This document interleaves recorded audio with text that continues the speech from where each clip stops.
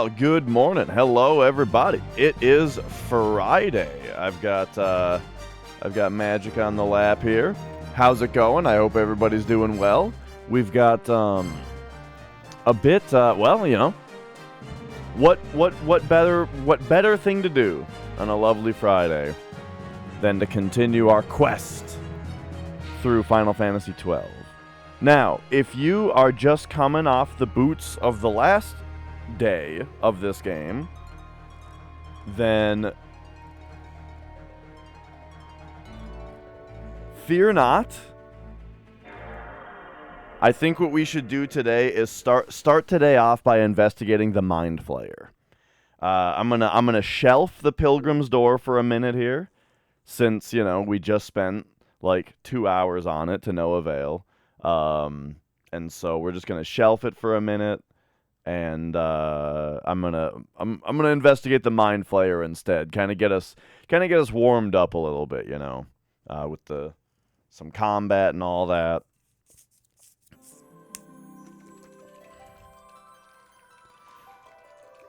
But all right, I'm excited to be back to it. I've been really liking this game.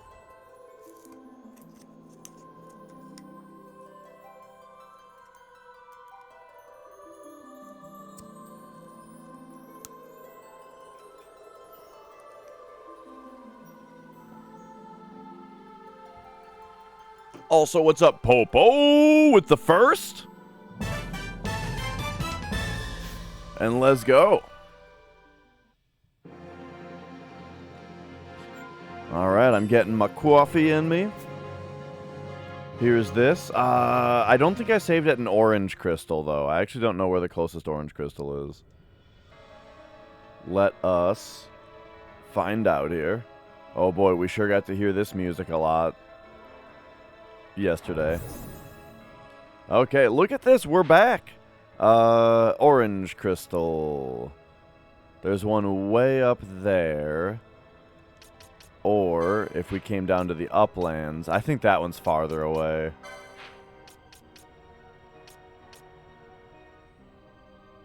I'm thinking about this for a second, though. Why is the first thing to do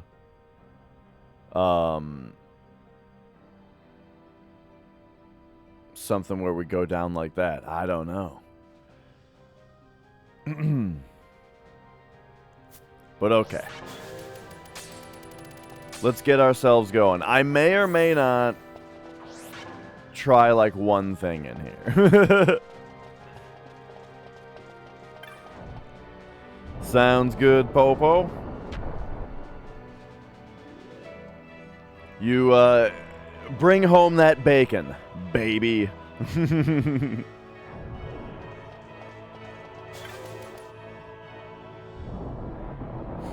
I often think about the line, I think it's from Fallout 3, because of like the nature of the vault that you start out with,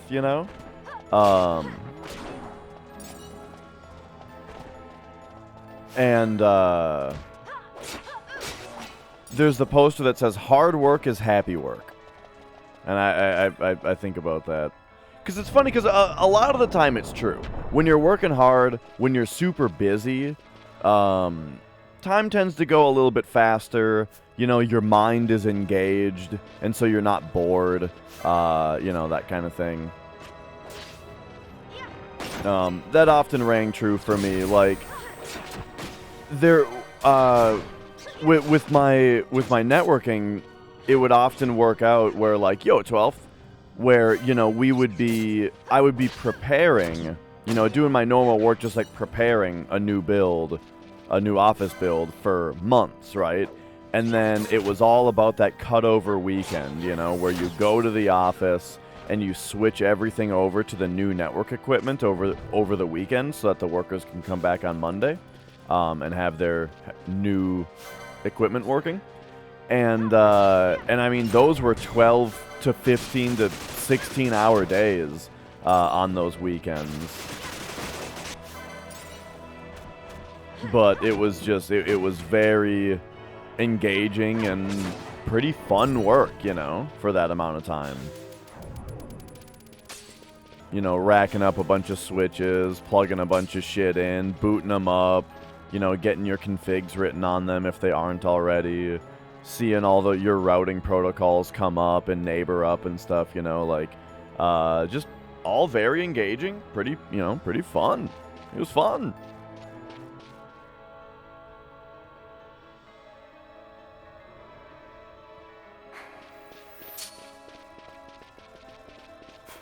Actually, we don't need to be fleeing. We just got here. We got time.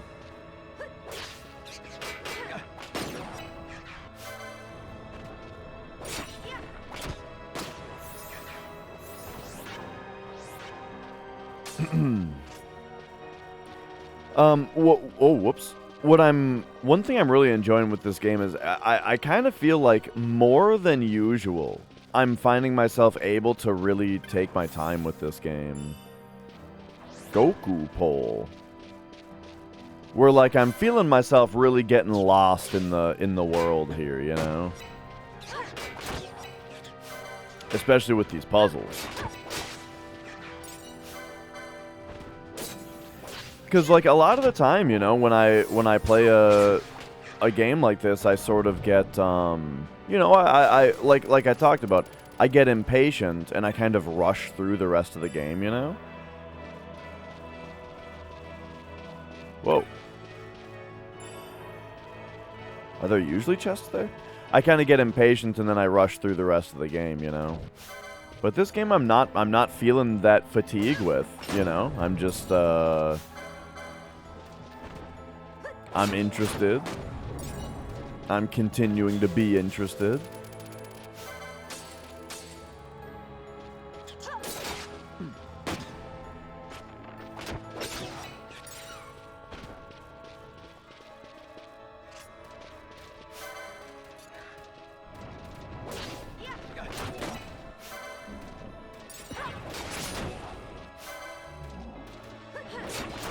And all right. Next time we visit a shop also, we'll probably have a ton of stuff to sell. I might even have a lot of license points right now that I haven't looked at. 290, that's pretty decent. Because what does that let Ash get? I mean, that lets Ash get the Genji armor also. Except I think I was kind of talking about maybe giving all that to... but there's a shield involved? Maybe Genji stuff would be better for Ash. Because there's a shield involved. I don't know. We'll see. Fran, you need to get here.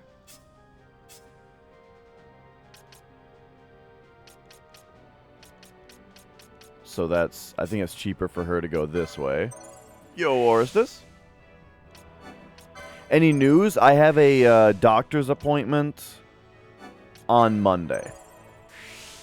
And I am yeah, I've got the wrist brace on today for a little bit of support until then.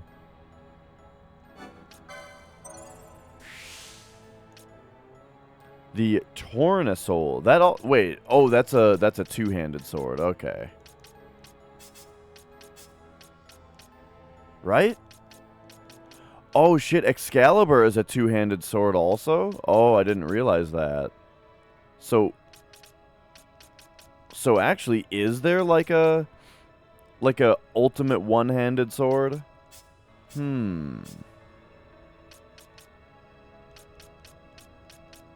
Interesting. Sunflower in French. Oh yeah? Oh, interesting. I guess Sol is the sun, right? Thank you, Orestes. I tell you, though, this brace is actually bothering me, like, right away. Maybe I have it on a little too tight. It's kind of just, like, causing a bunch of fatigue right away. Maybe I need to wear the gloves and not the wrist brace. But like this, it just feels like it's not doing anything.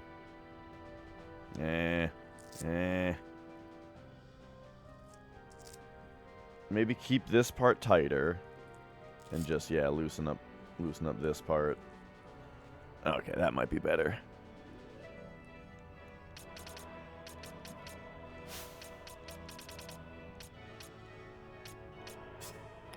But yeah, that's kind of weird. That,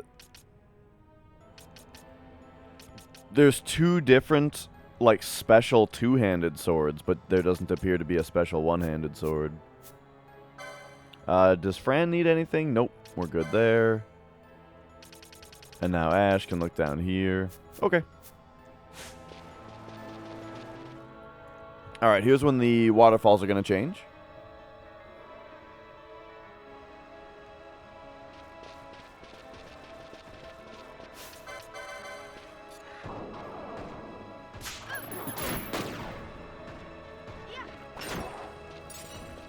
And so I think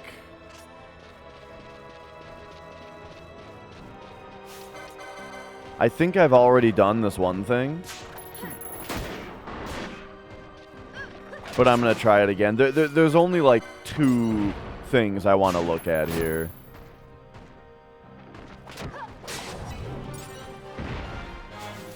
Before we're out.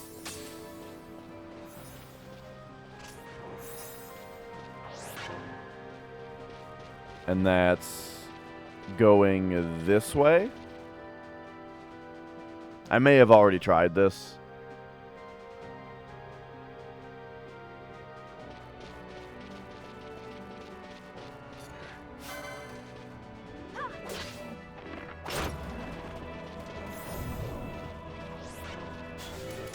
The Heart of Time.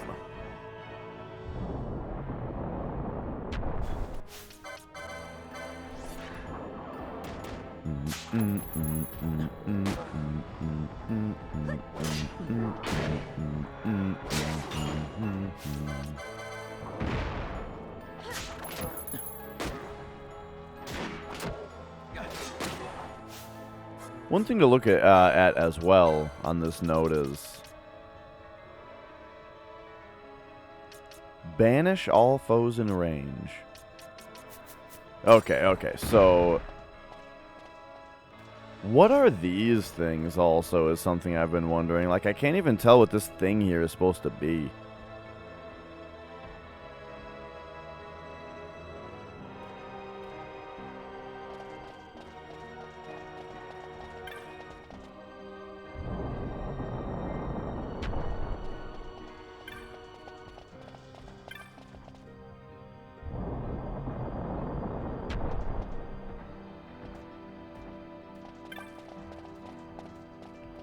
And then that thing just tells us about the aesthetics door.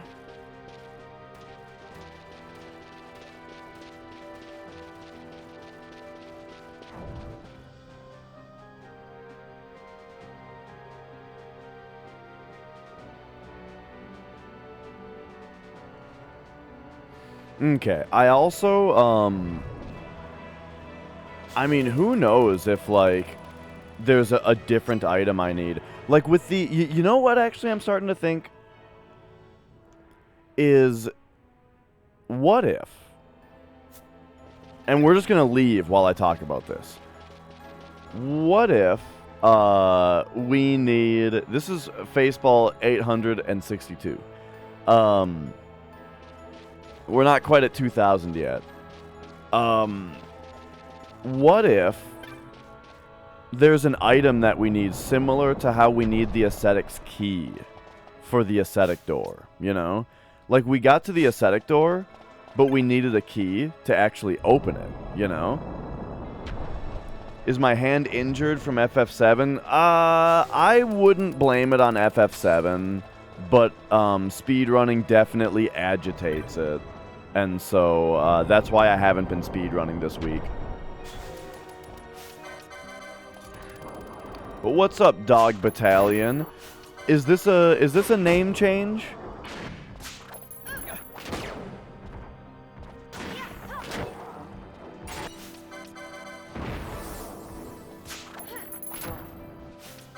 But yeah, I wouldn't blame FF7 directly. I really haven't done anything different with my with my habits lately. In fact, if I had to point the blame on well, if I had to call out one specific game that I played, and then my hands have felt like shit ever since, it was Super Metroid. But it wasn't any different than usual. I've always played Super Metroid. I've always, you know, played video games all day, before and or during and after the stream, you know? I haven't changed any habits, but then all of a sudden, my hands and tendons were just destroyed. So I'm not sure if there's something else going on, and so I have a doctor's appointment for Monday to see what's actually causing it. I mean, it was a one day and then the next day kind of thing. So I think there might be something happening.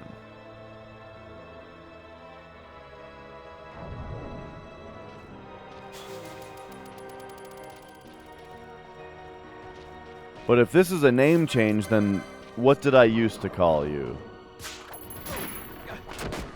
Unless you don't want me to know.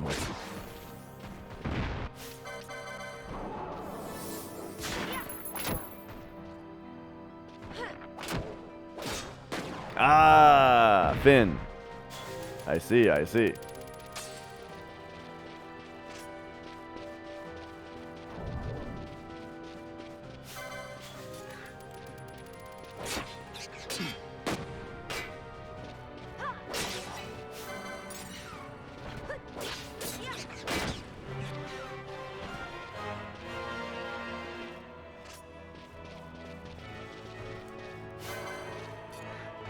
All right.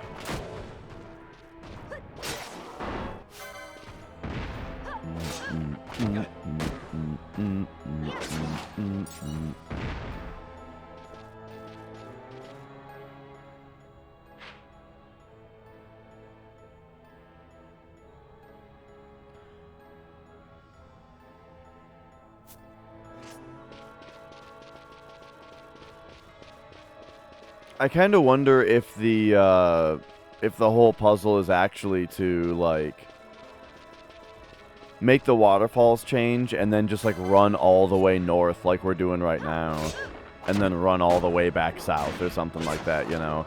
The journey heaven and earth kind of thing. Who knows?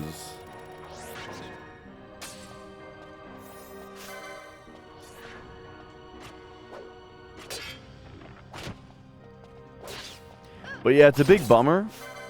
In fact, I'm really feeling like this wrist brace is making things worse.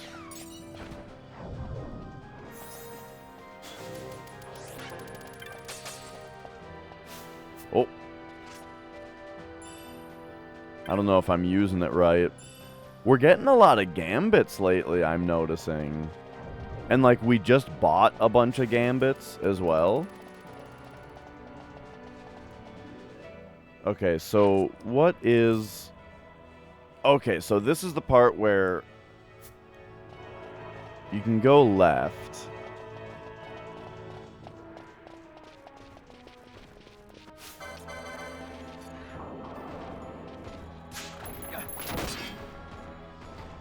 But this should just be a dead end with like a chest in it.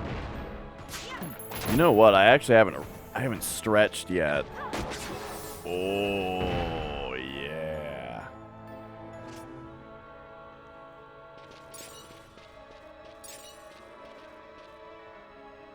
Ooh, all right.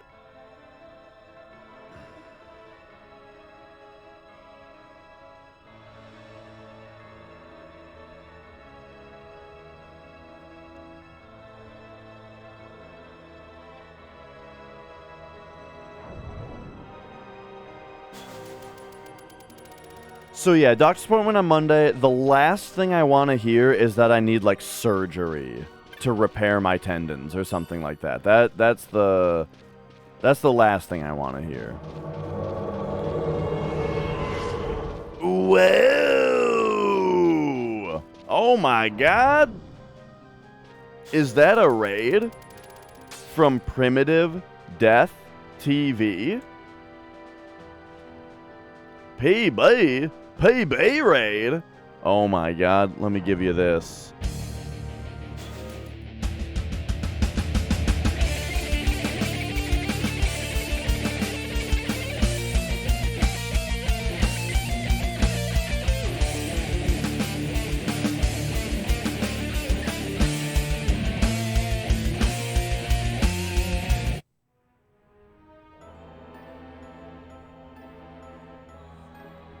Oh, baby. Well, congrats on a new PB. Very, very exciting. Good to have you here. Thank you for raiding in. Hello, everybody. I'm Daish. I am playing through Final Fantasy XII for the first time. I've never played through this before. I'm having a wonderful time. And oh, dude, this chair is the greatest. Actually, I meant to get my timer on here.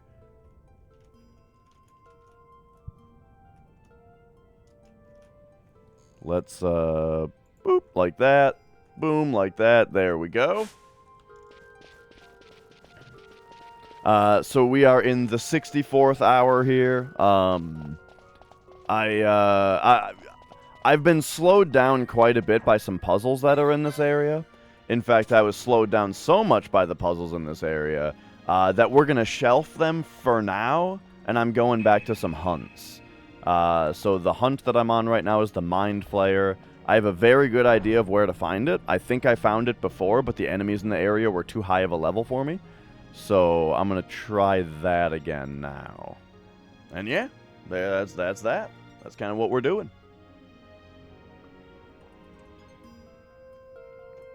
We're going to try to remember this puzzle here, and that it exists. And perhaps we'll solve it later.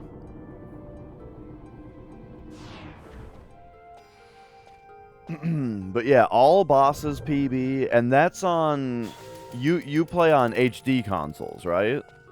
Is that correct? Alright, teleports, and we want... Golmore Jungle, I think? Let's actually take a look here. Oh, this is PlayStation. Nice, nice. So yeah, Golmore Jungle here. Feywood is here, but I don't think that there was an orange crystal that we found. Correct. Wait, this was the whole ass...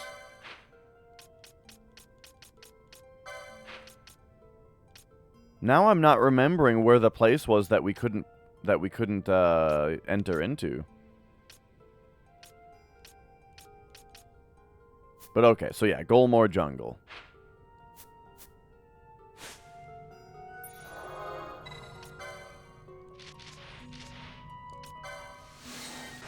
And off we go. Yeah, a natural zero encounter FD. That's incredible. I think that happened to me once when I first started.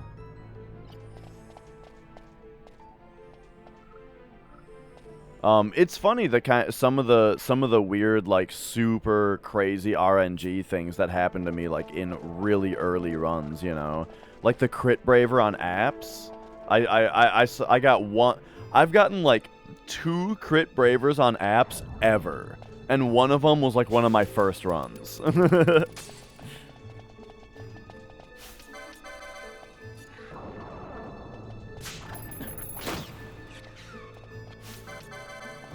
Oh, is 9 HD extra fucky?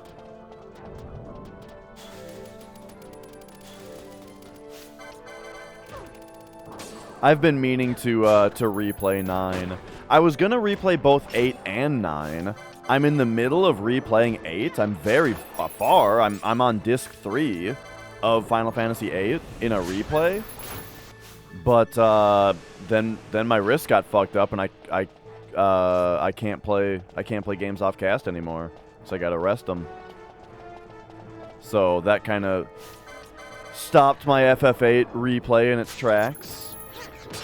Extra input like sell menu glitch that makes you sell random items? What? Explain. I want to know the nitty-gritty details about this sell thing.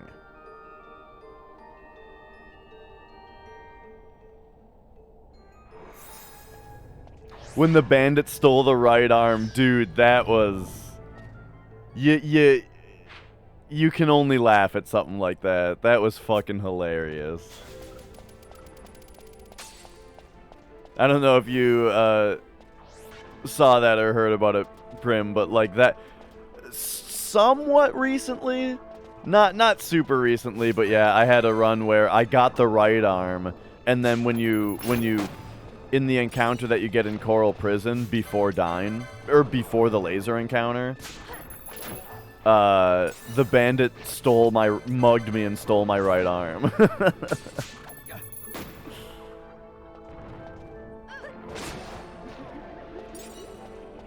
You can sell an item, and it still shows there, but it's gone. And if you click to sell it again, it sells the next item. You have to back out and come back in. Wow.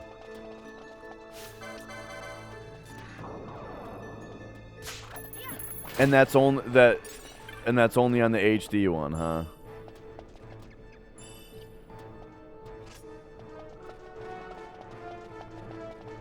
Got a pincer before MK, and then another on the world map on the way to Rocket Town. Oh, man.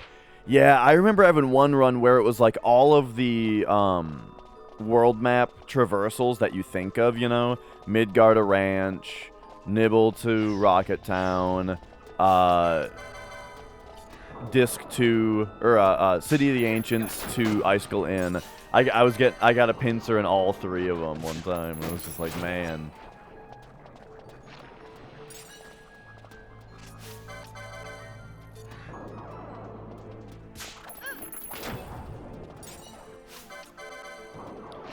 Alright, so we are just romping through this place like these guys have never seen before.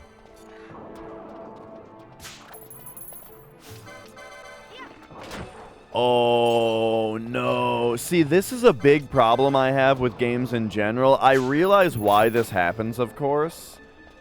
But, like, it's such a huge problem when you get that issue of, like, we ported the game to one console, then we based that port on this other port to this other console, and then we used that as a starting point to port it to this other console, you know? And you just have this fucking monstrosity by the end. Like, it kind of happened to Tales of Symphonia, you know? Where when Tales of Symphonia came out on PC, it was the PS2 version that it was based on and not the GameCube version. And so it was, like, already a port. I also kind of think that happened to Resident Evil 4 a little bit. Where, like, RE4 got ported to PS2, and then the PS2 version was kind of used for other stuff. But it wasn't as noticeable with RE4.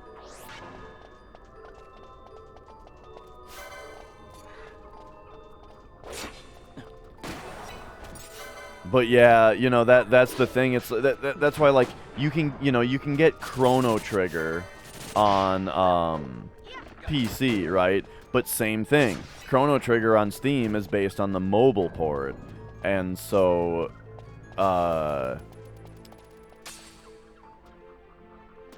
it's like, if you want to play Chrono Trigger on your computer, like, good God, please do yourself a favor and just emulate the Super Nintendo version. You know what I hadn't, thought about in years? Maybe not years, but you know what I hadn't thought about in a long time that I just remembered?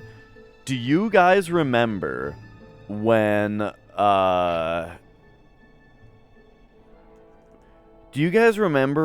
Tales of Phantasia got a mobile release? For the first time ever, Or wait, no. It was on Game Boy Advance also, so not for the first time ever. But yeah, Tales of Phantasia was put on mobile. However, it had microtransactions such as Rixim. It had microtransactions such as being able to boost the amount of experience and gold that you... Why have I missed the last 20 fucking steal attempts? Like, can we... Okay, there we go. Anyway.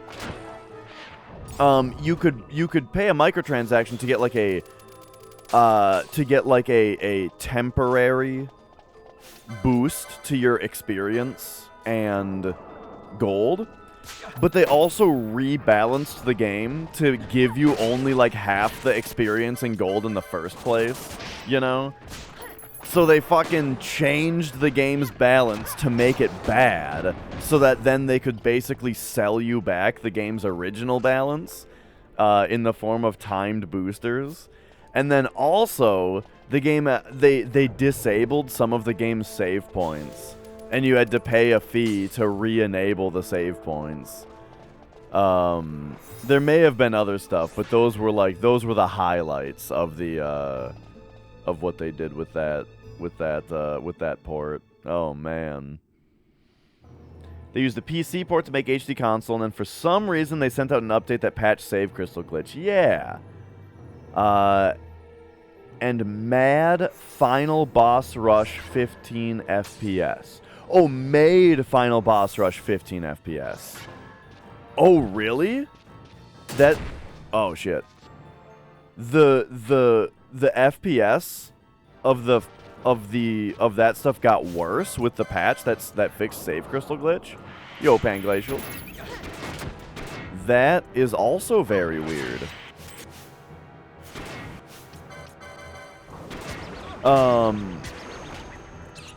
How's the hands? Not great. Again, though, I've got a doctor's appointment on...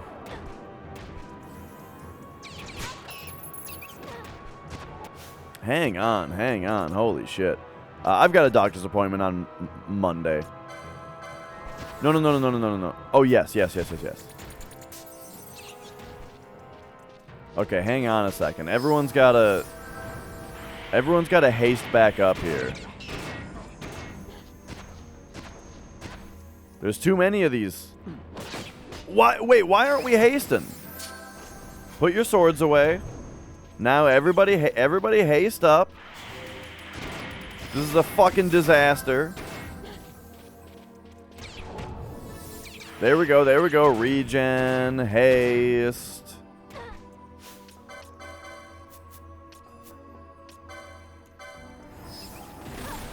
Okay.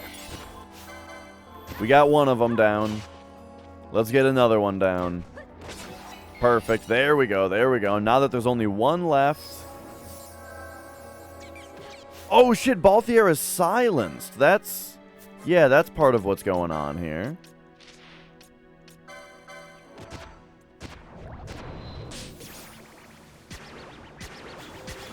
Oh my god.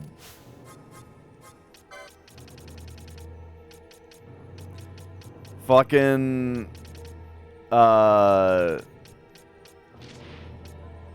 am I looking for? Fucking status effects, man.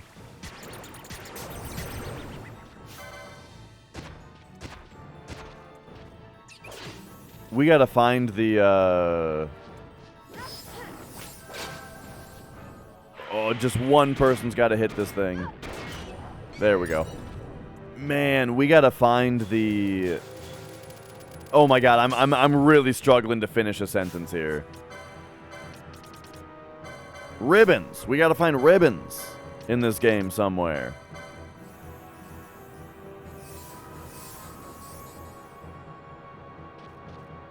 Alright, everybody's regened, everybody's protected, everybody's hasted. Alright, let's continue. Jeez. Am I 100%ing the game? I'm doing my usual MO of I am playing the game to satisfaction. You know what I mean? I don't really... I don't care too much about, like, what the percentage is. I just care about, you know, as long as I'm having fun, I'm playing the game. If, you know, whatever objectives the game puts in front of me, or that I can find, if it's fun, I'll do it.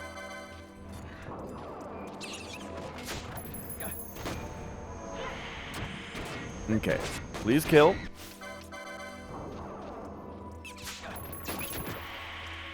Oh my god, we like can't steal from these guys. They're too big of bastards.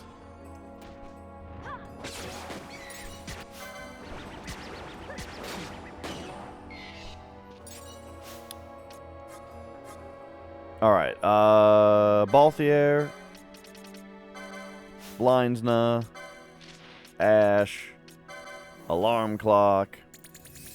I might as well just be using remedies, actually, for stuff like this.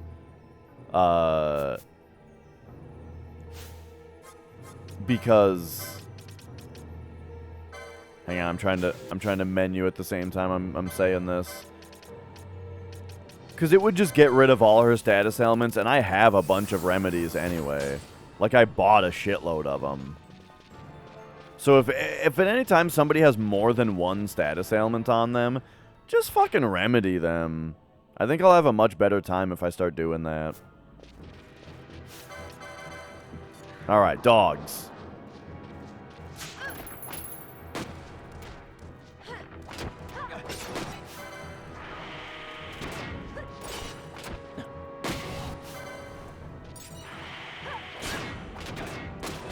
Yeah. Alright, alright.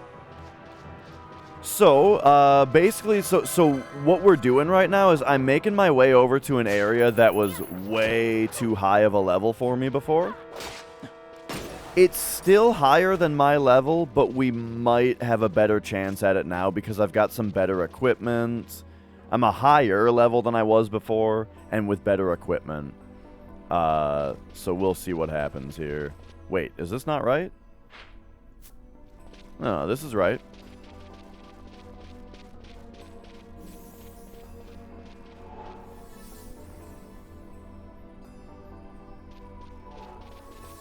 Oh. Oh yeah, there were those cute little monsters in this area. Alright, but here we go. Into the mines.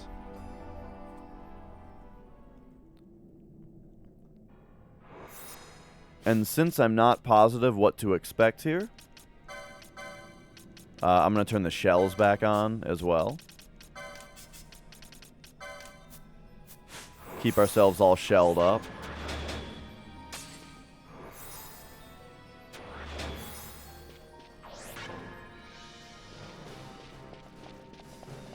Okay. So here's a bat. First thing to do, since it is hasted, is let's slow it. So yeah, it's level 64.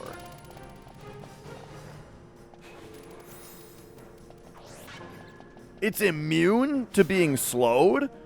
Okay, so Fran, dispel it then, please. There we go. So it's no longer hasted.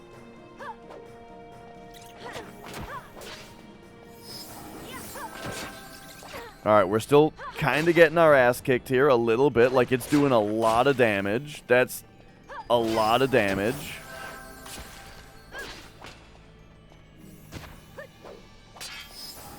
Nice block. That kind of saved me there.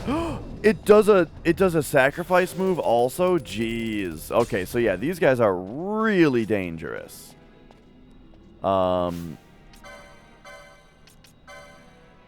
But okay, here. Ash can heal herself. And then let's do the dispel again. I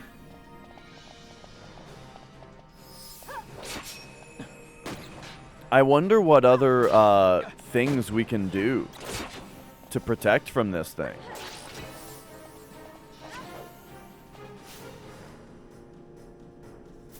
Let's see. Fran might just die here. Should we, I think we should gravity this thing. Now that it's, like, So it is weak to holy. I don't think I don't think we have any holy though. But here, gravity, gravity, gravity. It's immune? Okay, kill it before it sacrifices then. Nice. 3,000 experience. Alright, so yeah, these guys are tricky. And now I'm here and it doesn't actually appear that this is where I'm supposed to be.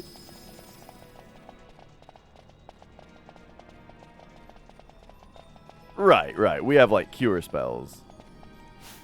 I think that cures are holy, but, you know what I mean. Actually, come to think of it, I do want to check that out on the grid here.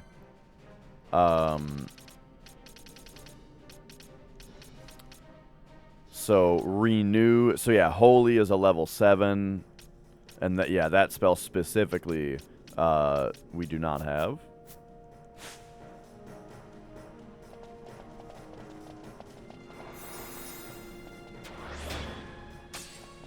So, this is interesting. It was...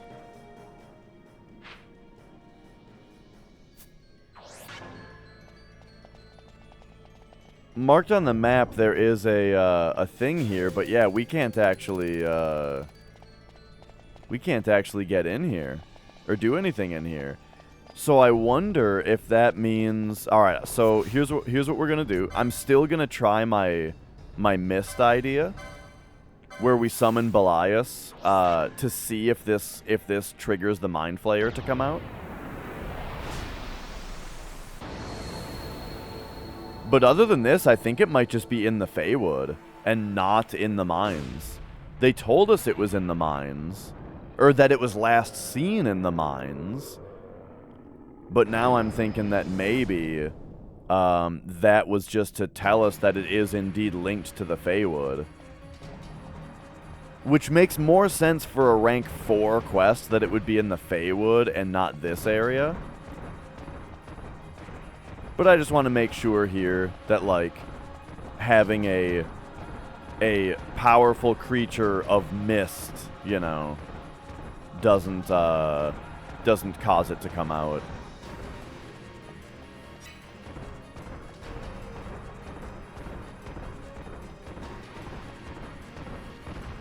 Alright, so if not, I suppose we're going back out to the Feywood. Maybe having, what was the riddle yesterday? I did not solve it.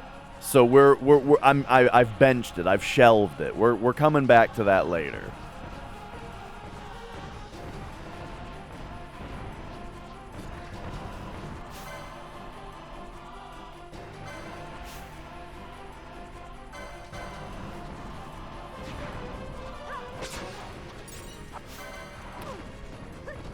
Oh shit, this thing's got reflect on it. Oh good, okay. So the summons are still working. Oh, we definitely want to keep stealing from these guys. I think that they have something really, really good, don't they?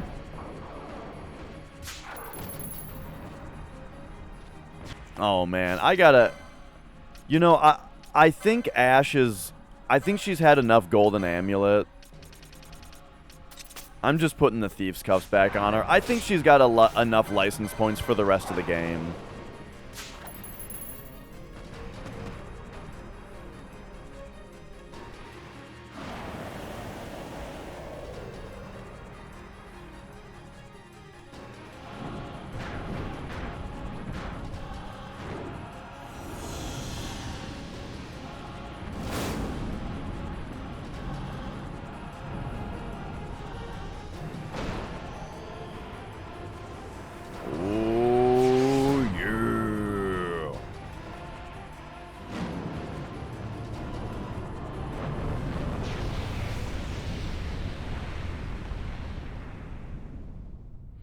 Ridiculous.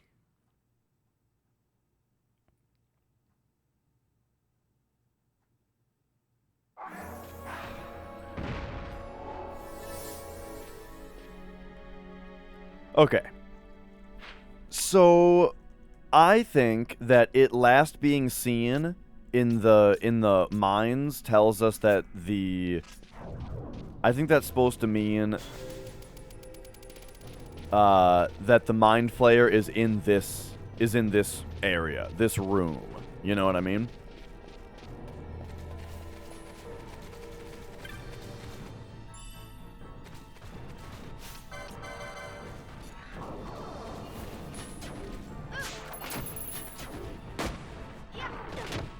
What's all this then?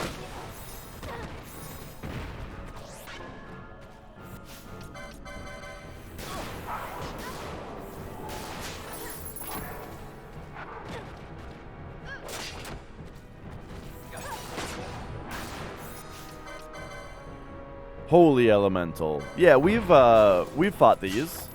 Is not too bad. Now, do I have a dark spell? I don't know if I don't know if I have light or dark. Oh, I do. Is there a darker spell than just that one?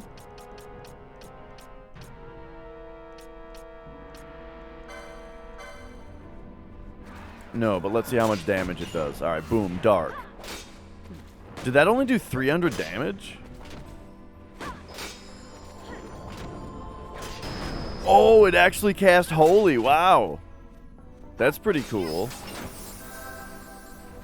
Good thing we're not weak to that anymore, but it didn't even really do any damage anyway.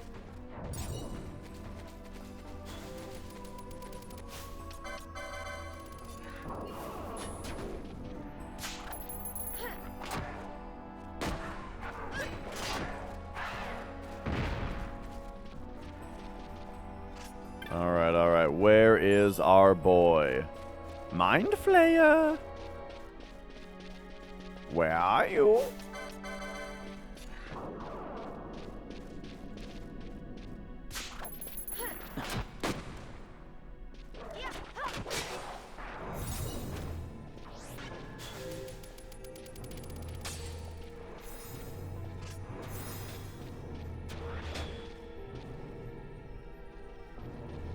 So this is just more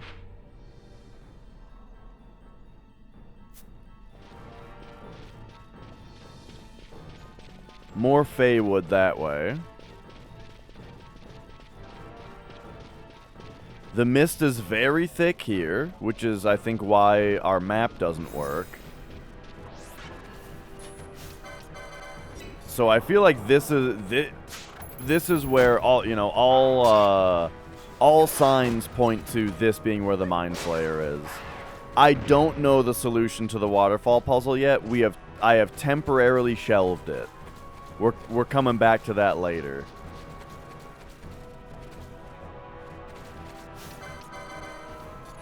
I decided to move on for now.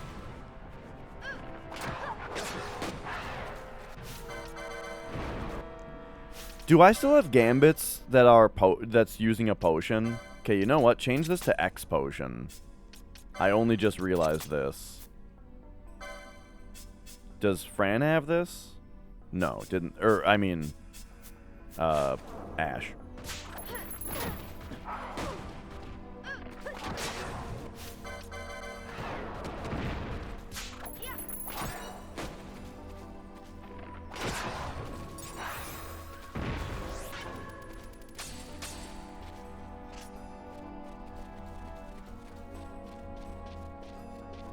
Alright, alright. So yeah, temporarily shelving the Mind Flayer thing, and for now we are, or shelving the waterfall thing. For now I'm looking for the Mind Flayer. So our hints about where the Mind Flayer is an area that's very thick with mist, very thick with mist, which this area is so thick with mist that our minimap doesn't work. And they also said that it was last seen in the mines, in the Hen Mines. And the Hen Mines are directly connected to this area. So I do think it could be anywhere in the Feywood. But I think that this particular section is most likely.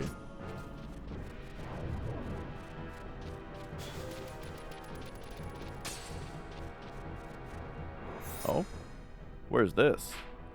Oh, I ended up here again.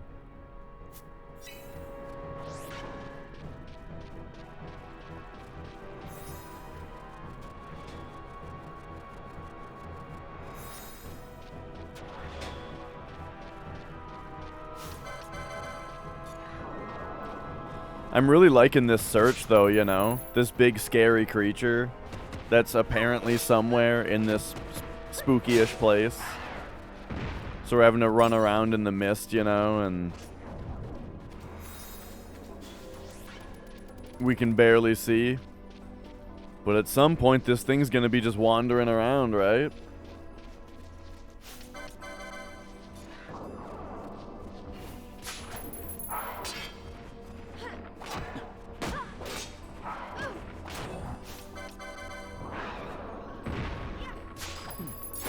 Man, I'm glad we got to kill those bats also.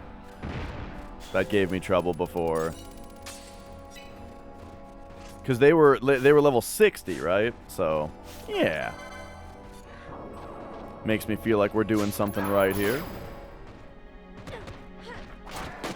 I'm really glad that the slow that I cast on it stuck right away, so that we got to see, you know, the that it was immune right away. So I knew to just dispel it instead of having to just cast more slows on it.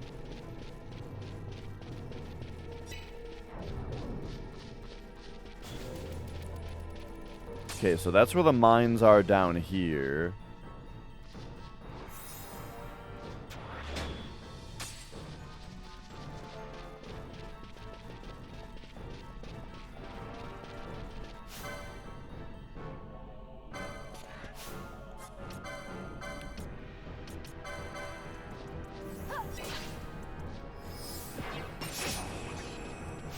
These things...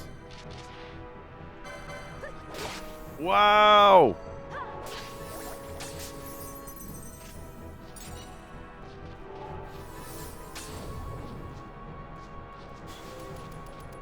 Those things have a lot less health than I realized. I shouldn't have been dispelling. I should have just been attacking it.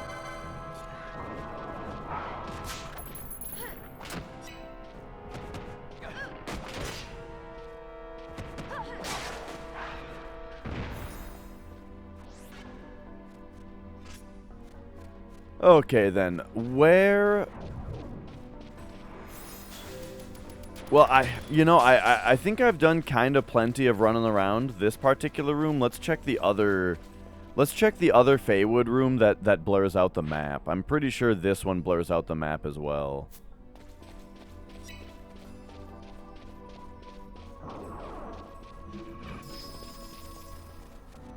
So we'll go this way and then relatively straight. Man, you know what game is awesome that I was just thinking about for some reason? Metroid Prime. Especially Metroid Prime 2.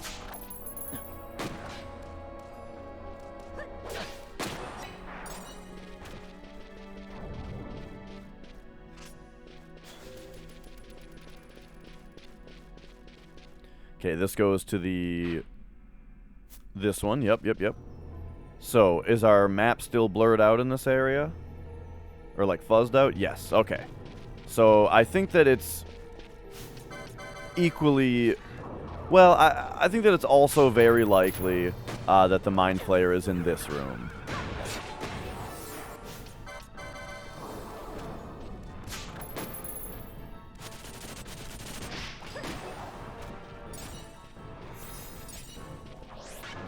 The Prime Pelt.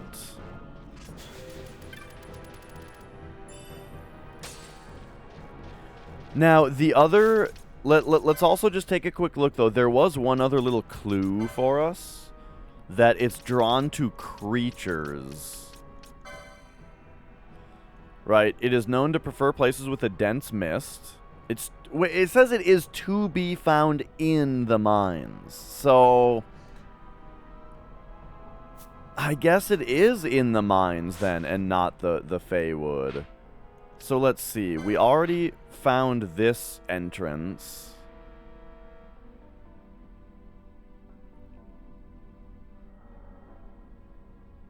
I mean, we don't have to, like, leave with the gate in a certain position.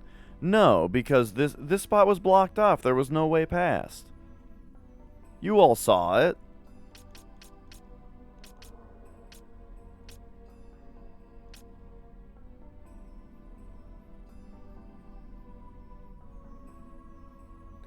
Is it possible that there's another way to go right here that I didn't notice? Next time I get to an orange crystal, let's just teleport to the mines and see.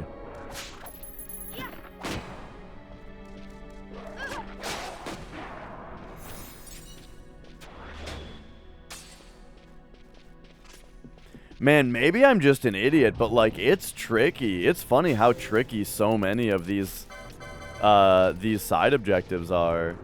You know, like so many of these hunts are super non-straightforward, which I appreciate. You know, it makes it feel like a adventure instead of just a chore.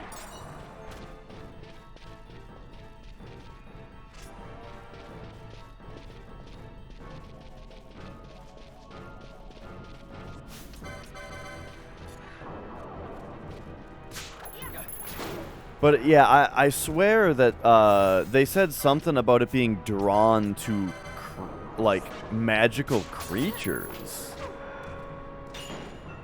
which is why I was talking about running around with a summon out.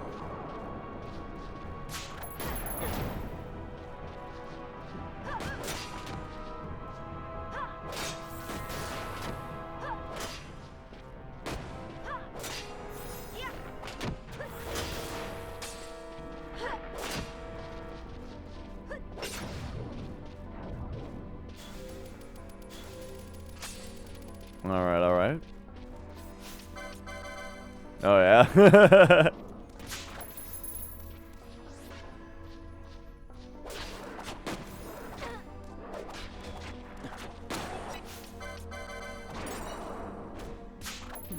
Yeah, I'm really liking it, because like I always say, we're just, you know, I think it's really immersive to have to pay this much attention to the environment, you know? And to be on the hunt and have there be a lot of mystery in the world, you know?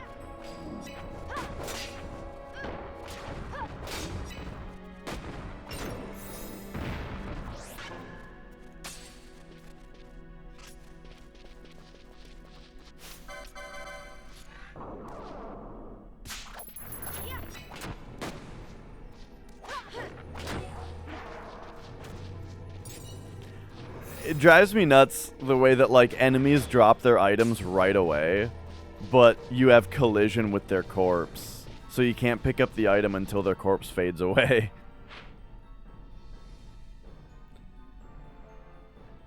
Now, I swear they did tell us to go through the Feywood to get to, where are we going? Yeah, oh, we're supposed to go west, though.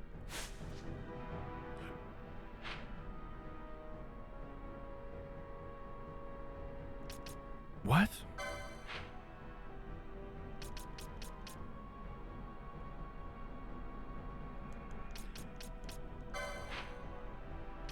I do feel as if there was a point that I got to in the Feywood where I was like turned back, you know?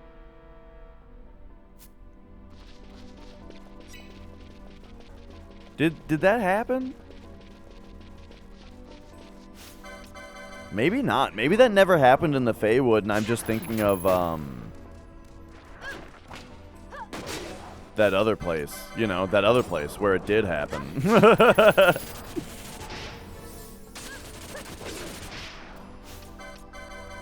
Needless to say, I guess what this means is that, because they definitely told us to start with the Feywood, right? Better start by exploring the Feywood. Maybe it's where the save crystal is. You can go south there, perhaps? That's probably what it is.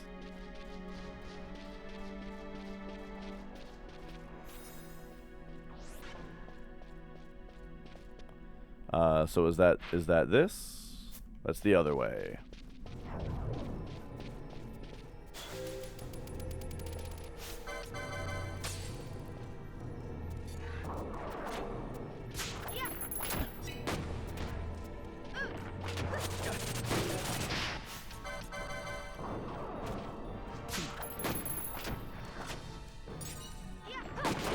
Alright, I'm liking all these prime pelts we're getting.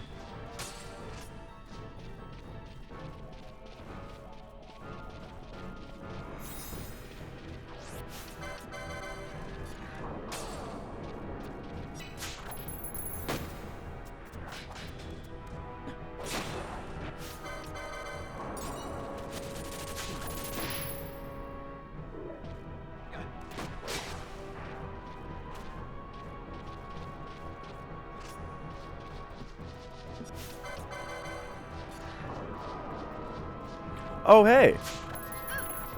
I haven't been this way, apparently. Because here's our map.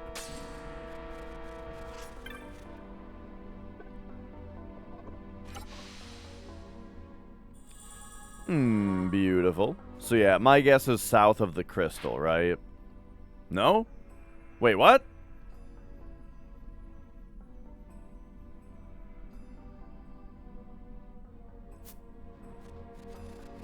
Well, we've explored the Feywood and we even got the map. Interesting. So there is definitely something more to this area.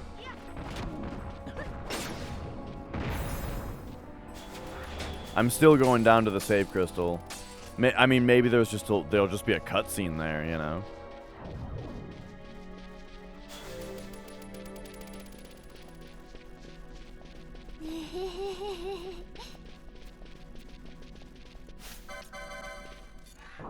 Glad I found the map, though. But yeah, it's always kind of a funny thing in a game where, like, you can't figure out what to do. If ever you're playing a game and you can't figure out what to do, and I'm not saying that that's happening right now, necessarily, but, like, in general. But, like, the solution turns out to be, oh, you have to walk to a specific spot where a cutscene starts. Oh, man. Like, oh, it drives me nuts in games when you have already figured out what you're supposed to do, but they won't let you do it until you do something else that, like, just gives you, that just, like, triggers a cutscene where they just straight up tell you to do the thing that you've already figured out to do, and then you can go do it. Oh, that drives me nuts in games.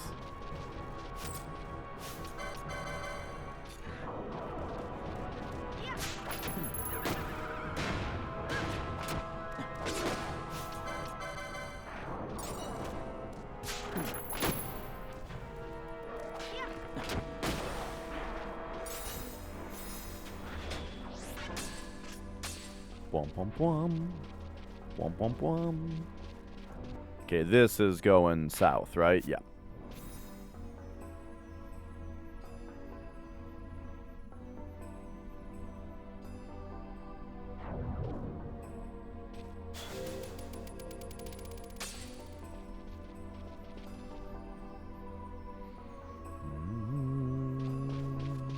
Oh, yeah, see, here we go. This place is fuzzy. And they won't let us go south. Alright, exactly.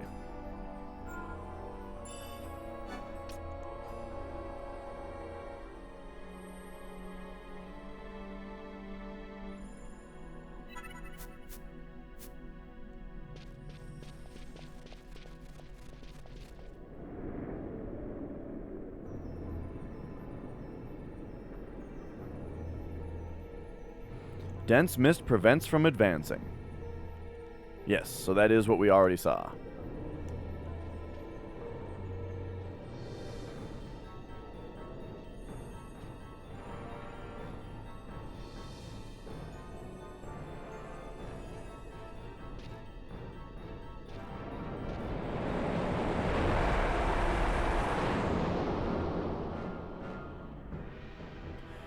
So you know what this tells me? If it's still Feywood down here, Then the mist, what's his face must be down here then, right? If this is still Feywood, this is where the mist was extra thick, with 2 C's even.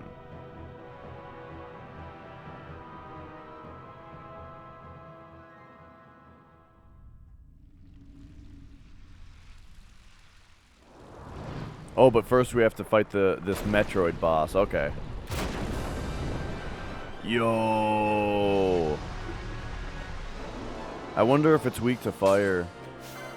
Alright, so this thing is... It's shelled right now.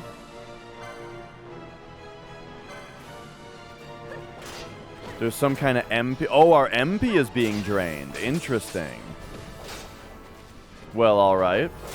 Good thing we've all got our regens out.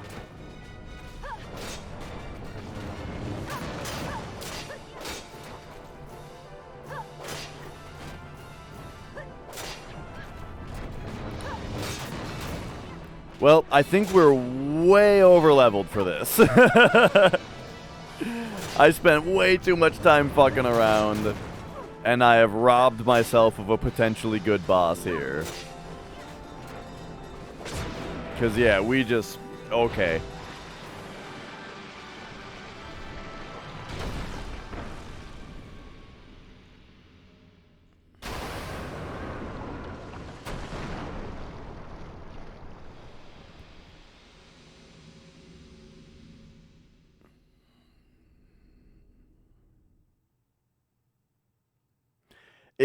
If this is how the main quest ends up going, because of how much fucking around I've done, then we may have to find this game's, like, super bosses, just, like, as a replacement for the regular bosses.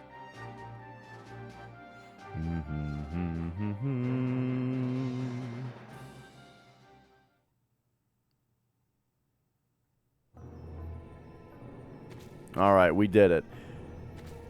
Okay. Very thick mist, drawn to magical creatures, yada yada. This is where the Mind Flayer is. So let's go hit the save crystal and come back.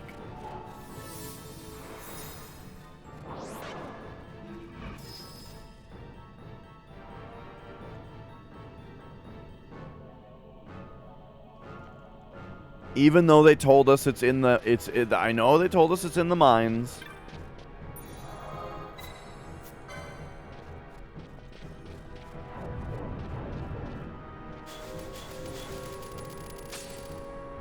Uh-oh, I don't know if that actually went off. Nope.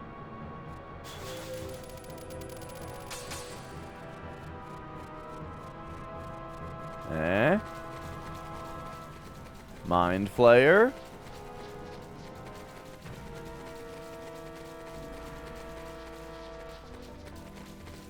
Oh, I'm glad to hear it, Rixum. Oof. Still no big guy. Okay, okay. Again, though, next time I see an orange crystal, I'm gonna teleport back to the mines and just make sure there's not something stupid I didn't do there. Whoa.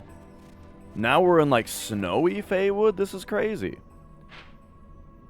It's kind of crazy that we got the map, but it was only for the upper part. And now there's, like, more Feywood down here. Level 43. Okay, okay.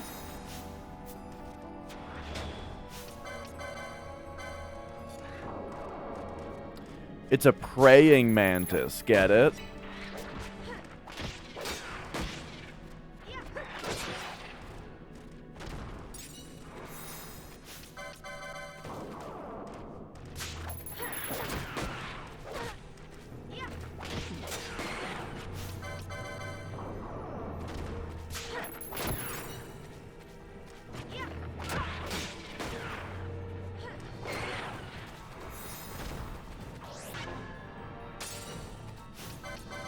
All right.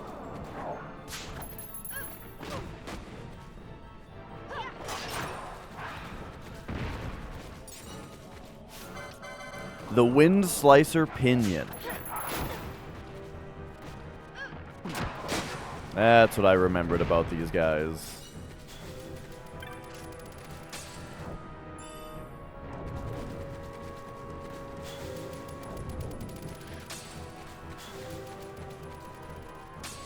Oh, hello.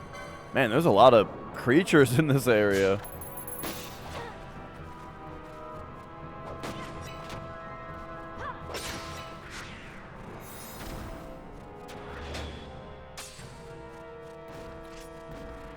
So we had the praying mantises, we had the big guys, the juggernaut, huh?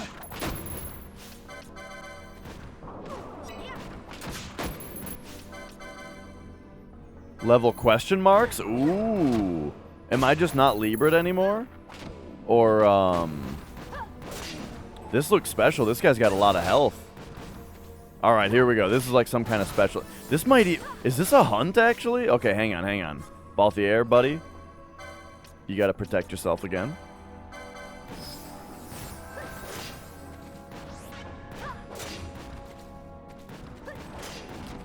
Is there anything more we can do to this guy? What if we start giving him... Give him some slows here. Nice, nice. There we go.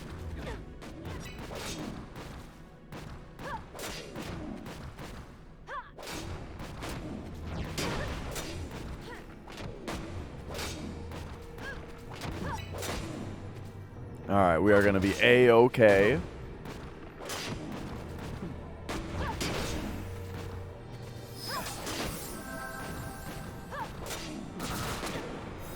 Nice.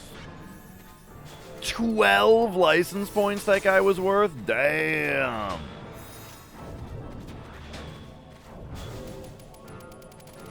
I was starting to think that that was like another hunt that I was on that I was unaware of.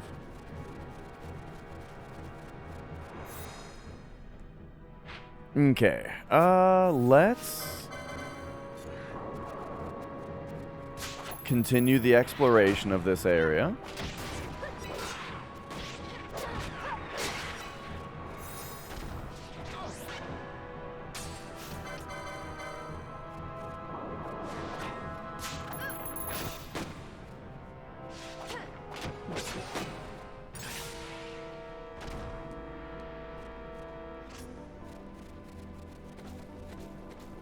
Oh.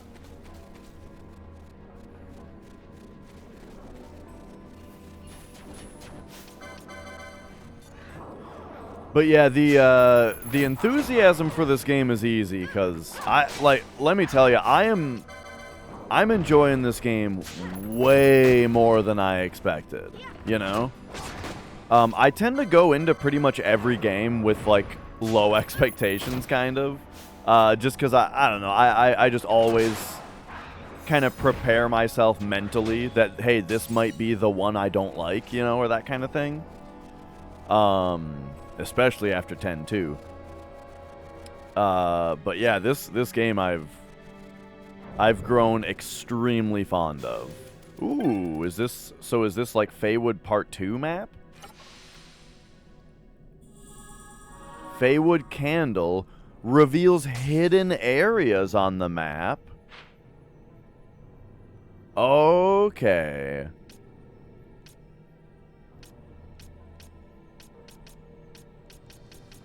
So that's just, you know, yeah, so it is indeed part 2 of the Feywood map. And you know what, Wise Fox? I agree. I hope that I try 13 again and it turns out it just kicks ass. It would be very on brand for me to really like Final Fantasy 13. And to have, like, an argument about why it's actually awesome and everybody's wrong.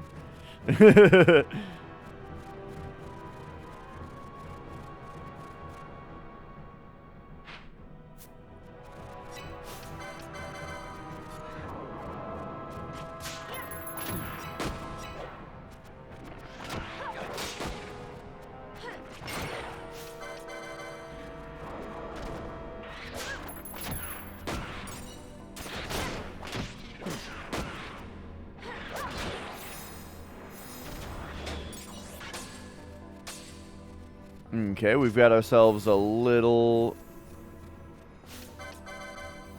dead end here. I definitely got more than 4 hours into it when I played it. Like, I played 13 when it was brand new. And I got up to where you get Shiva. And I was just like, just not feeling it.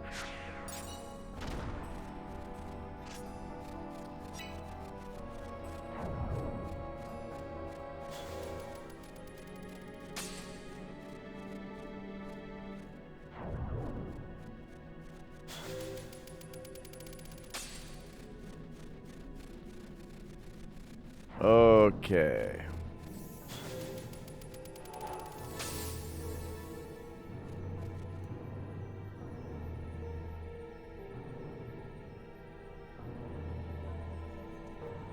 Oh, funny. Well, too bad that part sucked so much. Alright. Ice Field of Clear Sight. Ooh, look at this place. This game's very neat on its different environments.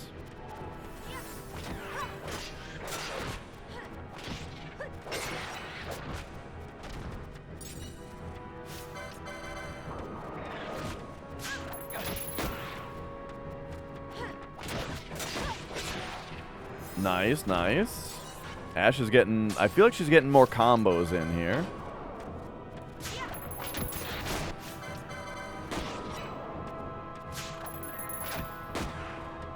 Mint copy of, oh, Dawn of Souls. Complete in box? Nice. Oh, my God. $27 for a complete in box Dawn of Souls. That sounds like an excellent deal.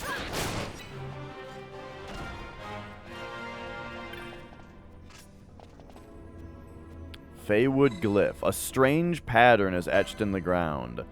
Voiceless words chime within your head. In this sanctum shall the pilgrim... The pilgrim, you say? Find truth and illusion both. Illusion betokens the true way.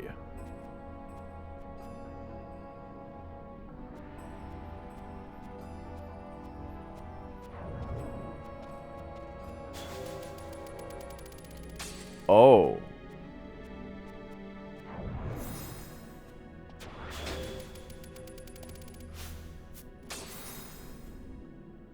Dude, is this gonna be like fucking Dark Souls 2 Frigid Outskirts? Or Frigid... That's what it was called, right? The Frigid Outskirts?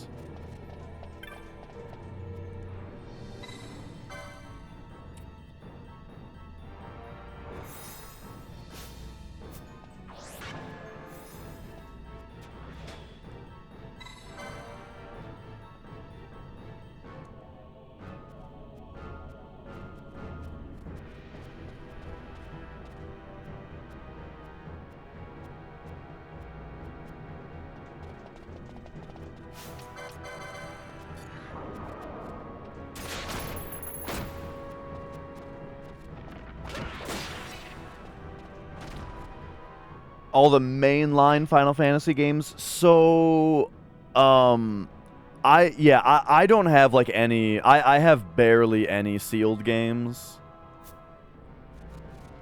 Just because I am not really you know, I buy games to play them. And so I don't really care about sealed or unsealed at all, because I am good. If I buy it sealed, then I'm just gonna unseal it, you know. But I do have some sealed games, just because they're just games that I bought brand new and haven't played yet. But that's it. There's actually a couple sealed games I have that are kind of valuable.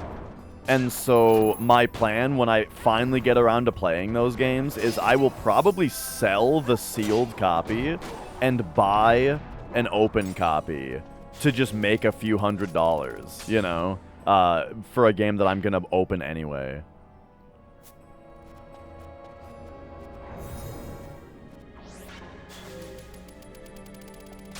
I think I might have screwed up here.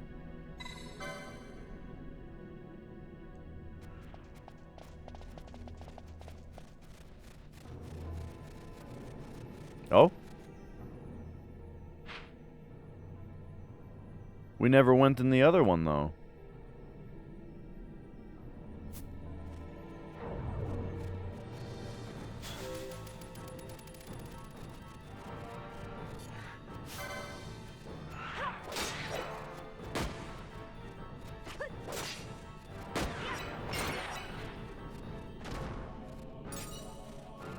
But yeah, as far as mainline Final Fantasies go, I have a loose cartridge for Final Fantasy 1 for NES.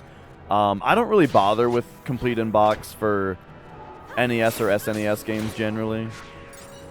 So yeah, for Final Fantasy 1, I've just got the loose cart of it. For Final Fantasy 2 and 3, like actual 2 and 3, I do have complete in-box copies of those two on Famicom. And then Final Fantasy 4, I have a loose cartridge for SNES. You know, Final Fantasy 2 in the US. And then for Final Fantasy 5, I've got a complete in-box Super Famicom copy. FF6, I've just got the loose cartridge of American Final Fantasy 3. And then 7, 8, and 9. 7, 8, 9, 10, 10, 2, 12, and 13, actually. I have complete in-box copies of all those.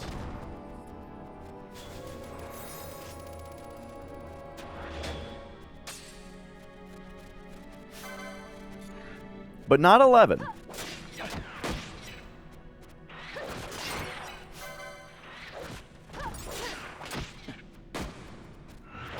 I think I have 14, though, in box, don't I?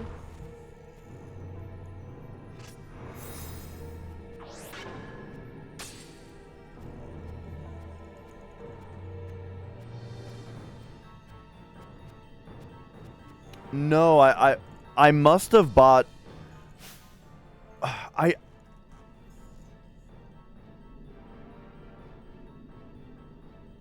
I swear I had Final Fantasy 14 in box for PS4, but maybe I just bought that game digitally. Okay, this one doesn't have any marking in it. Interesting.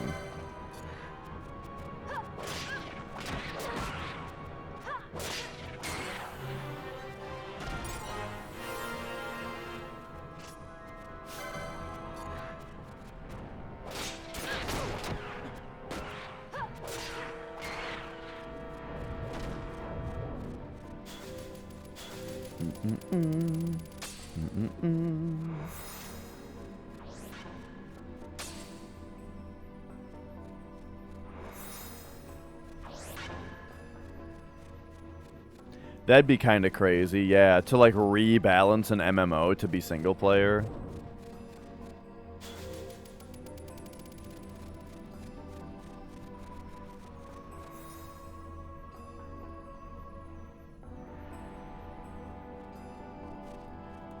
Okay, so I hope I don't have to like zone to make this work better. But here we go. So we come into this one. We examine the pattern. We see that it wants us to go this way. So straight out. Pac-Man World Remaster came out today. Oh yeah, Pac-Man World, huh? What system was that initially for? Because I feel like I remember playing like Pac-Man World 2 on GameCube or something one time. But it was like a demo at a Blockbuster or something like that. I didn't really play it.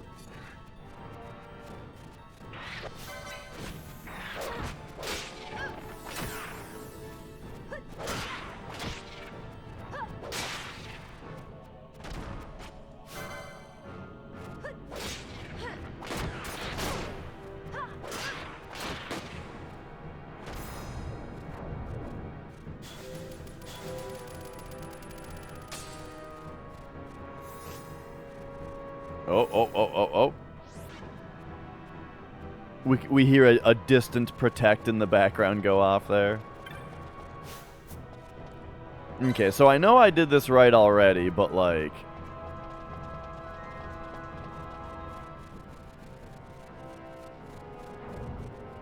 You know, I just wanted to,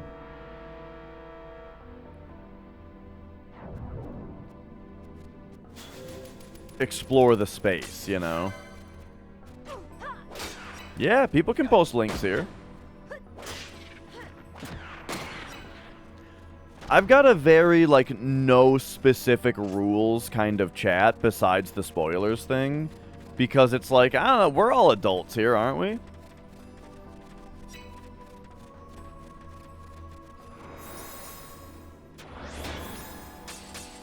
I think a lot of people are generally way too uptight about stuff. Like you know, a lot of like a lot of streamers have a bot that just automatically like deletes links, you know, and times people out for posting links. Why? What's the worst case scenario? Somebody posts a shady link that you have to manually get rid of because it was shady?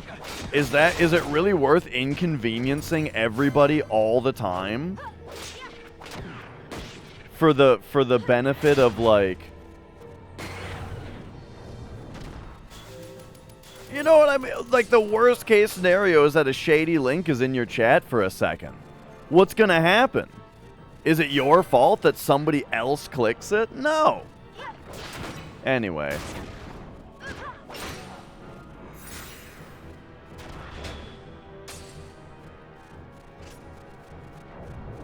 I just think it's a little silly.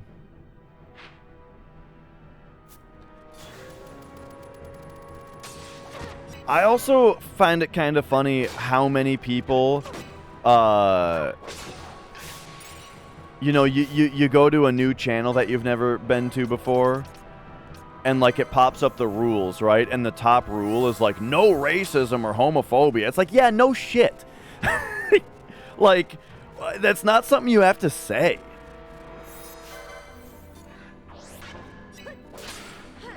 I don't understand why you have to list that as a rule, instead of it just being that, hey, we're all adults here. And if you're a fucking weirdo, if you're an unlikable weirdo, then this isn't the place for you.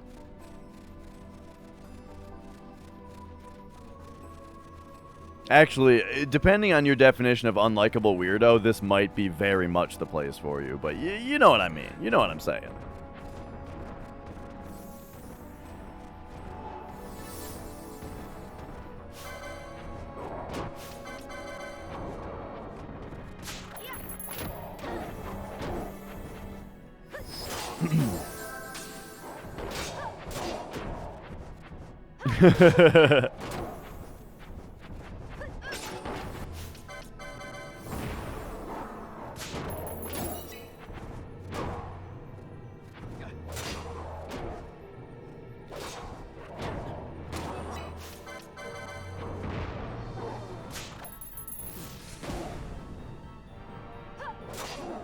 Oh, interesting. They use Bacchus's wine on themselves?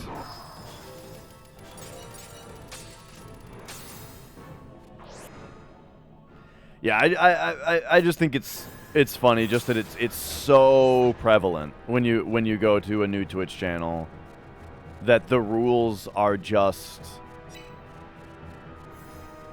things that I don't think need to be said. Because it's like, what are you trying to protect yourself from? If someone is an asshole and so you ban them for being an asshole, and then what? Are they gonna complain that it wasn't a rule? No. Or if they do, they're just being an asshole. Who cares? You don't have to, like, say, you said in the rule, you accepted the rules that you wouldn't do that. You know, that's not part of the conversation that needs to happen.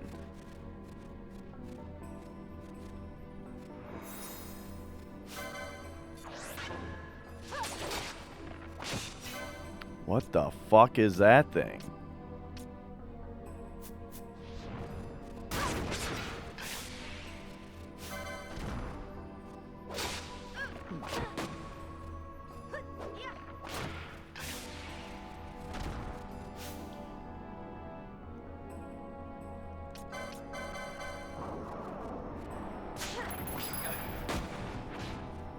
Look at this thing. It's crazy. And yo, Derek, how's it going?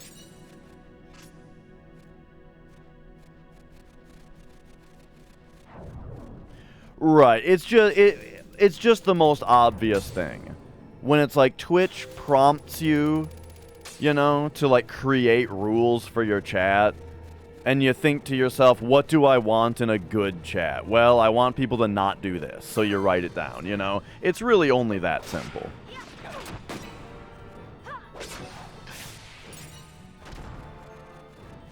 I'm just much more about a you know.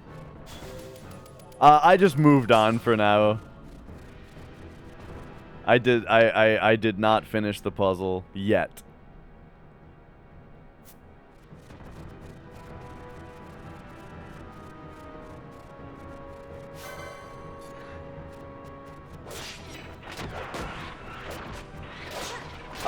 Actually, what I came here to do is find the Mind Flayer, which I still have not done. So I guess we're just advancing the, plot a little bit here.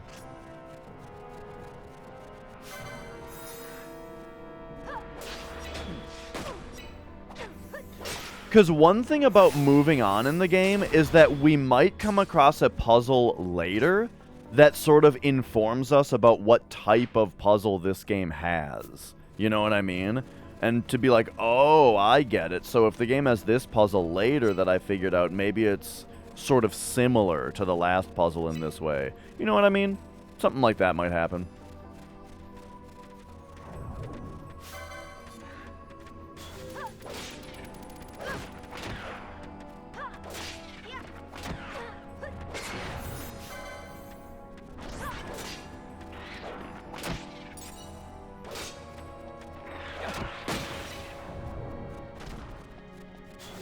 Alright, so this one's a non-starter.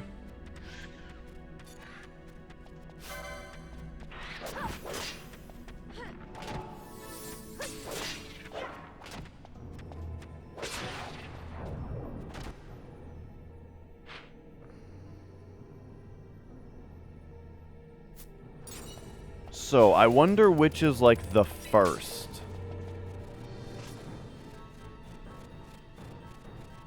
of these things.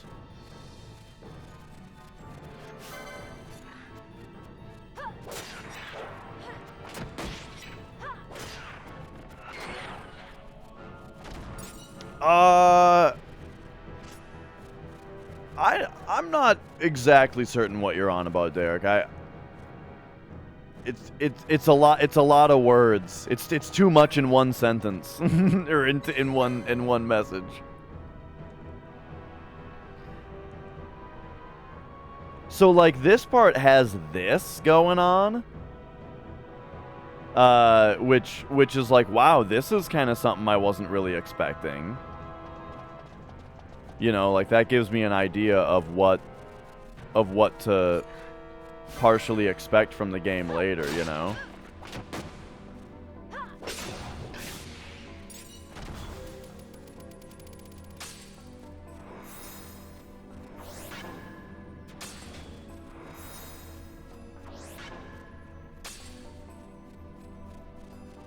Right, yeah.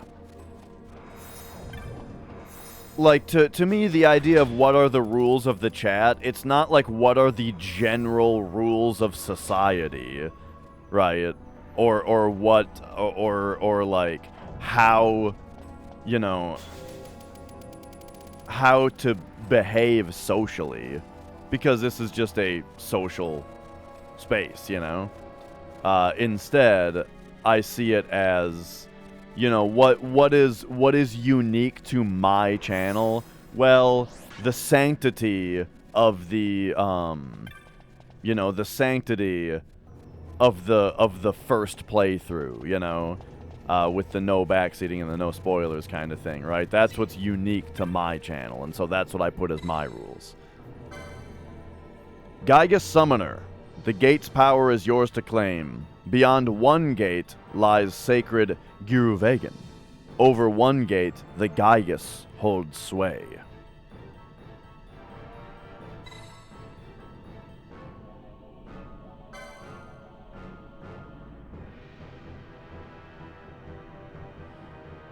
Beyond the one gate lies that.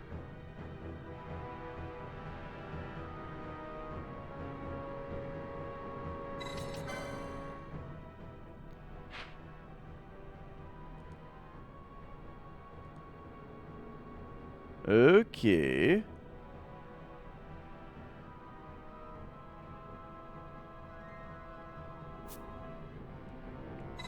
Touch it. Okay.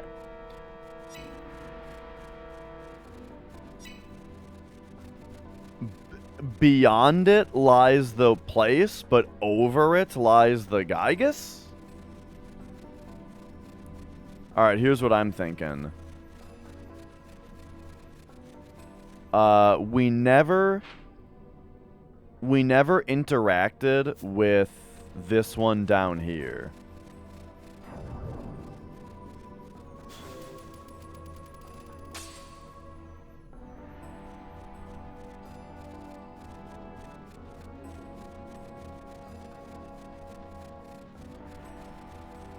Bwom bwom bwom. Bwom bwom bwom.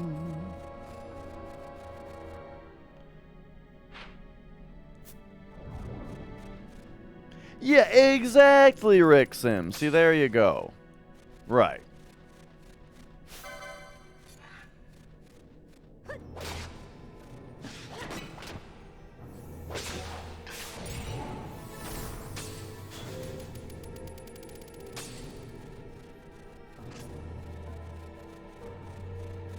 I touched the gate and it said that nothing happened.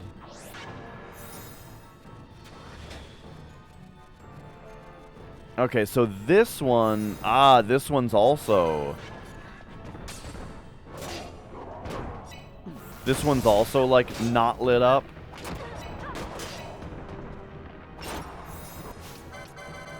Alright, so here's what I'm gonna do.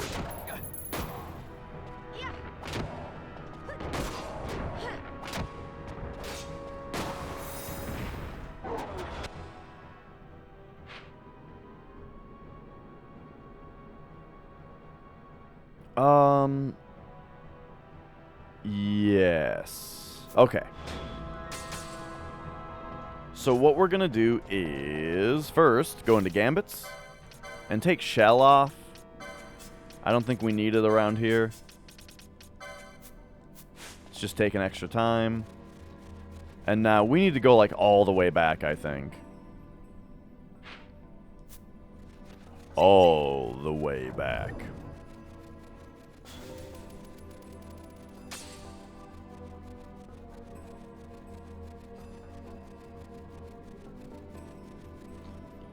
What up, Jay? How's it going?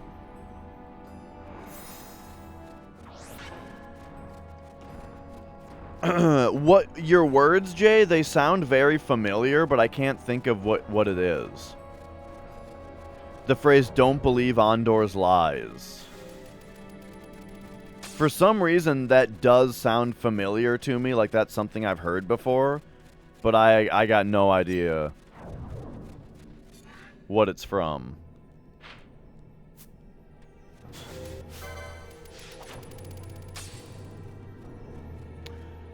Oh, was it the I'm Captain Bosch of Dalmasca? That whole thing? Yeah, yeah.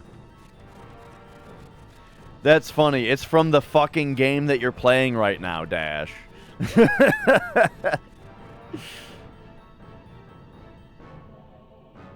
Oh yeah, EMC? I'm enjoying it quite a bit. I really like this area so far. You know, there's a lot more to it than just run through it and fight all the dudes. Bosch von Rossenberg. I knew there was more to it.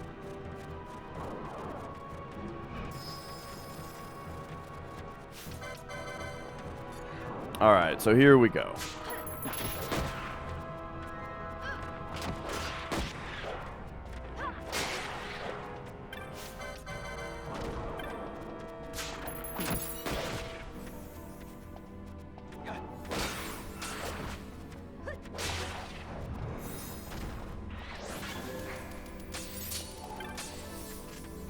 Come, come, come, come, come, come, come.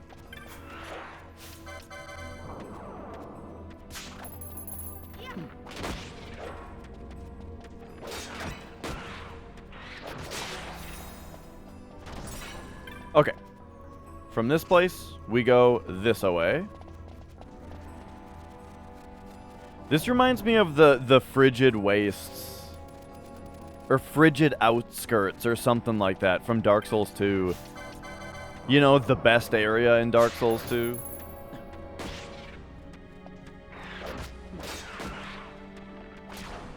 You know, it might not be literally the best, but it was good. Very memorable.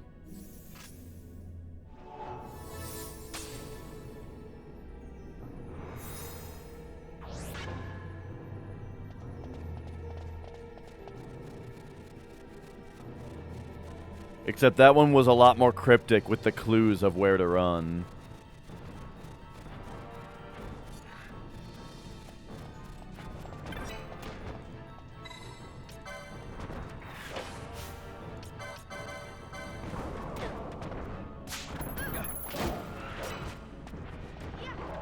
Oh my god, we have like a bunch of enemies after us.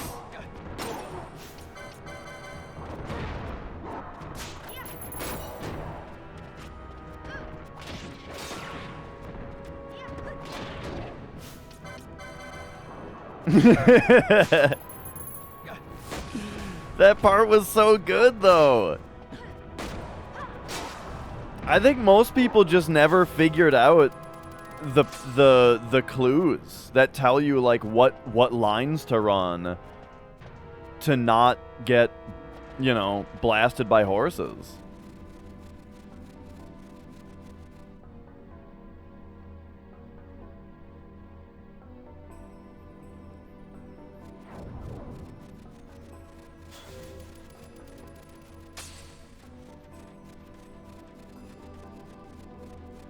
Okay, straight ahead. This is where I wanted to go, right? Yeah.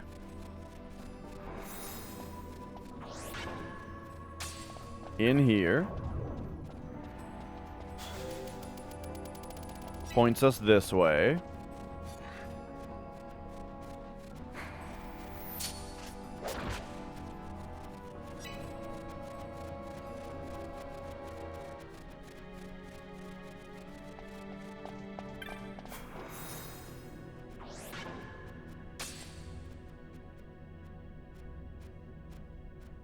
All right. Off this way.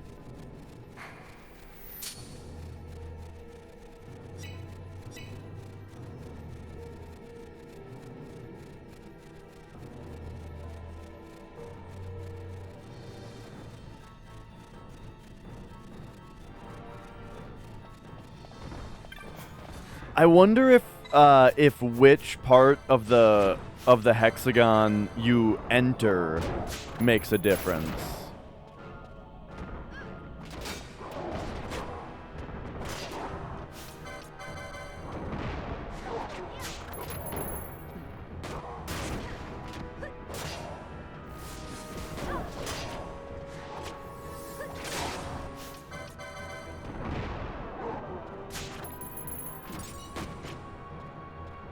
Prime tanned hide.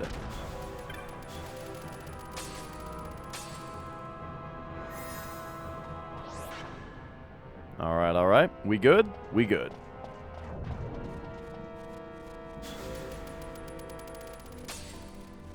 All right, that had to be it, right?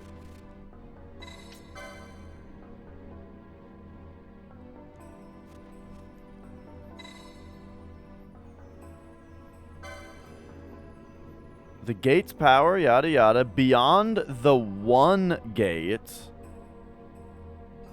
lies that. Over the one gate, the Gygus holds sway. What?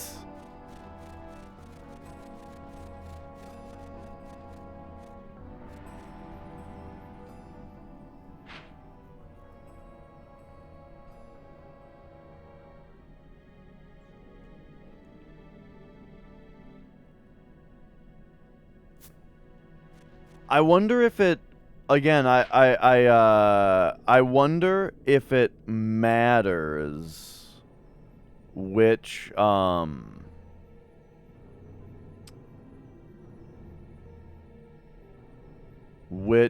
do this to me, Derek. I wonder if it matters which spot you enter from. Oh my gosh, I'm trying to like mouse over so I can point at stuff. Maybe there's more to look at, you know?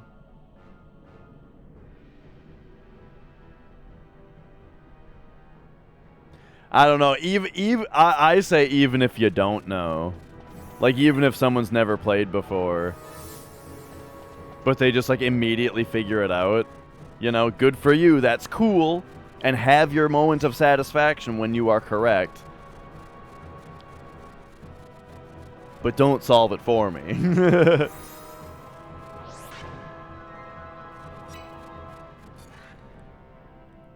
Yeah, like, we definitely see the thing that we are supposed to be interacting with, but there's got to be, you know, there's clearly more to it.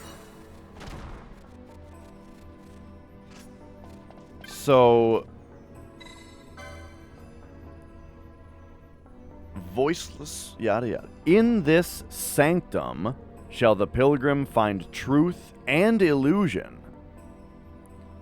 Illusion betokens the true way. You know, sometimes it's this image and sometimes it's a different image, I'm realizing. I wonder if that's part of it. Also, what the fuck does betoken mean? This fucking game. Indicate. Okay. That's what I figured that it meant through context, but, like, I had to make sure. So, truth and... Here's what I don't get about what this is telling me. You find truth and illusion both.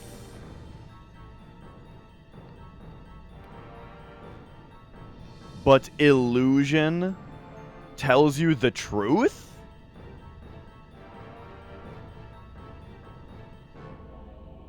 I'm guessing what they mean is, like, this is the truth, and this is the truth, right? We see the truth of the different places, you know?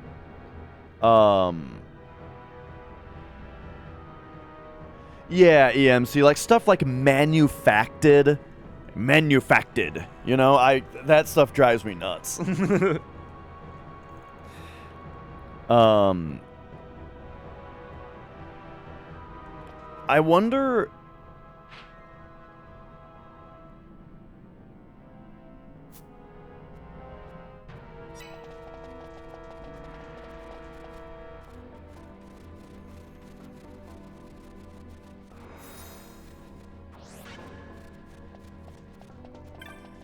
if that's, like,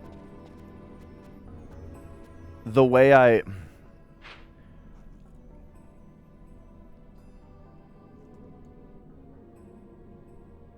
Okay, one thing I'm noticing that's a little strange is if we go this way...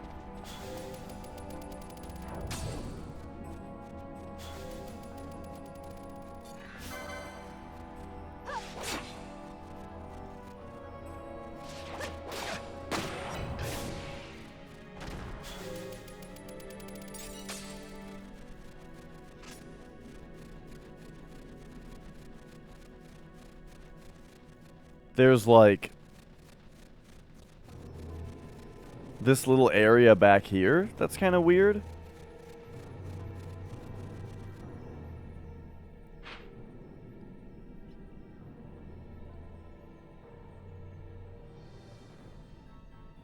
Ooh, and there's also a set of these in the other area.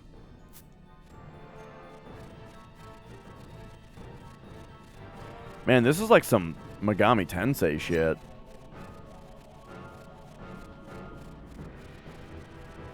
I gotta say though, I'm a little distracted by my right wrist is really burning today. A bit more than it has been lately.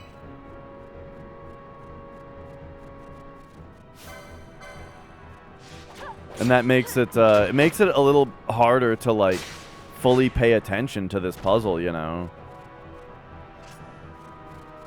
When I'm like trying to avoid using my right hand.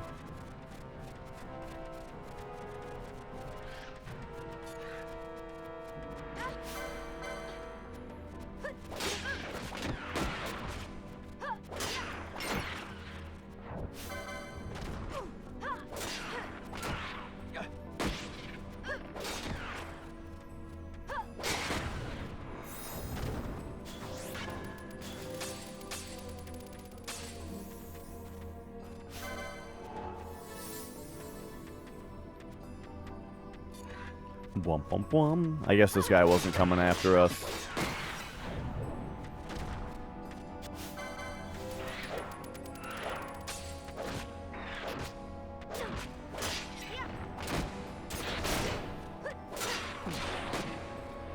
Okay, so it's also interesting that there are these ones that are like blank.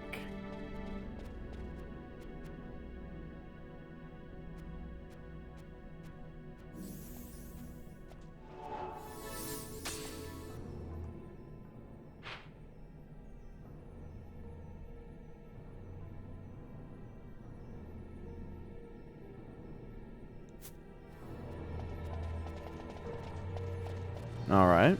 Coming back this way, though.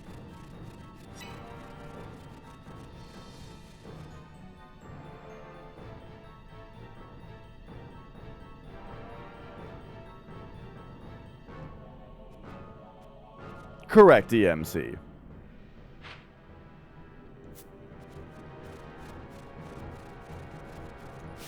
It would be very boring to be essentially following a guide.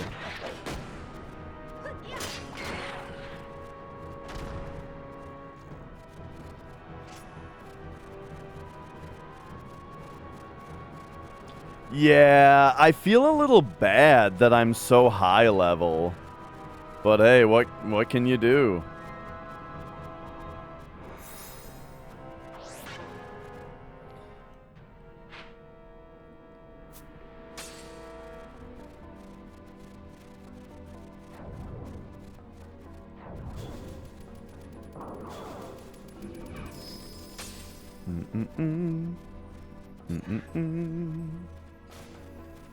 Oh.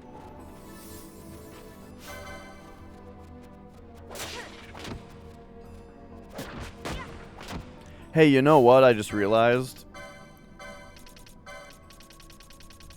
If Ash isn't gonna have the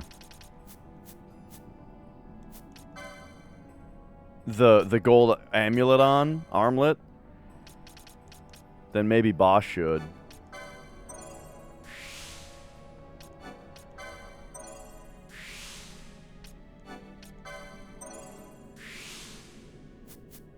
Because they're still getting license points.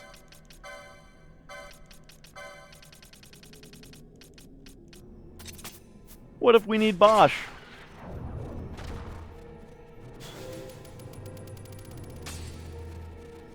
Okay, wait, what was I doing, though? I was going to run directly the other direction. I want to go see what this, this, like, square protrusion is from the wall over here.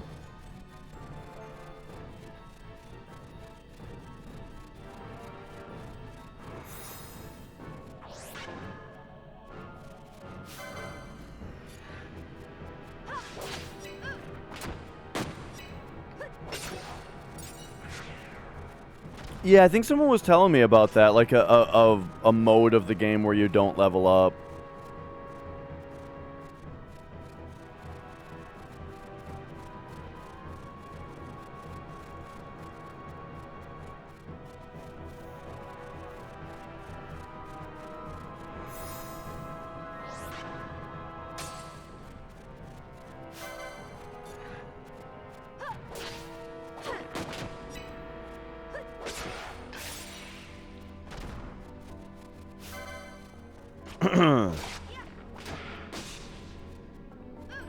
Yeah, that sounds pretty cool.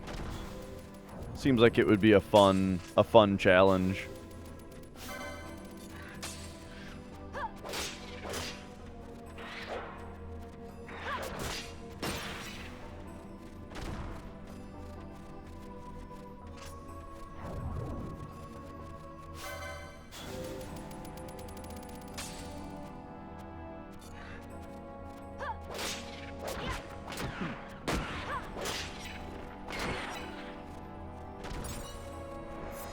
Okay.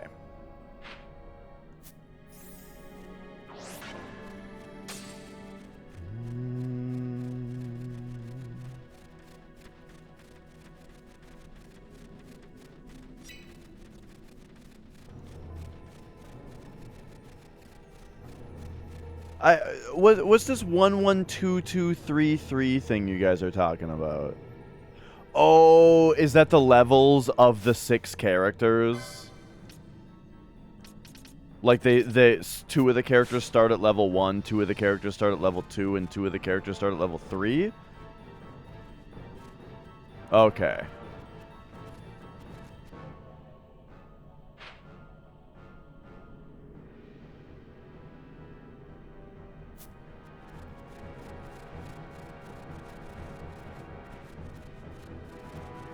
Okay, that's really cool. Yeah. I always really like when it shows a lot of passion and care for the community, right? When a game developer makes modes or makes like features specifically for like speedrunners or challenge runners or that kind of thing, you know?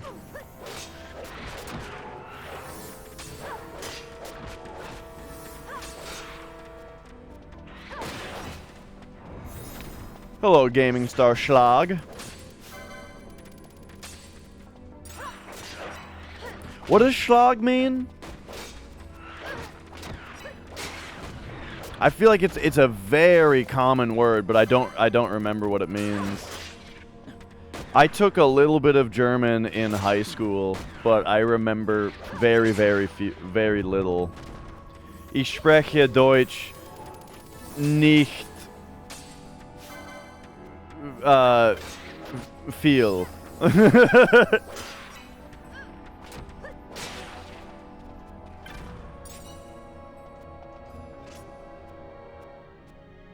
Cock, nah.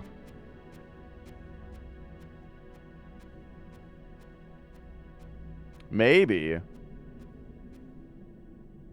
So then what's plural? Schlage?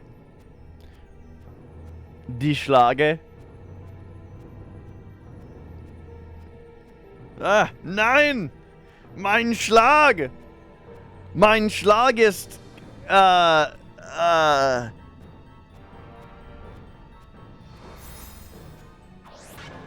kleiner? Mein Schlag ist kleiner? Is this a sentence?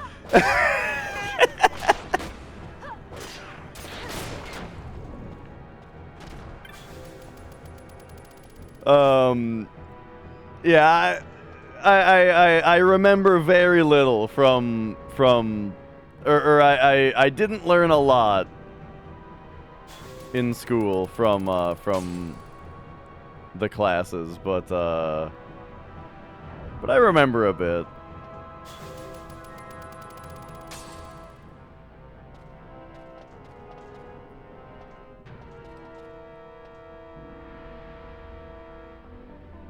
So this is a thing, right? This is a thing that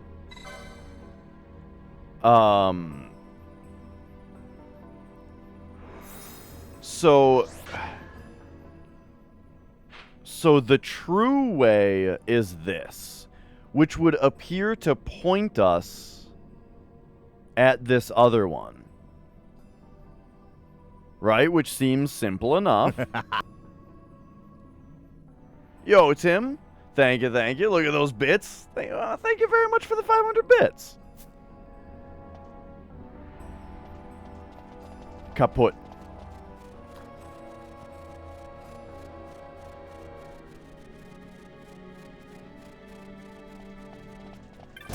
And then you're in there. That actually got me a little bit.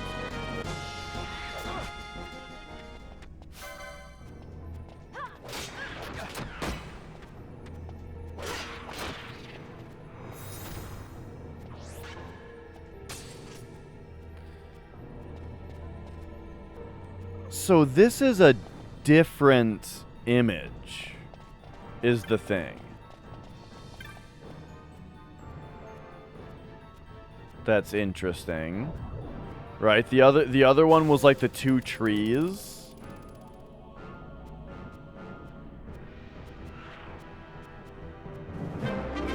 And then, oh, General Ding Dongus with 2 gift subs.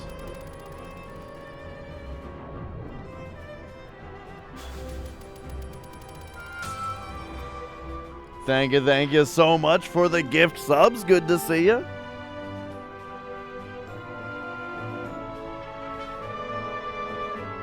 I wonder if you have to enter... Oh, what if you have to remember what the way is and you have to enter from the back way of it? Like you have to pass straight through. You know what I'm saying? Yeah. Okay. So here's what I'm thinking, right? We're gonna do one of these. And then we're gonna do... Let's see. Thank you for following, by the way, Gaming Star Schlag.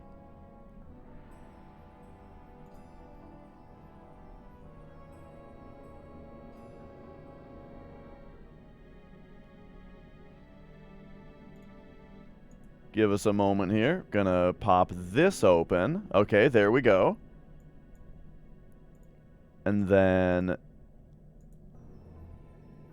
Okay, perfect. Check this out. Okay. So, first it's this way, then it's this way, and then it's this way. In here, it's this way, and then this way, and then this way. So, I think that my path has to go from the back on each one. So we have to go like this.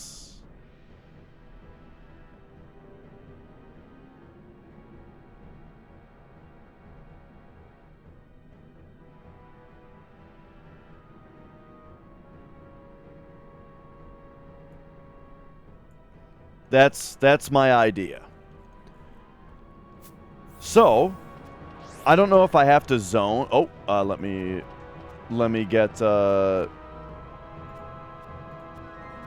get game back on screen here.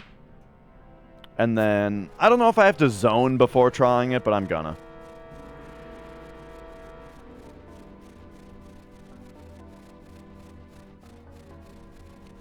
Bwom bwom bwom. Bwom bwom bwom. Mm-mm-mm. Mm-mm-mm. Mm-mm-mm. Okay.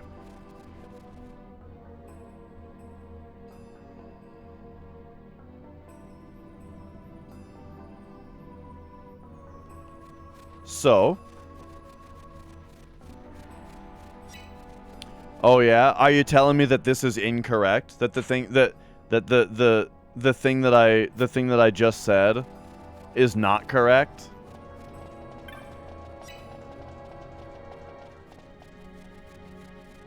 Cause that's what it sounds like you're saying.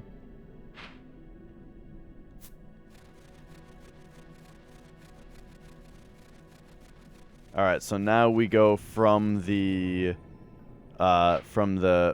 east.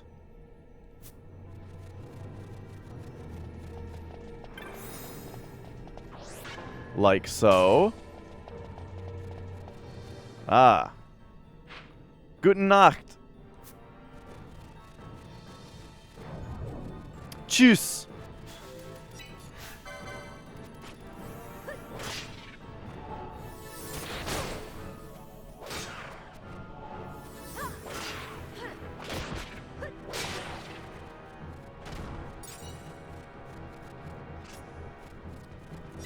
Okay, okay. And now this one, we go in from this direction.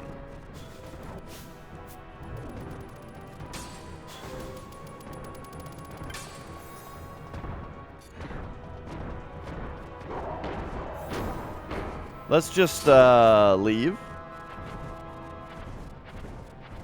Don't really gotta fight.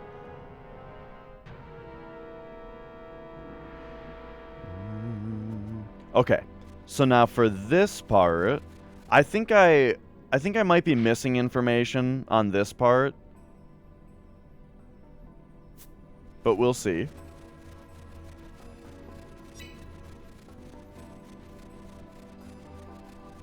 Oh, I know a thing or two about RNG and speedruns. Alright, so we go through like this.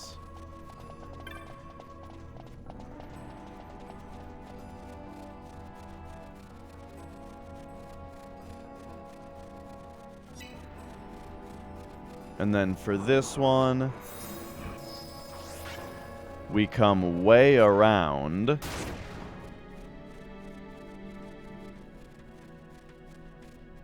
And we go in here, right? From the back.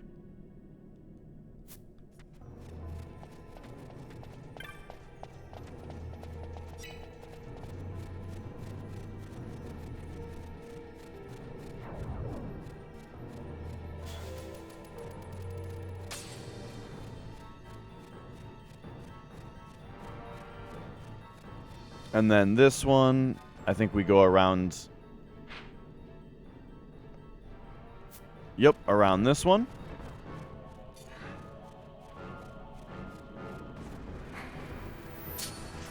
And we go through like this.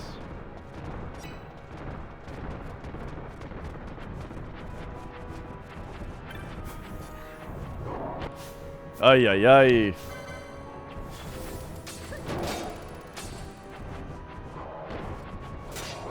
Hey, maybe backing up like this, maybe they'll actually just push me through the gate, and I'll have discovered a new speedrun skip.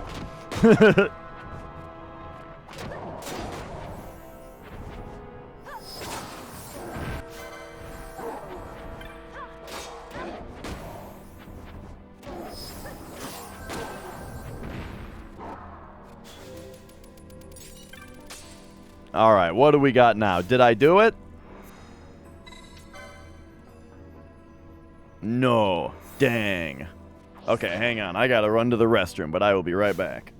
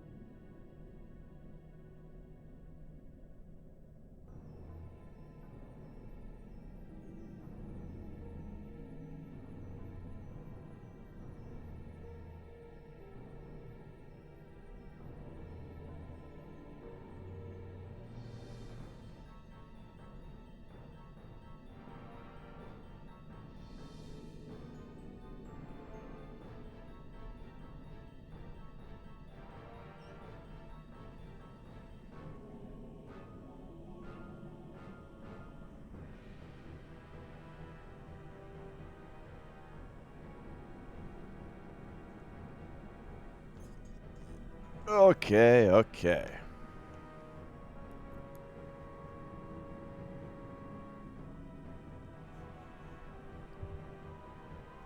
So,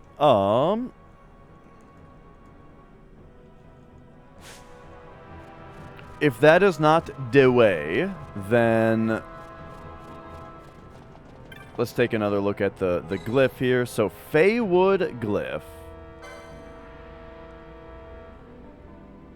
Truth and illusion both. So sometimes we see this. So there's also two different images that we see, right? I don't know if that's just for variety or if that's also telling me something.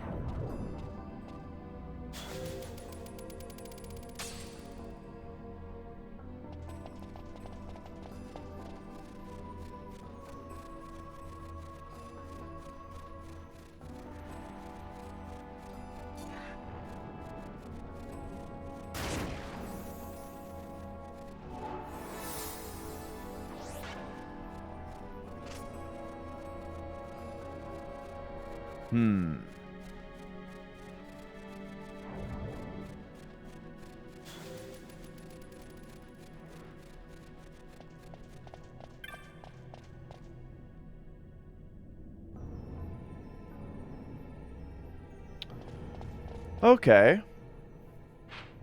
Interesting. So we've come upon yet another real noodle scratcher here, apparently.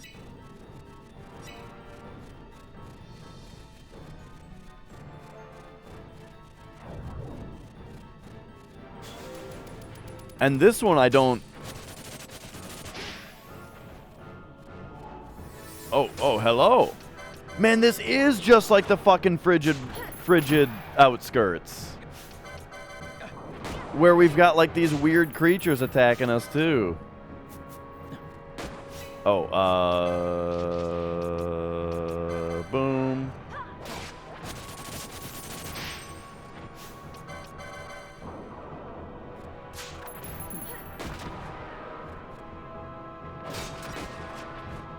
Yeah, well, we were just talking... I thought we were just talking about speed runs a second ago. Troll was saying, hey, it's pretty cool that these Final Fantasy VII runners are playing 12. Maybe they'll start speedrunning 12. Right? That was the start of the conversation.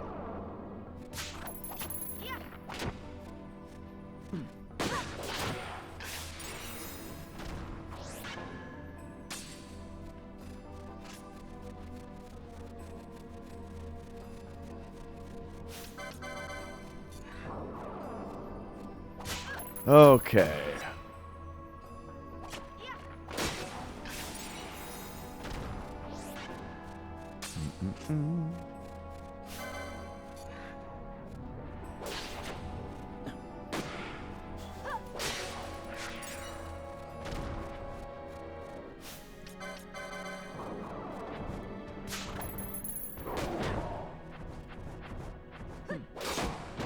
So this is one of the ones that is...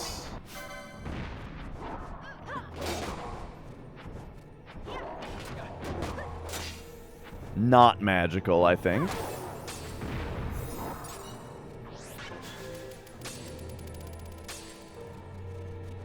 This little sanctum here. Yep. So this one, not magic.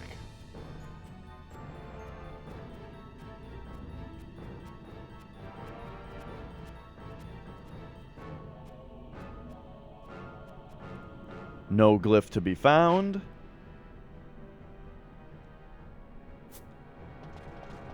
Nothing special about the map.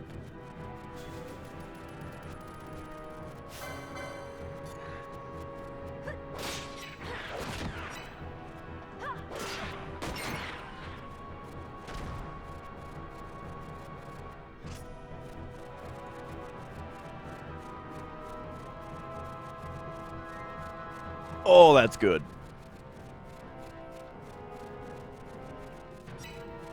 What up, Glazakino?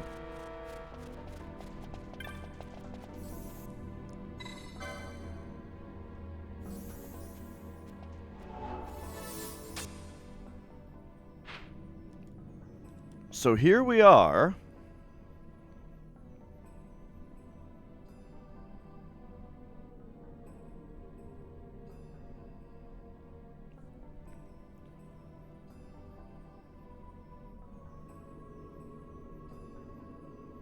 Okay, so once again, I need to be looking at, like, the fact that this... Okay, so this one is this place.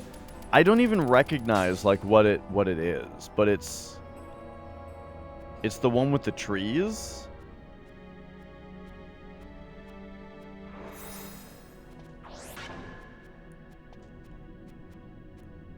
And when they say illusion indicates the true way, I mean, it could be as simple as you run away from it, you know? Like, it doesn't necessarily mean that you go into it. It might just mean you go out of it, right?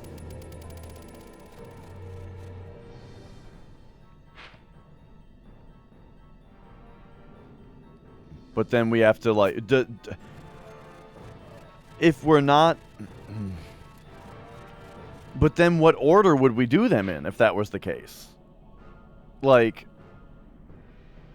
the thing about the slice that shows the illusion is that it like points you to the next sanctum, you know?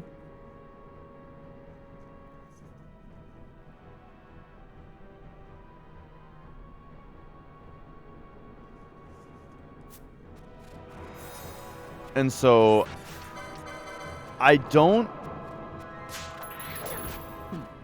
necessarily think that we're supposed to not go through the part that has an image.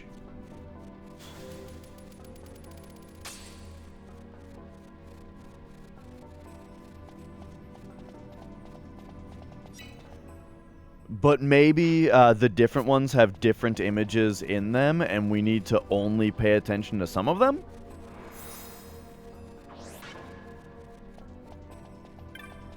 Like this one, for example, it's got the two trees. Yeah? And that would send me up this way.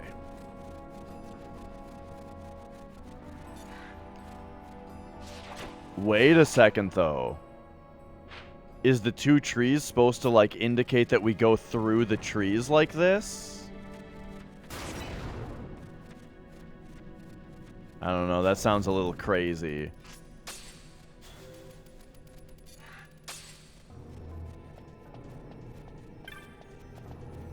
But then this one is like...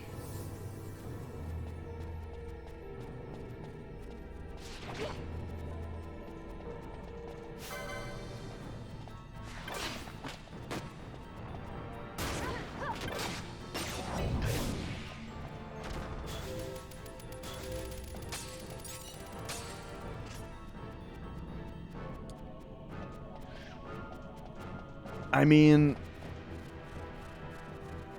the enemies in the area are kind of bugging me. Just that I'm walking here, you know. Your cat goes to sleep in the bathroom sink. Oh yeah, that's a very normal thing. Cats love sinks.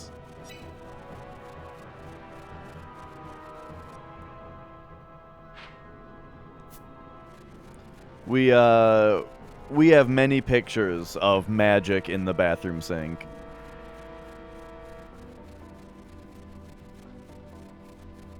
Bum bum bum.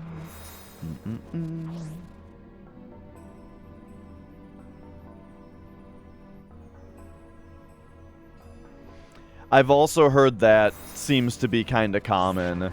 Cats that only want to drink out of a tap. My brother's cat was that way. Like, you put out a bowl of water, and my brother's cat wouldn't drink from it. But if the bathroom faucet was running, he would put his head under the faucet and let the water, like, run down his face, and he would, like, drink it that way.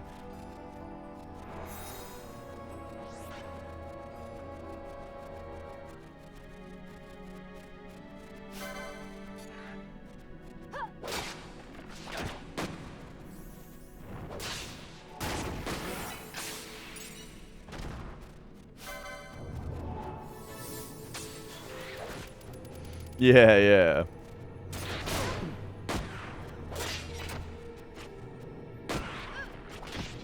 Oh no. Get this haste going.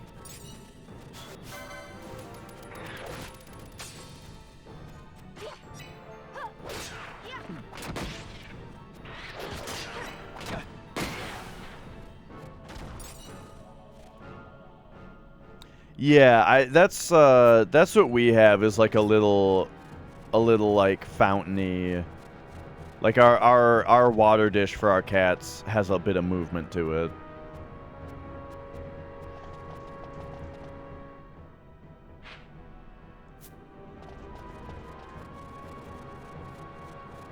Oh yeah, that's a really good point about the running water.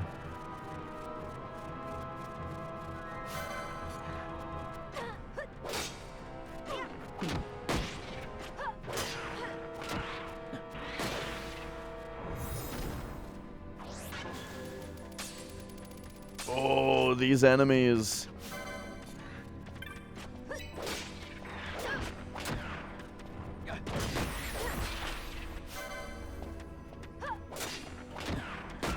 They eat each other.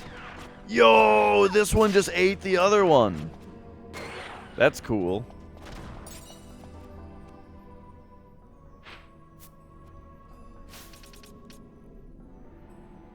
Okay.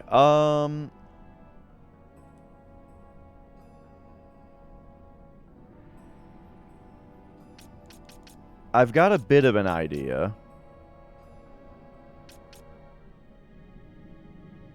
Yeah, I do have a bit of an idea. But first I wanted to pop over the licenses. Because everyone's got a shitload of points now. So Ash has 5 hundy. With 5 hundy, she can... I mean, we could fill out accessories more. I was thinking, figure out about these other weapons, you know? Here, why not learn Zodiac Spear? That's pretty cool. And then Masamune, and then we've got the Torn Soul there. Fran can learn the ultimate bow here, Sagittarius, nice. Balthier can learn this, just cause, I guess.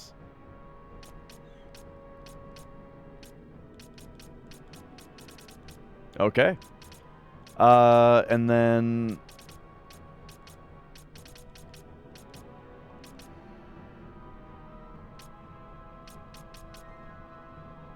Darkblade. Yagyu Darkblade? I don't know, I guess that sounds kind of cool. I'm just sort of exploring the license grid at this point, a little bit with these guys.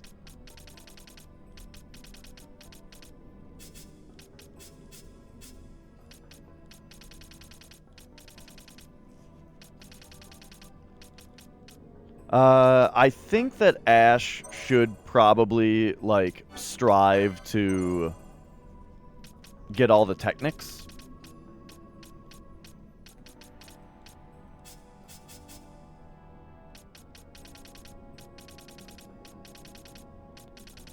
Fran got all the magic. Why don't we have her, like, learn the rest of the accessories and see if there's anything else kind of around here that's particular. Oh, I am going lone. I think I've already figured everything out about it.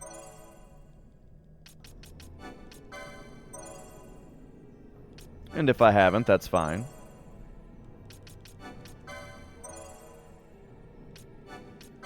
Okay, so Fran has learned every accessory and every spell.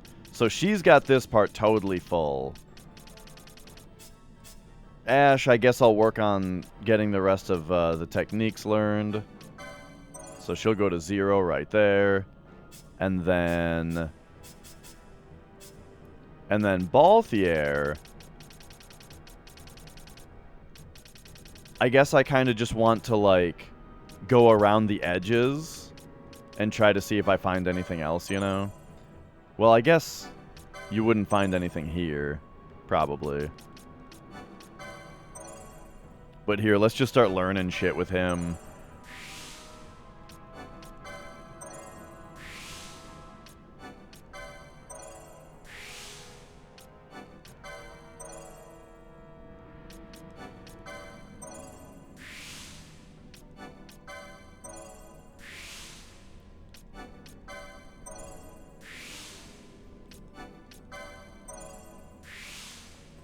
All right. Easy.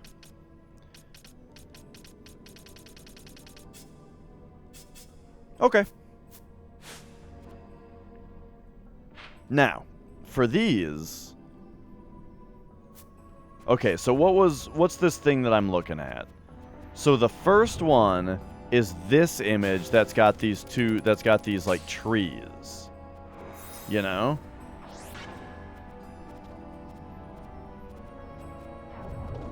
And that's it. So, what if that's not actually telling me to leave that way, but it's just like some other kind of hint?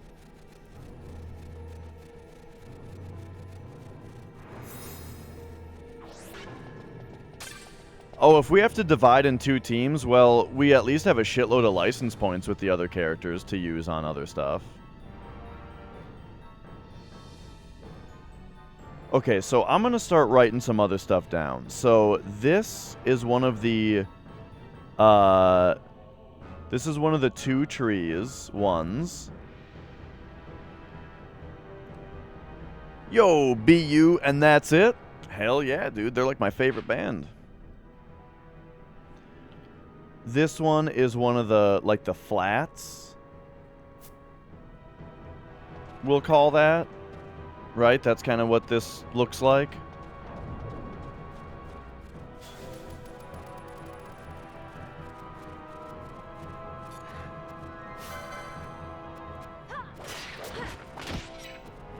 Yeah, I'm not worried at all if the game, like, breaks up our party and I've got people that are way under-leveled.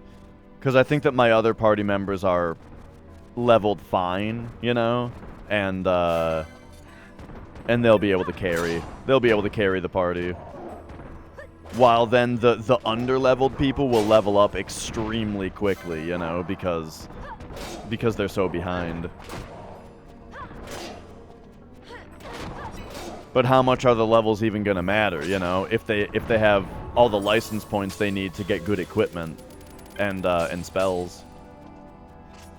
Okay, so this one is one of the double trees.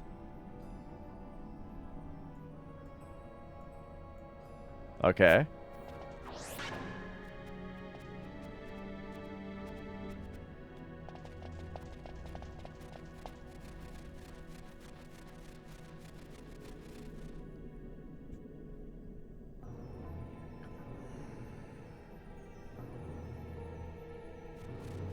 Yeah, Groza's very good. I don't even know what my favorite album of theirs is. I'm leaning towards With Hearts Toward None. But the one that I listen to most often is Exercises in Futility.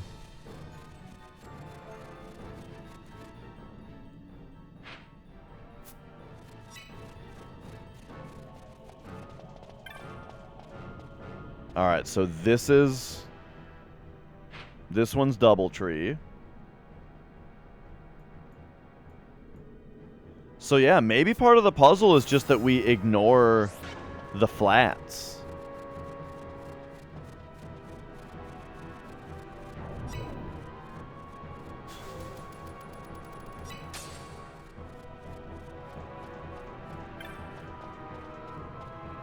Because now this one's the flat.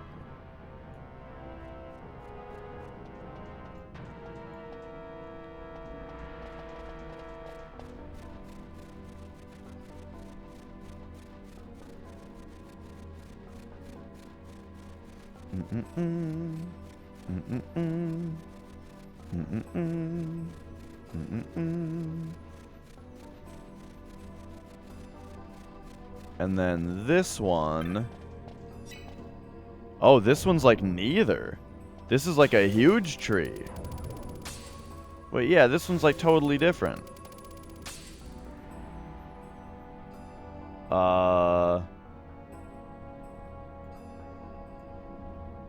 Interesting.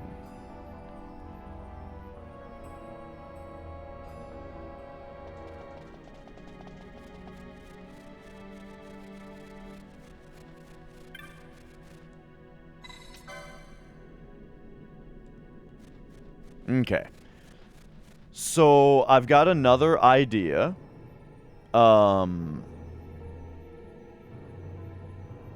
Which is, what up, Jiggle Bill? Let's...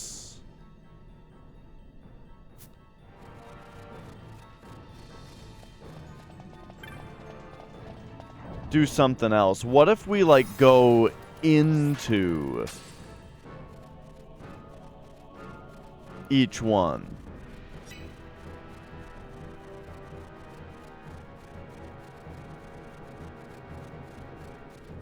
Cooking a pizza, very nice. Oh, I don't know what you're talking about, Tim, because I haven't solved the puzzle yet. Yeah, I shelved yesterday's puzzle for now.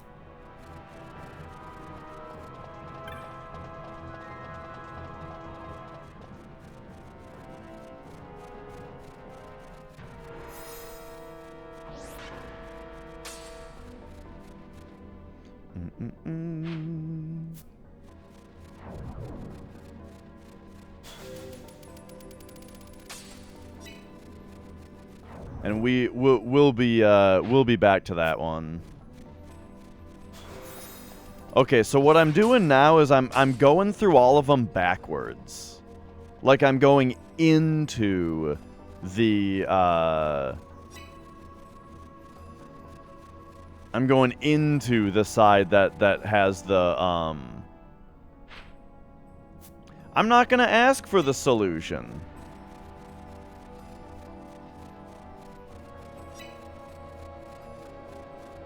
Man, we got the fucking peanut gallery out for this puzzle.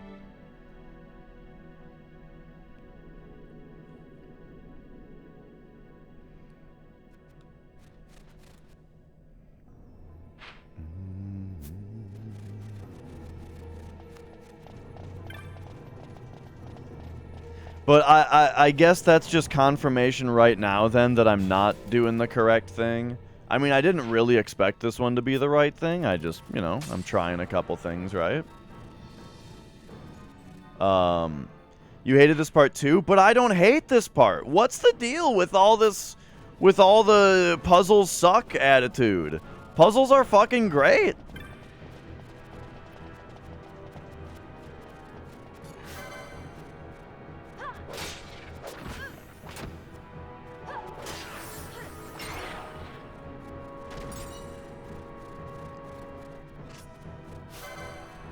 I am a big fan of when games give you something that's I'm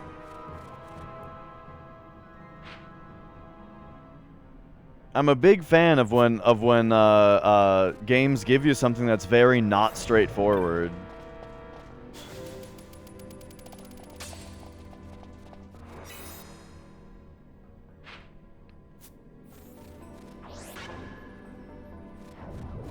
Okay, I'm zoning out and in again. Hurry it up, Fran.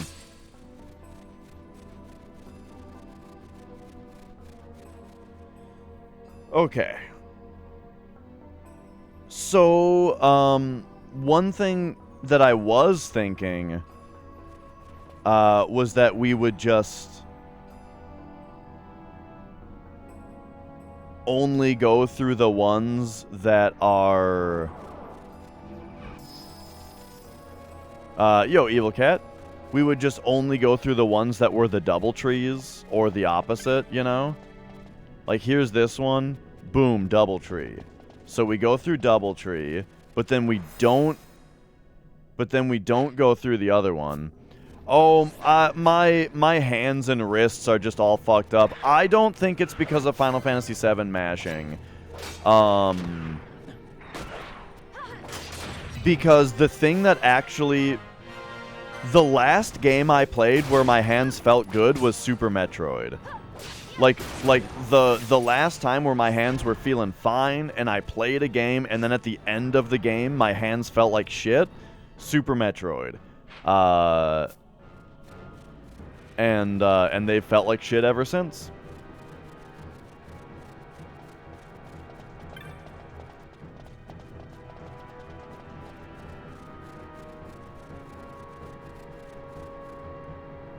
But I don't blame Super Metroid either, because I don't think that I've done anything different with my hands than I ever did. They just all of a sudden feel like shit. So I've got a doctor's appointment on tomorrow, or on Monday, sorry. I've got a doctor's appointment on Monday to see what the problem is and see what the treatment is and all that.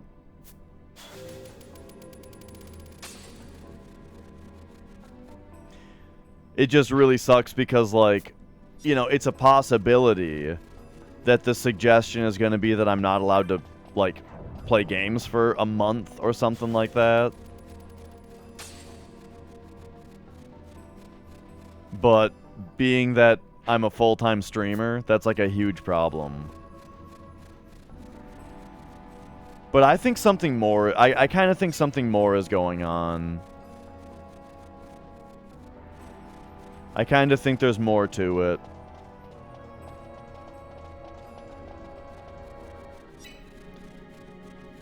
I really don't want to have to use a special controller, and I don't think that it's necessary either, because, like...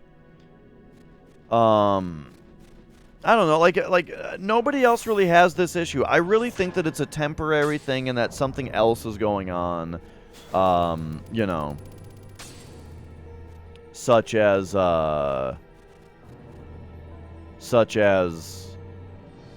like, I don't know, just something, it's gonna be something temporary.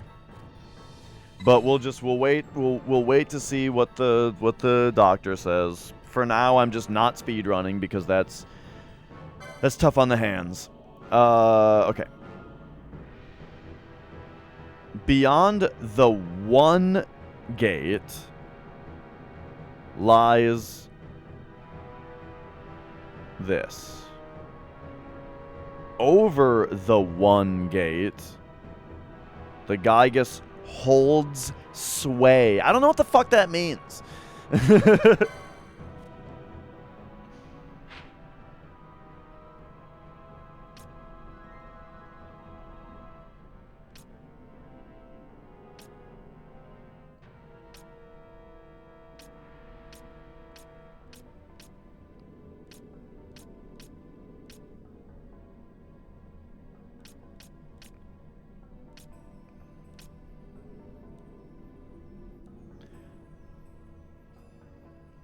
Okay.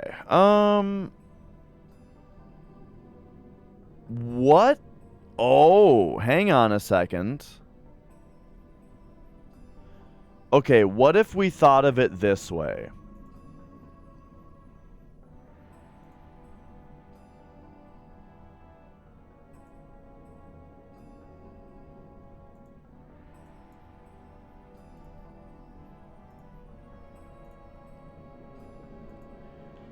What if it's something like this, like we have to mark this line right here, as well as this line right here, as well as, like, this line. Not to say that we have to move through the things that way, but, like, this might be marking either a pathway that I either have to pass through or am not allowed to pass through. I'm not sure. If I have... Either way, the last one kind of doesn't really make sense. If this is what I'm thinking, so, like, if we have to, like, avoid it, let's say, by doing that, and then by, like, going... I guess you can't not go through... What?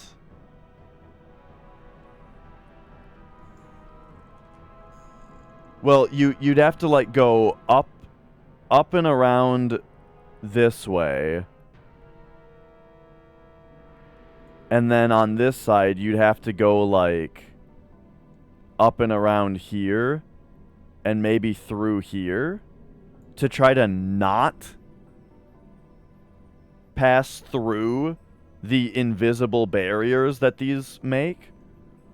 Or you would have to purposefully pass through them, like go like this and this.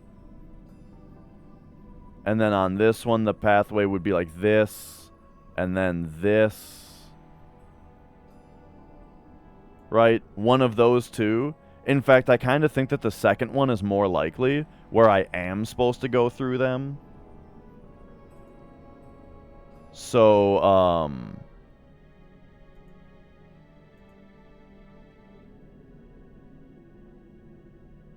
so let's try it. Let's try doing something like that. Okay. So,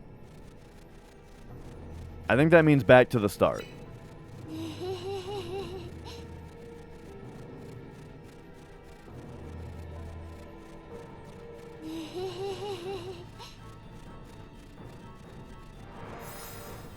This desert is stupid. Do do do do.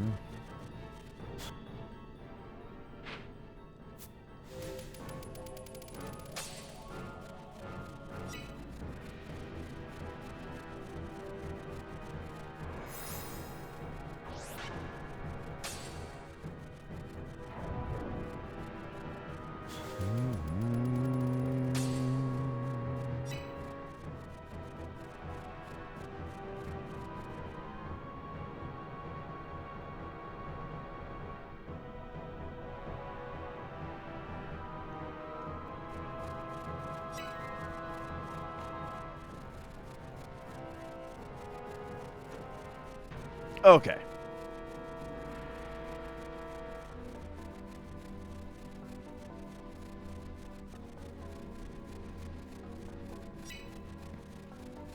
Alright, so we've got two ideas of what to do, both of which require me to run through the entire area.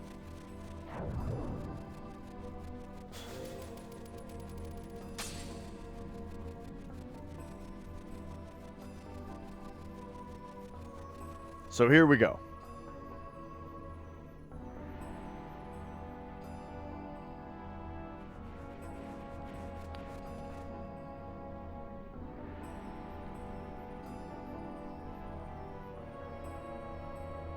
I guess another way to think about it is like you have to consider what the fail condition is. Right? And so like the fail state might be like you run through this or through this line, right? Like these things are all connected.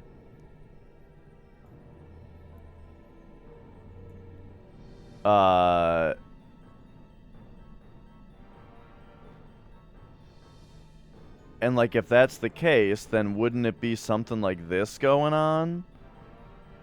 And so I can't run between these two? Like what if running between these two is actually bad?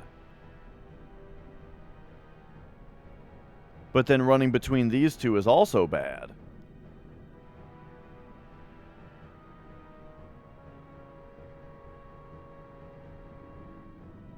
But you do have to run between these two. This guy right here is tripping me out as far as my understanding of what I'm trying to accomplish here.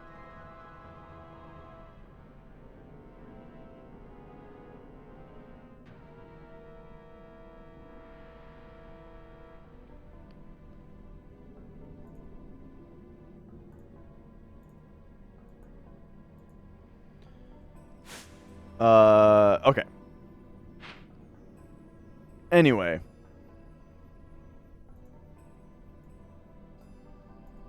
We were talking about,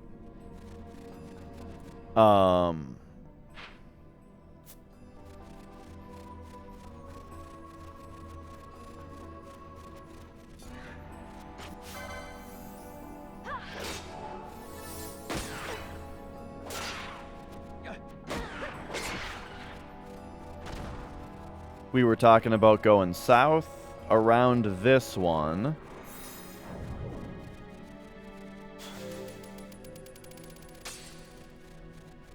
To pass through right here. Oh, and then, uh-oh. I went maybe a little too far. Hang on, I got tripped out. Oh.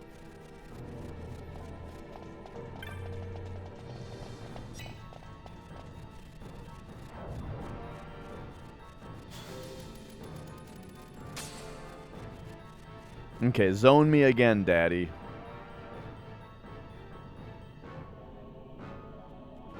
Just in case.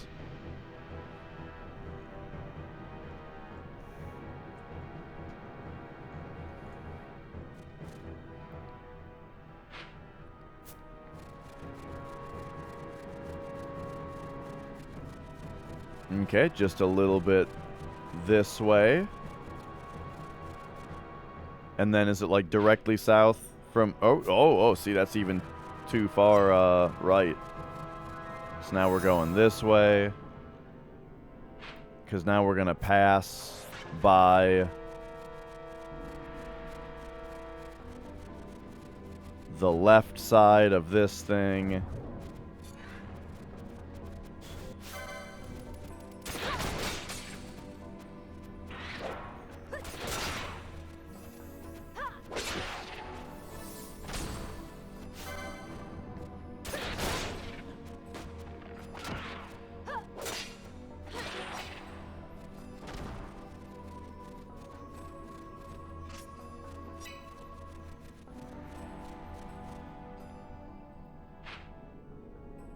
Oh, we're all... Jeez.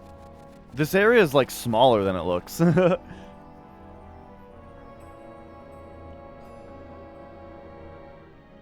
Okay, so now we're talking... And this is what I'm worried about, is, like... going between these two now seems like the wrong thing.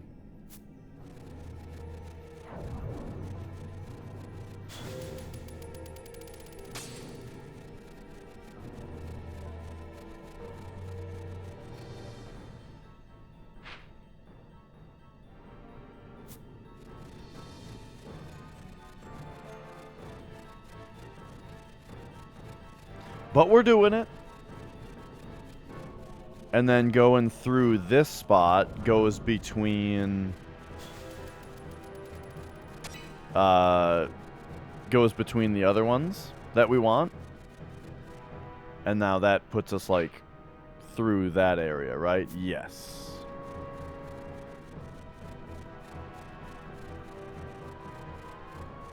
And so now, boom, here we are. Okay.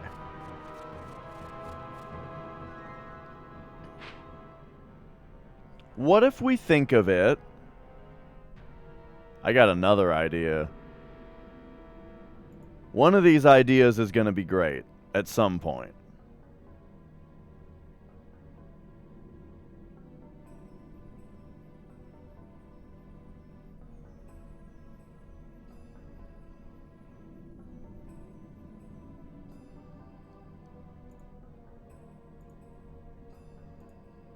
Okay, so let's come back here. And let's clear off a lot of the drawing that I did.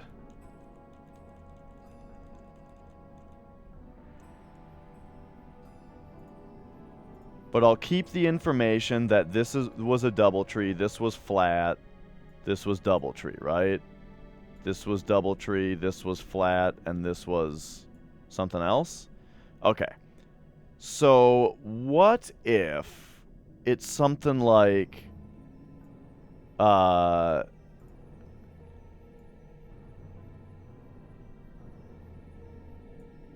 this is like a projection of the safe area that you're allowed to be in.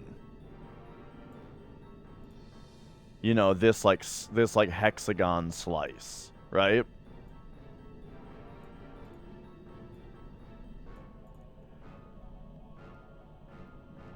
Now, that doesn't really tell me anything about how I enter. The problem is, once again, yeah, like, this doesn't help me for when I first enter.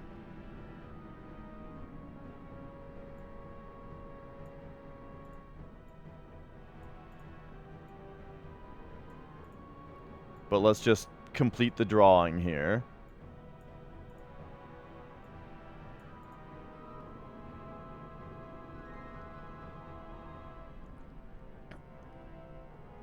Yeah, that... I don't think that helps me out much either here.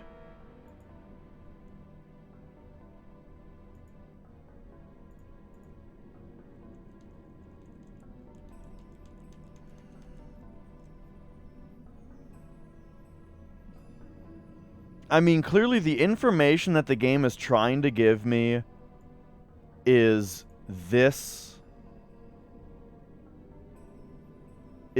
line, you know?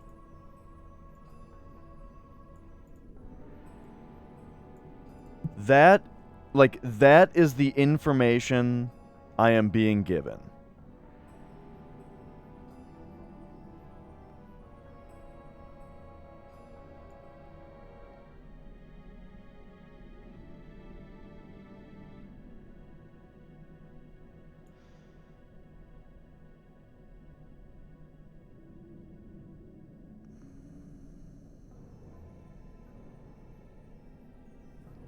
They're also talking about the one gate.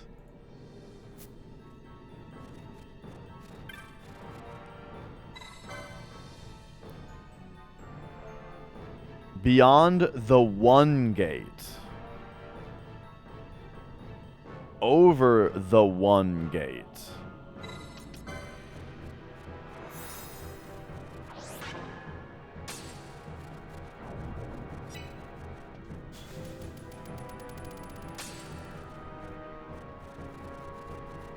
And I'm just trying to figure out what the fuck one gate means.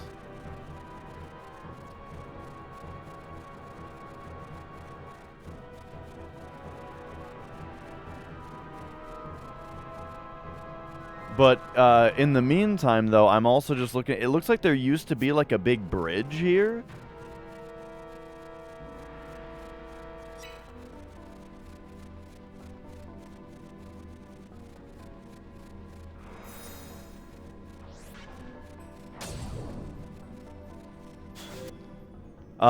There's...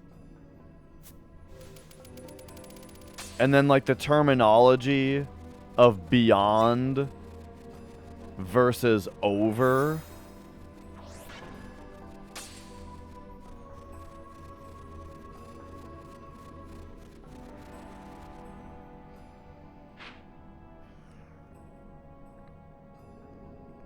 And how's it going, Estatica?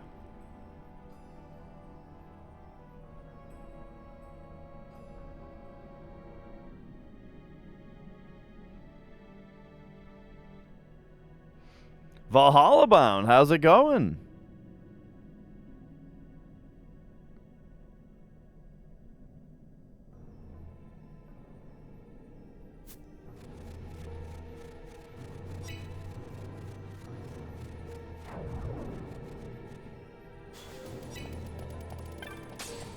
Whoop.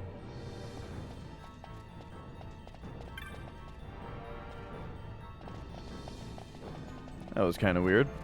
Yeah, I never got around to this one. I remember when it first came out, I played it for like 5 minutes at a kiosk at a store, you know? There was the PS2 setup with it.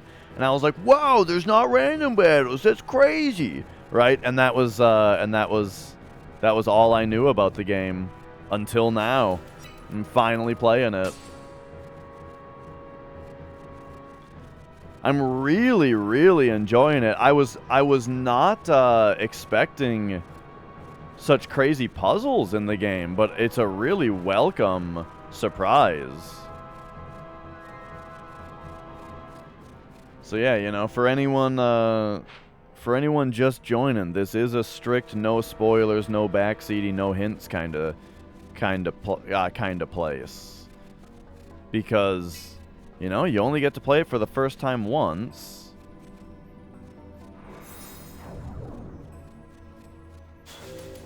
And, and this is crazy. This is just...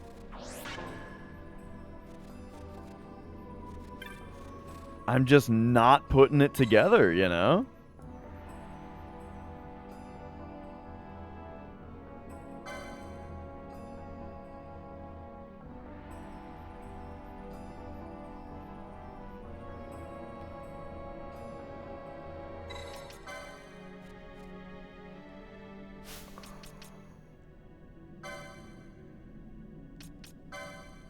So the fact that they're calling me Gygus Summoner is tripping me up as well.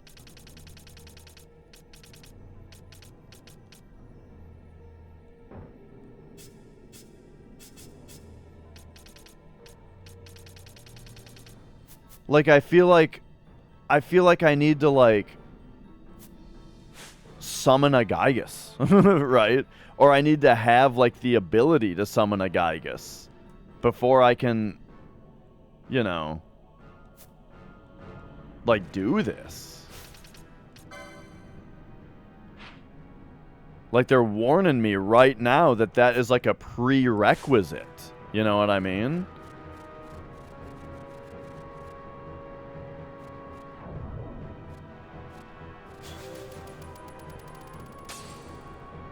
It's just, it's so weird that like that there's all these things that are pointing me around, you know. But just like if I'm really reading into these words, it's referring to a Gygus summoner, which when I first read those words, what I thought is like if you're like a Padawan in the Jedi Academy, right? And you're about to take your test to become a Jedi. They might refer to you as a Jedi during the test to be like, are you know what I mean? Like to prepare you for what you're being tested for. Do you understand what I'm saying? That's what I read this as at first. Like, if you would like to be a Gygus summoner, open this gate. You know what I mean? That's like how I read it at first. But if we really do take it at face value, it's telling me that I can't open the gate until I am a Gygus summoner.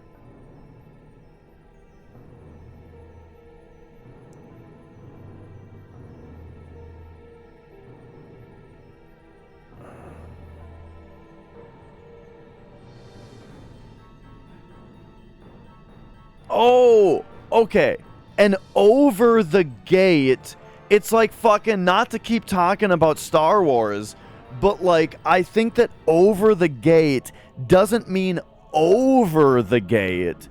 It means the Gygus controls the gate.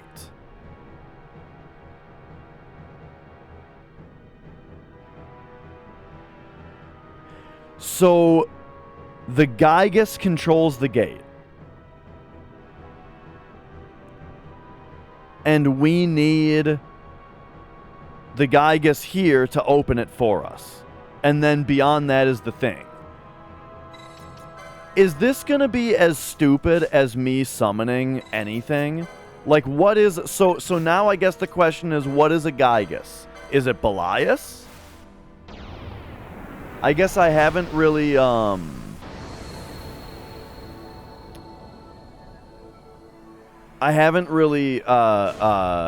paid much attention to our buddies and their descriptions, but this guy may or may not be a Gygus. He may or may not be Gygan. Now touch the gate. Oh my god! So what the fuck is the deal with the true gates and whatnot? It's just like to tell you where to go, but you have a map! Oh, that is funny. Like the beyond and then the over, I was like really messed up with. What's up, Egg Dad? Okay. Well, we opened the gate, so that's pretty cool, I guess. But yeah, I guess the things that tell you the true way is just completely unnecessary information because you have a goddamn map. Like, who is really fumbling around in the foggy area going, I don't know where I am, I'm running in circles here, because they can't, like, you should have zero map whatsoever in that area if they're gonna think that you need that kind of direction. That is funny. What is it, Fran? The mist runs thick here. Like on the Leviathan? Do not worry, I will behave myself. The mist here is cooled. I sense something like the shadow here. Okay, so I did have to run through the illusions at some point. Well, that's good then, that something else I did didn't, like, cancel it out. Not unless you want to end up twisted. Like the old man. Yeah, it did say Gygus in orange. It certainly did. So I was thinking to myself, oh, the Gygus is gonna be like a boss we're gonna fight or something. You know what I mean? Like, it's one of those things, Jolly Rogers. Don't give me that fucking ... like I'm an idiot. Listen to me for a second here. It says Gygus in orange, which just means that it's important. Like, maybe it's a boss we're gonna fight. Maybe it's a new Esper I'm going to gain. Something to this effect. When you know the solution to a puzzle, the clues become a lot more obvious what they're specifically referring to. But when you don't know the solution, they're just kind of vague and they could mean one of 8 different things. Anyway. Yeah, whatever with the Esper and that they called it a Gygus earlier, whatever.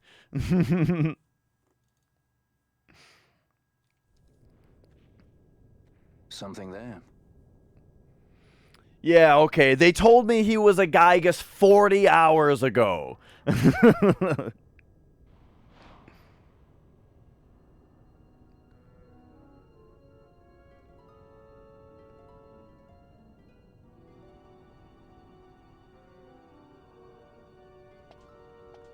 What is it? She can see him. Let's follow her.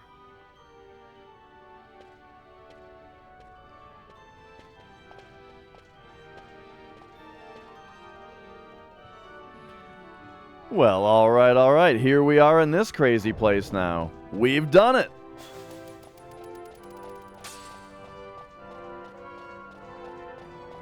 Yeah, I just figured that, that we were gonna open the gate, and then we were gonna fight a boss. That's what I was thinking was gonna happen. Come on, Balthier. Hey, look at that. It's an orange crystal. Alright, let's save the game.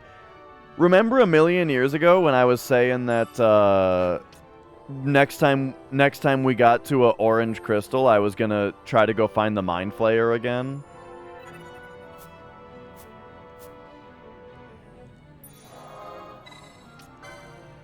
Let's go do that.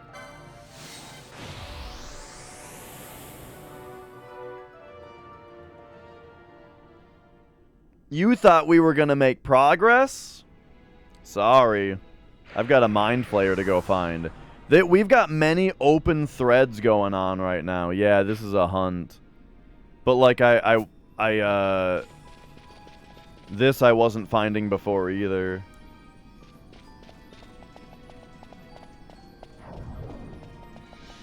So the hunt that we're in, let me just brush you guys up on it real quick. It's the Mind Flayer. And they tell us specifically, the Mind Flayer is to be found in the Hen Mines. It is known to prefer places with a dense mist. Well, guess what?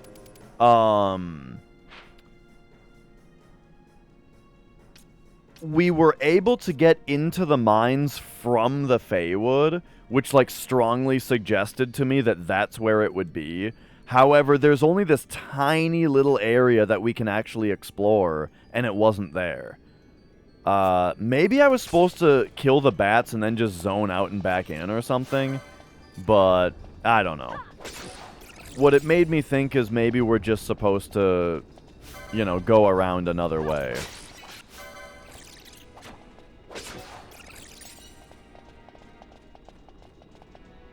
Like, maybe I just missed something simple back here.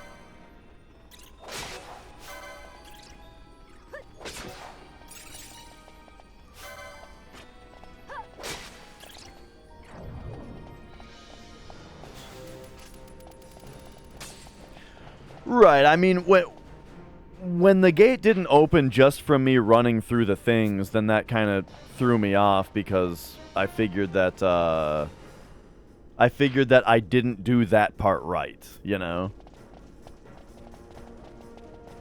And so then I had to come up, you know, then I had to, like, contrive some other reason that, or some other thing that the illusions were trying to tell me.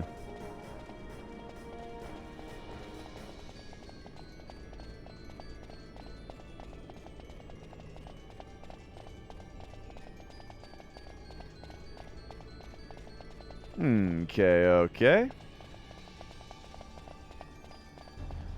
Man, so now we're like way behind on hunts because I haven't been able to figure out this mind flayer. And then I've had this other thing that like took forever.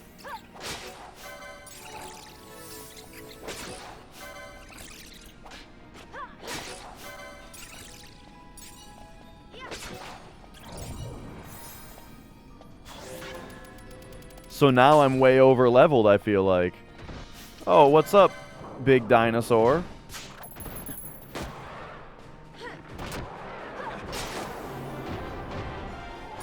Oh, wow, someone leveled up from that.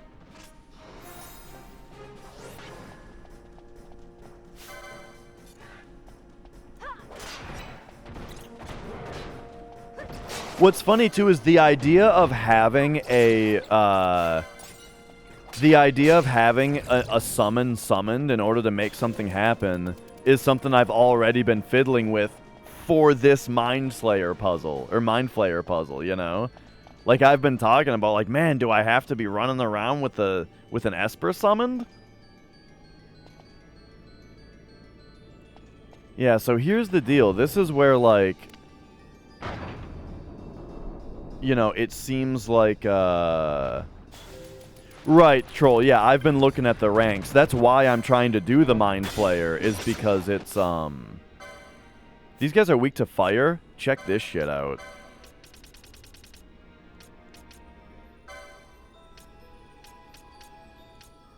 Yeah! Oh, baby!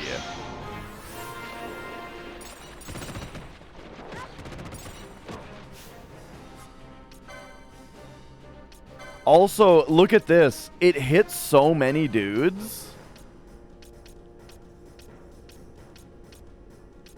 It hits so many dudes that that she gets all of her MP back.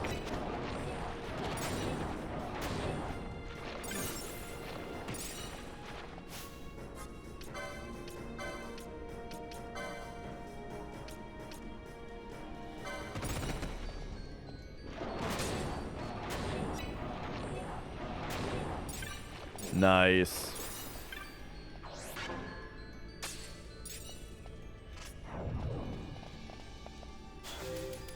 Well, shit, if we ever need if we ever need a bunch of license points, I feel like that's a pretty fast way to get them if you're able to make that event trigger multiple times. Yeah, see, this is just no good. I think that little bit... So how the hell do we get to the rest of the mines, then?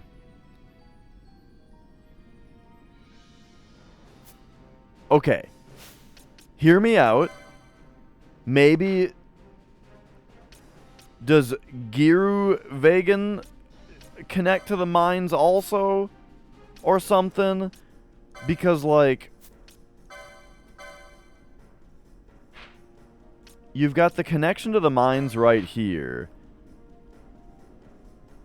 But there's this whole area that we can't get to. There's like a switch on the other side of some rubble, you know?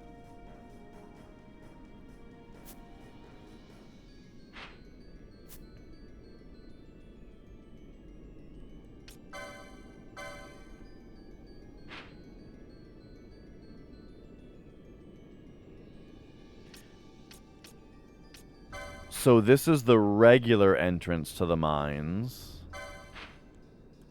Did we ever go through, like, these caverns? No.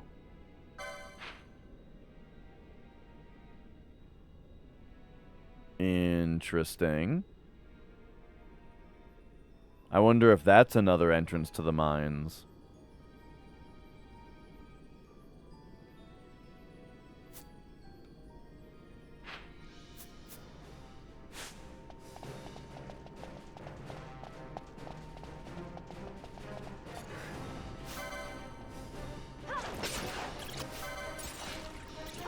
There's gonna be some part where we're gonna have to just, like, go through all the old areas, you know?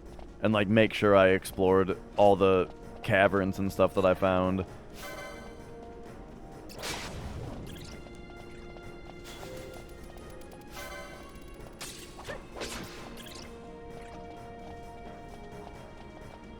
Okay, in an area like this, by the way, just in the interest of saving time, I don't think we even need protect.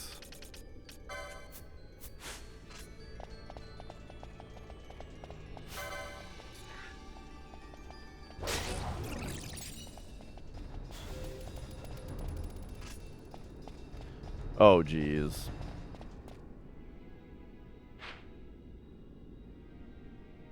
Oh, these mines.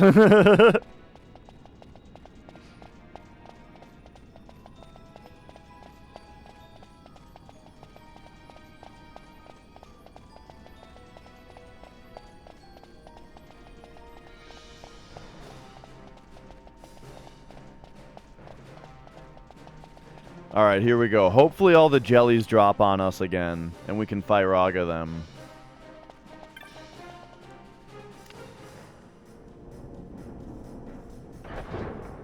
Alright, drop them. Let's go.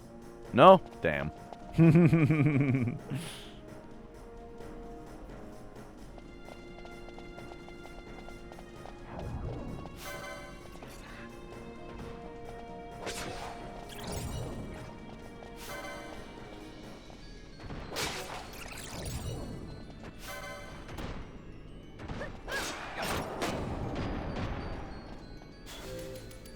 Alright, I think we go up this... Wait. We have to, like...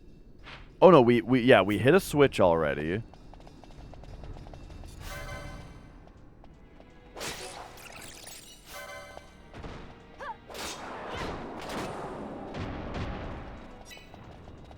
Whoop.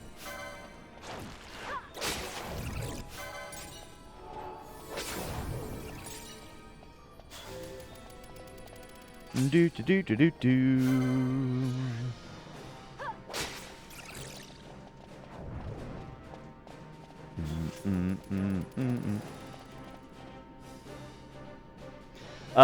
Yeah.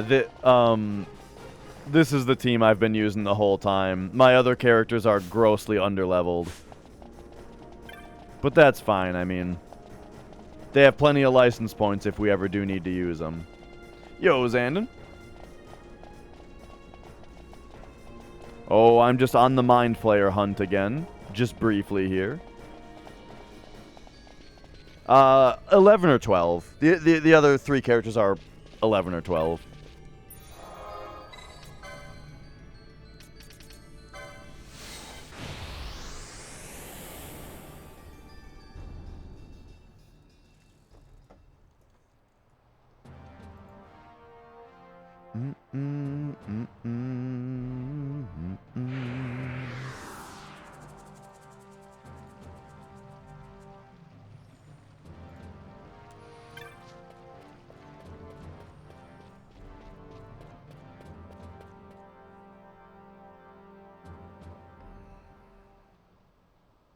Right, yeah, we may have to run away with them at some point, which will be tricky when they're getting one shot. But, you know, we'll see.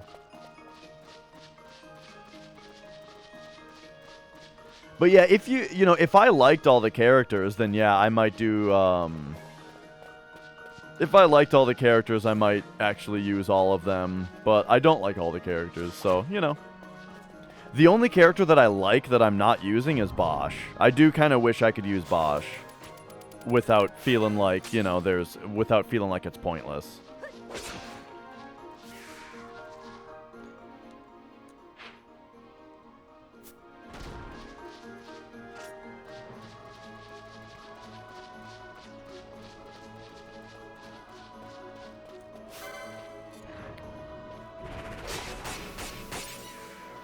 Okay, let's see what's in these caverns over here.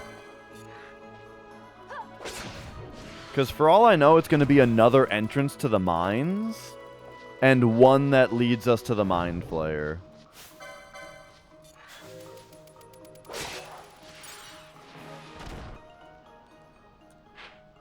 Whoa. I was really hoping it was going to be in the Feywood, or the Feywood part of the mines, just because of the atmosphere in that area.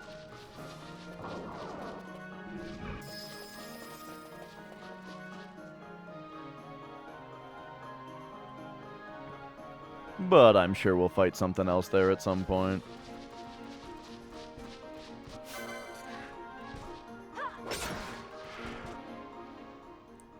Let's see. To the left.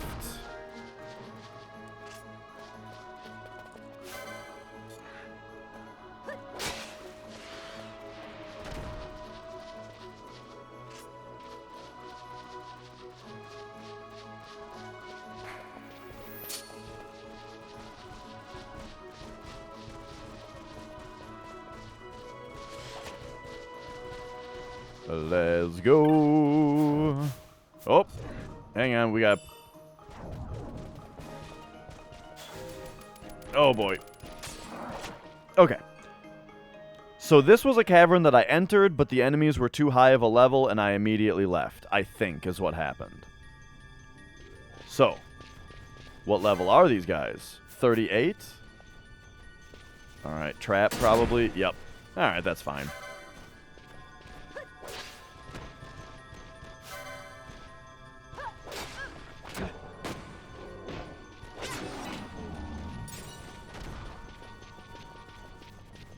So here we go then. Unexplored territory. 1 Jill. Great chest. I gotta say, this game has the least exciting chests of any Final Fantasy. Besides, like, every once in a while you get, like, a Gambit target in a chest that's kind of cool. But for the most part, I don't think I've ever opened up a chest and been like, whoa, what's that? Like, it's never happened. This game's just got the lamest fucking chests.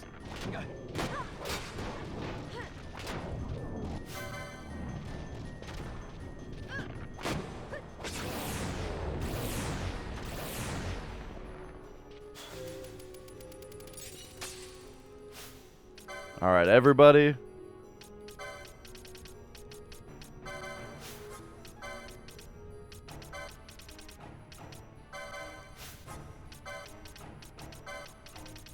Everybody Poisana.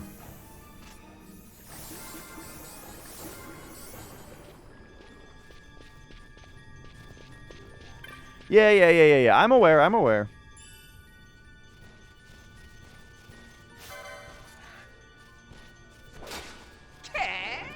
That's not really information I'm supposed to just know, but it has felt like the chests are random the whole time. So I've made the assumption at this point that they're random. Oh my god. Okay, here's the thing we need to do. Give me, well, I don't need to know any information about the chests. Look. I just wanted to say that the chests always feel kind of lame. That doesn't mean that we need a bunch of justifications. for them. I'm just saying. They're not very exciting. Okay, let's get everybody another Gambit slot here real quick. And then we'll go Gambits. And, like, one of the last things is, can we do, like, self-poison?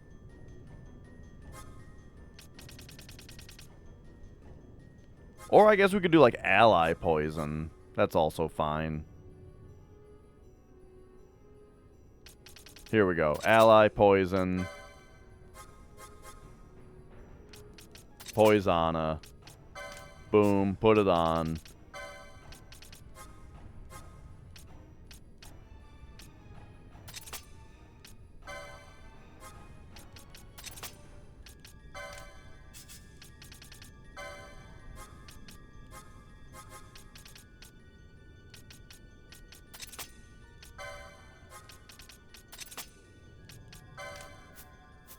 There we go.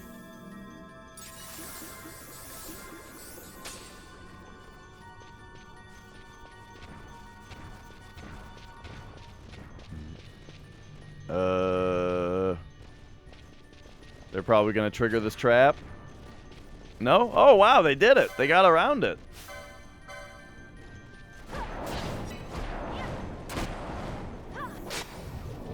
All right. Cool, cool.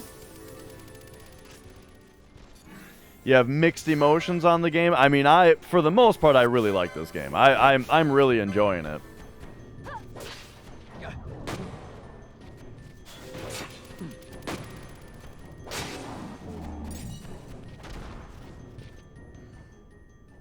You know, in my 66 hours with the game so far, I have had mostly only praise for it. But God forbid I criticize that the chests are shitty.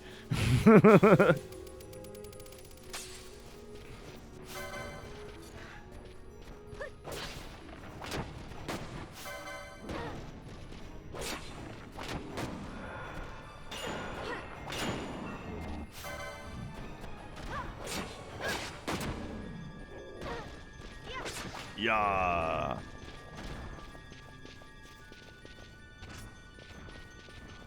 Yo, vanish target.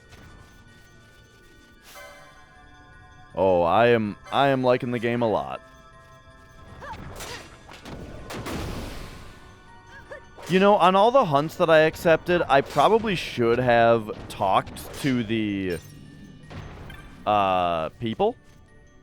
Oh yeah, 32 Jill, definitely worth my my 5 seconds there. Now I'm really gonna ream on him. What was I saying? Okay, hang on. We got more caves here. Oh, okay, yeah. Look at all this now. Interesting.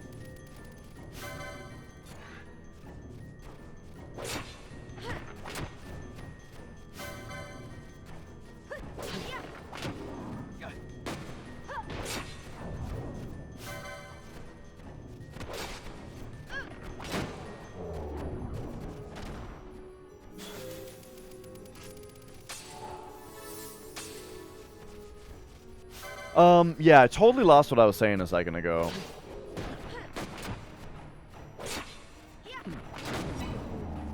But alright.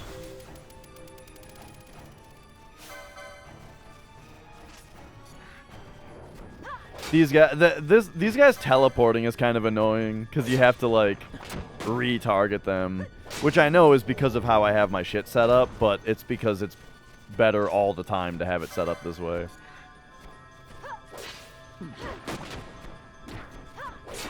There we go. If we sneak up on them, though.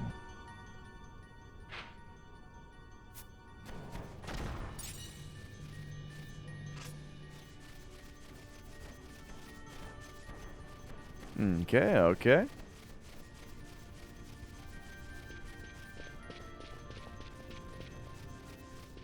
So yeah, I wonder if this is just gonna connect to the Sand Sea and that's gonna be it. Oh, hang on.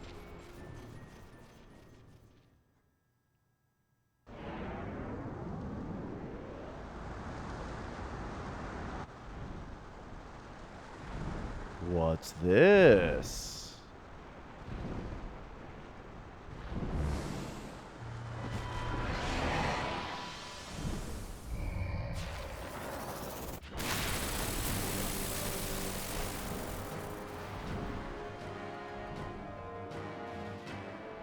Yo, okay, here we go.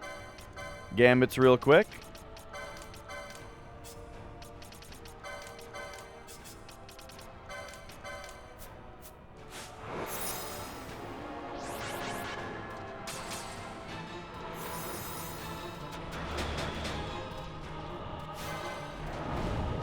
All right, here we go.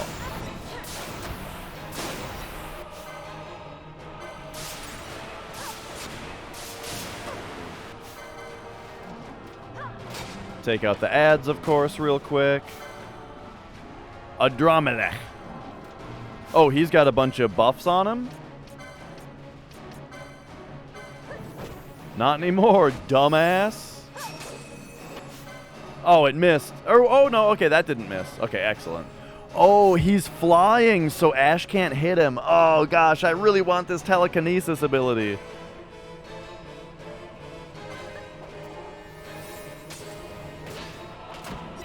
Oh, I need to remember to steal from him anyway, though. That's something I haven't really been doing.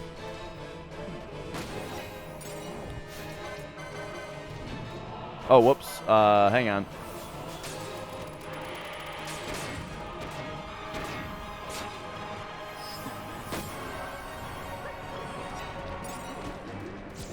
Okay, I need to fight this boss differently. Here's what we're gonna do. This is going to be foe with the highest amount of HP.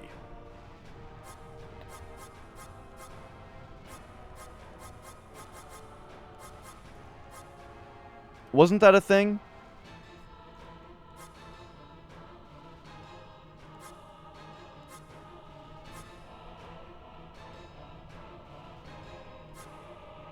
Oh, here it is. Foe, highest HP. You,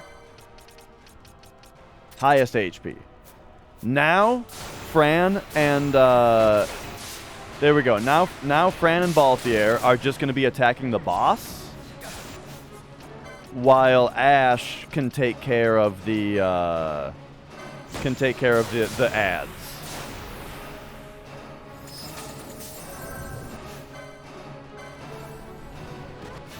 However, I think we need to haste first, because this is quite bad. There we go.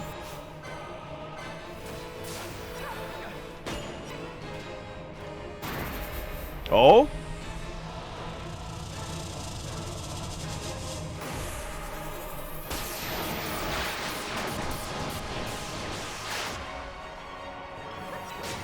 Okay, okay.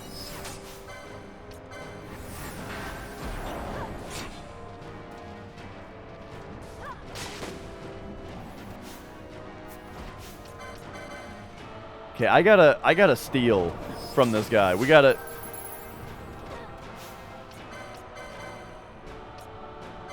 get something from him here. It's not giving me feedback on whether I'm stealing from him though. Like, it's not telling me that I'm failing the steal. It's not telling me that I got anything. So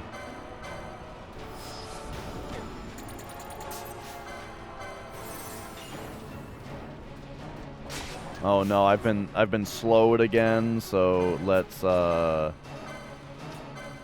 see, haste Ash. Ash attack this guy.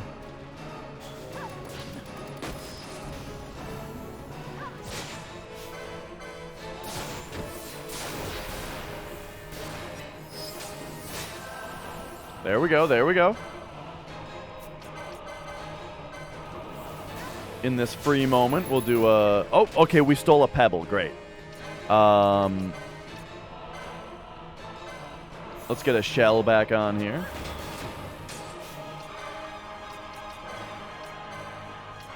Let's get a shell on Fran. And then get attacking this guy.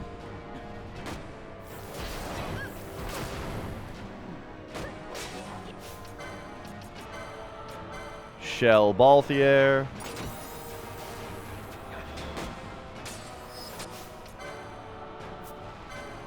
Kiraja.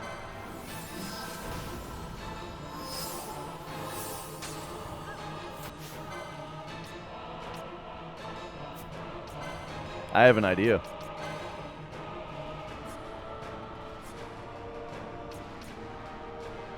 He's not weak to Holy. Okay, I was gonna try to Kiraja the Shamblers.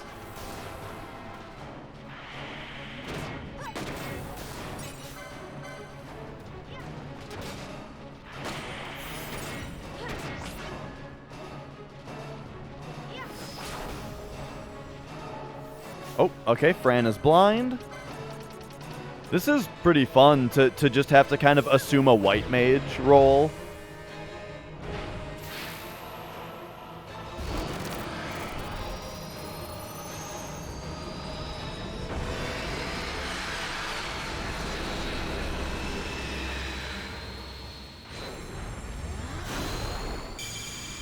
All right, nice.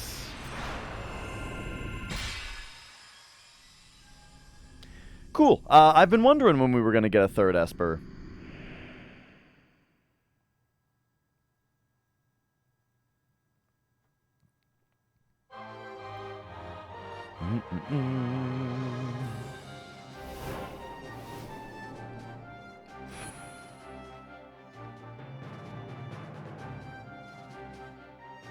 The Wrath? The Wrath, you say?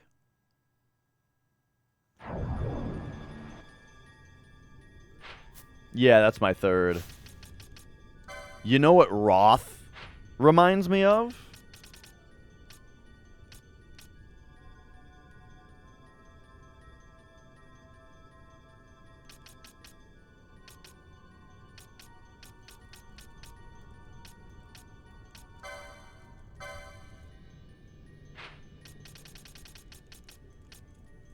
Hall of the Wrath God.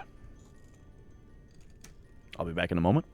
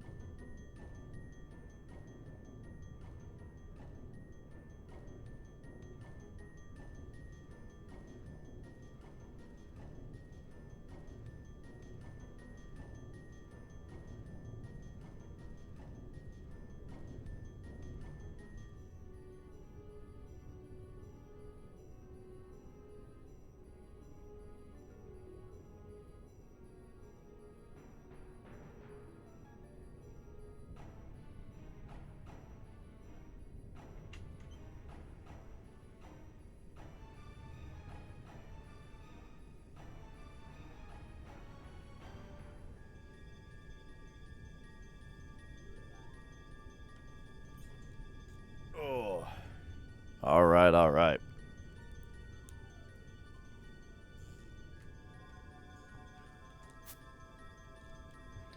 So, let's take a look. Licenses, Balthier. Aha, yes. This one is for you. And there we go. Nice. Nice.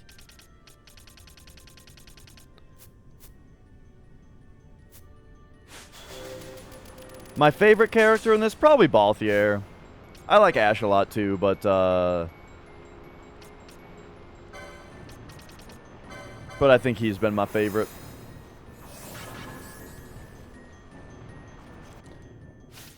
All right, so now I'm thinking let's get both of these back off actually. We don't really need protection around here, I don't think. All right, very, very cool. We found ourselves a neat thing.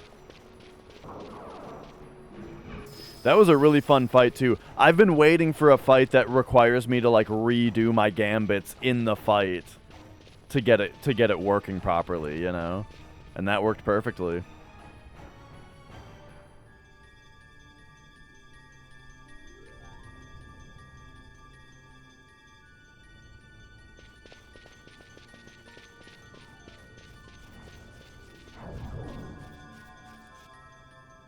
Okay, what is this now?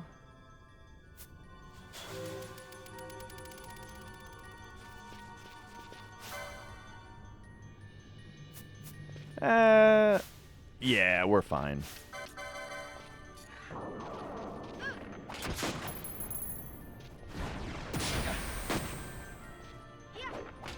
Yeah, I just don't like having to keep stopping to recast them. What's with the parries?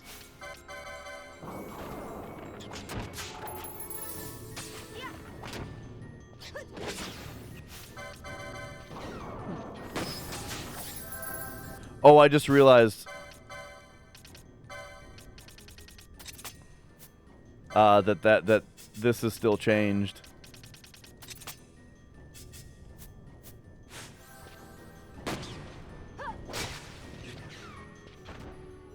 All right, there we go.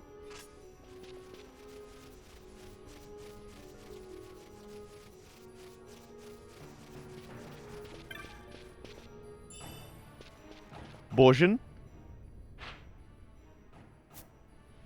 Oh, and then this just goes back here.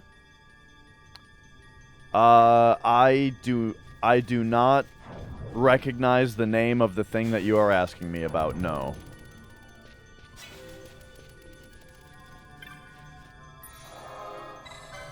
All right, let's do a quick shave here. He's level 11!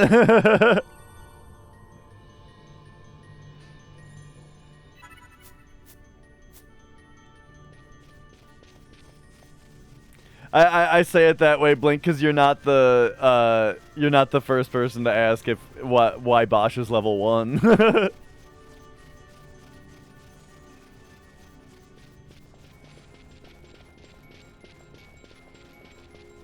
But yeah, I would, I like Bosch as a character a lot. I've got Balthier and Fran in the party. What can I say? I like having, the thing is that they both started out as ranged characters, and I liked the idea of playing as a sword and shield character while having 2 ranged characters to back me up, And so, I just stuck with Balthier and Fran since the start.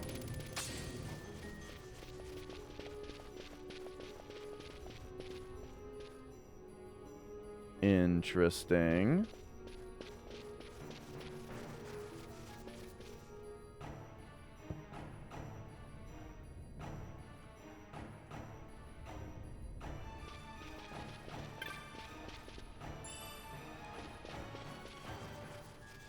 If these 3 characters die in combat, then yes, I am in dire straits. But don't worry, that just won't happen.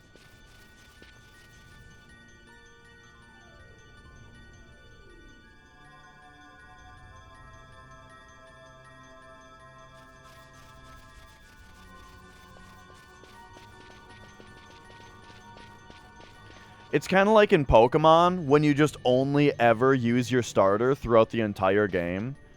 And so the entire game is just one by one, your main starter Pokemon just one-shotting every Pokemon that comes out. And that's all the entire game is, and you just do that from start to finish. It's kind of like that.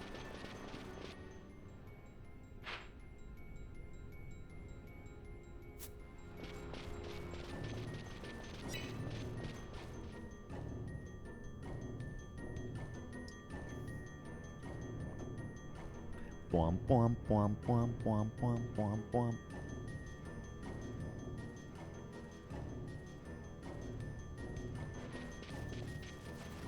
Ooh, look at these guys.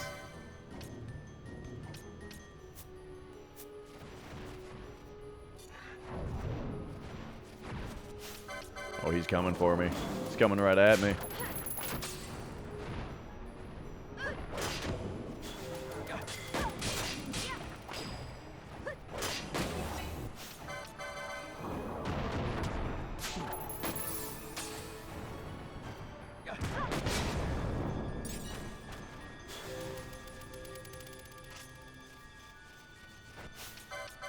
Ooh. We've got the urn over here.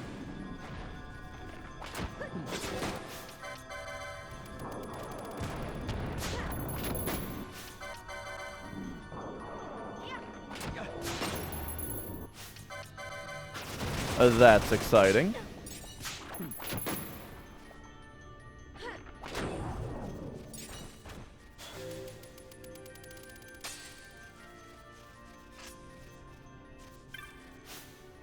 Don't. Oh, god damn it, Fran.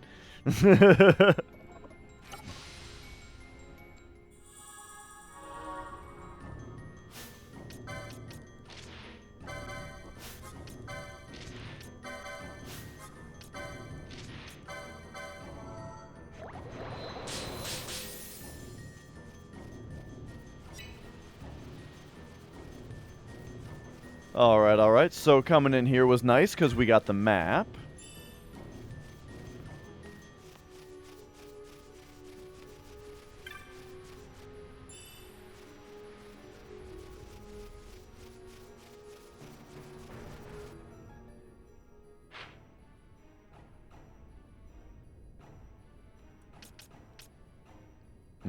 So this goes somewhere.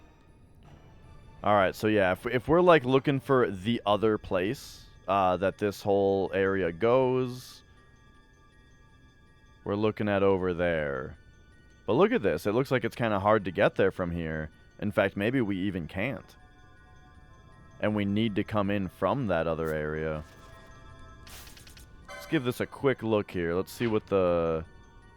Oh, it's just the Wester Sand is all it connects to.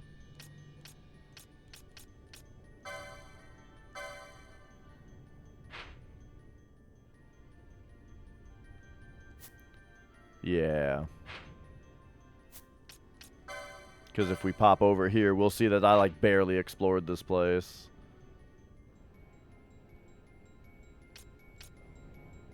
Worm's Nest. Ooh.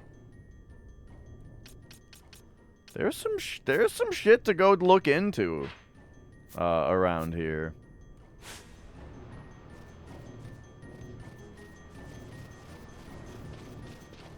Like, real quick, I've not been in this area.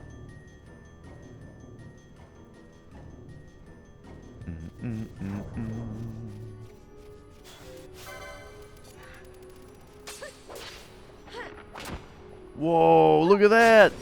Zombie dragon?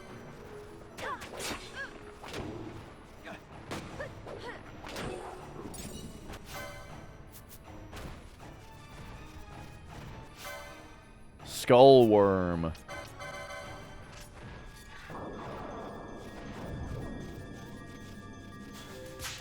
Look at this fucking thing. Right. It looks like the guy that casts Pandora's box in FF7.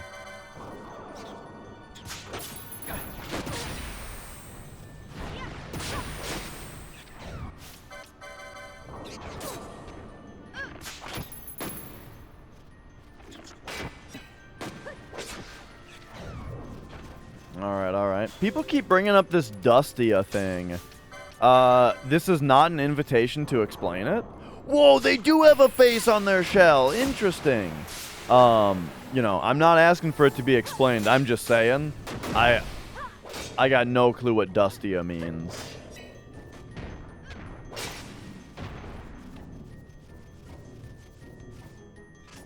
Alright, alright. So this is gonna bring us... Okay, okay.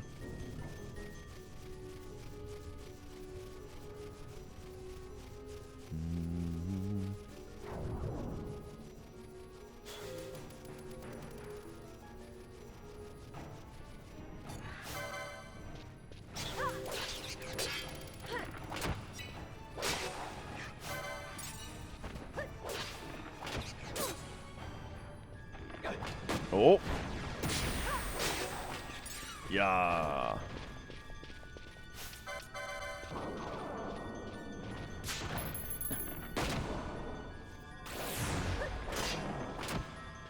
Okay, I don't mind poison so much anymore since I've automated poison recovery now. Oh, a bogey. This looks like this is like a mini version of one of the bosses that we fought. Oh, geez. Okay, hang on, hang on. Yikes.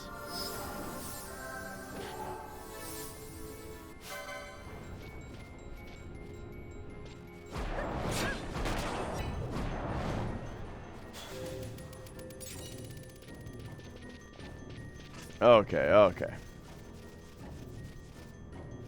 If you throw dazers on someone in your party, it'll shadow flare that person? Oh, weird.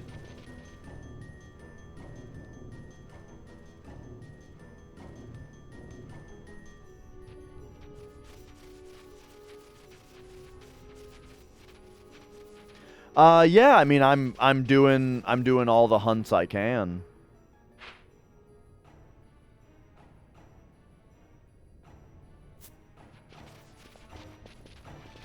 And no, Kerbo, I did not solve the water puzzle yet.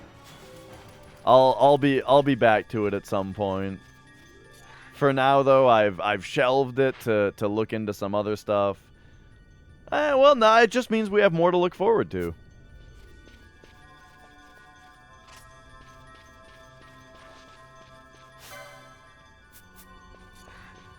Yeah, let's just go here.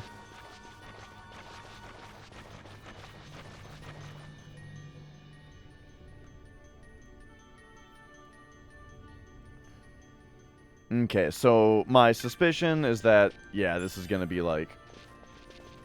Okay, right, it just looks down upon this room. Okay, okay. So I think, yeah, Troll, the first couple hunts I did were very challenging. But then they started getting puzzly, and I ended up getting behind on them because it keeps taking me too long to figure out how to figure out how to fight the monsters. So then I end up just, like, not figuring it out until I'm over-leveled anyway.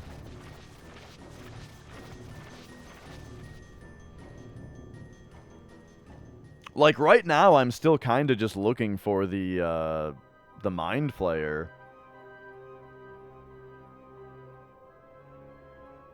What's my favorite NES game and my favorite SNES game?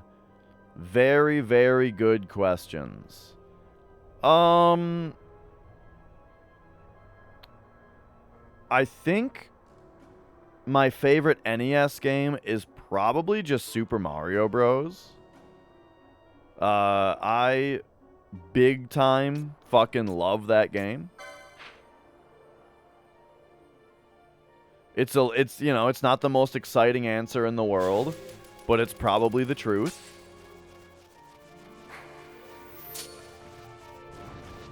My favorite Super Nintendo game, though, is probably Super Metroid.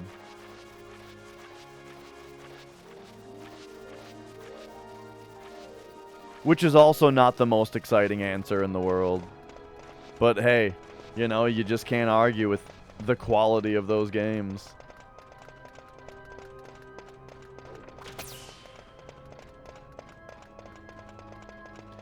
Yeah, I do really like Top Gear on Super Nintendo. I haven't played it since I was a kid, but I remember getting Top Gear for Super Nintendo and liking it way more than I expected.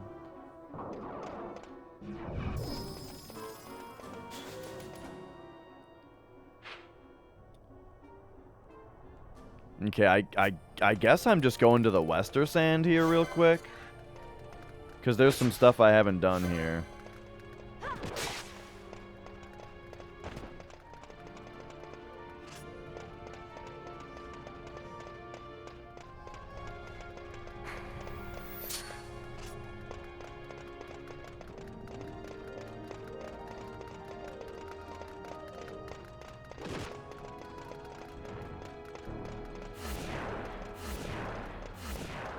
Do do do do do.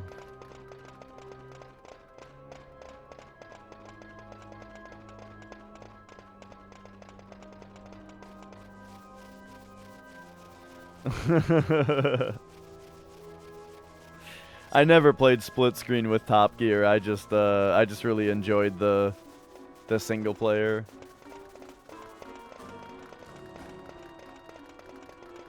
Yeah, Link to the Past is a common favorite also. No question, I am a much bigger fan of Super Metroid than Link to the Past. Link to the Past, like, isn't even one of my favorite Zeldas. You know, it's a good game, but it's a good game. It just doesn't like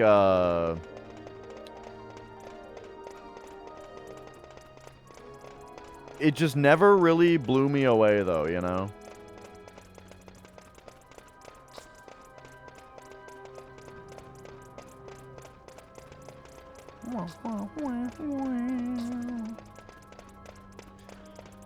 But so, what my favorite Zelda game? Let me think about it for a couple seconds. I think my favorite Zelda is probably Link's Awakening.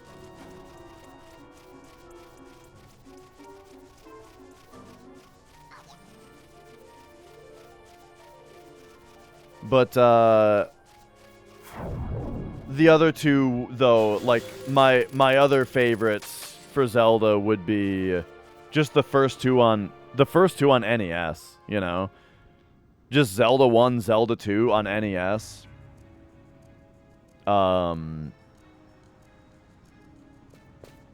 Yeah, I don't know. It's hard to say. I have played Oracle of Seasons.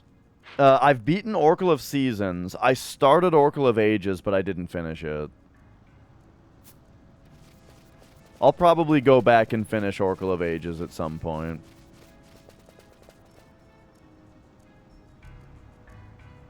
But it was not exciting me as much as Oracle of Seasons did. I really liked Oracle of Seasons, like a lot.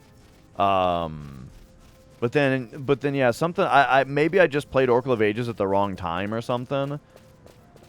But oh yeah, I never played Game Boy Color games when I was younger. You know, I had a Game Boy Color when I was younger. I did not have a single Game Boy Color game. And so now, as an adult, I have played 2 Game Boy Color games. Exactly 2. And they are Oracle of Seasons and Metal Gear Solid. And let me tell you, Metal Gear Solid on Game Boy Color, fucking awesome game. One of the best Game Boy games. It's so good.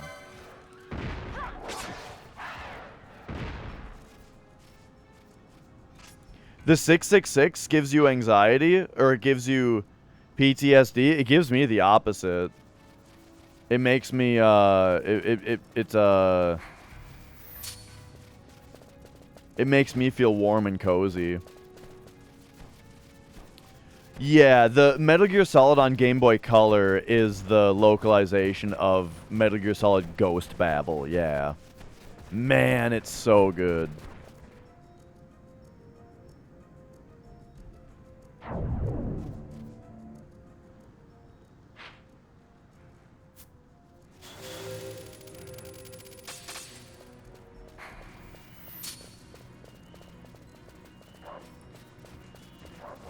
Okay, real quick. I'm just going to make sure that we have kind of explored this whole place. You can't open the map when you're fleeing. Oh, I see. Okay, it's like that. Alright, that's fine. Now.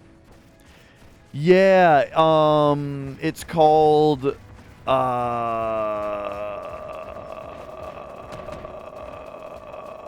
it's something about like the last Bible? Something about the Bible, the name of it?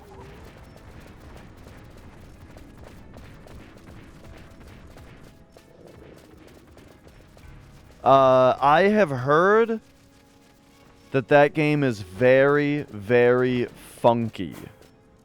I've got a buddy, Swishface, twitch.tv/Swishface. He's played like every single... I think he's beaten every single Megami Tensei game. And that one he actually, like... I think he played through that one a few times. And he may have even, like, done something of a speed run with it. I didn't really get many details, but he seemed to be... When I asked him about it, he seemed... He very amusedly told me, like, insisted that I play it. You know what I mean? Like, he insisted that I play it, but the tone of his voice and the look on his face told me... Not because it's just really, really good.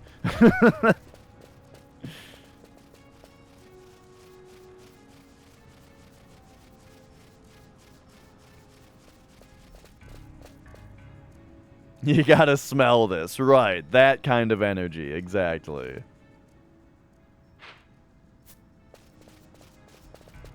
Hang on.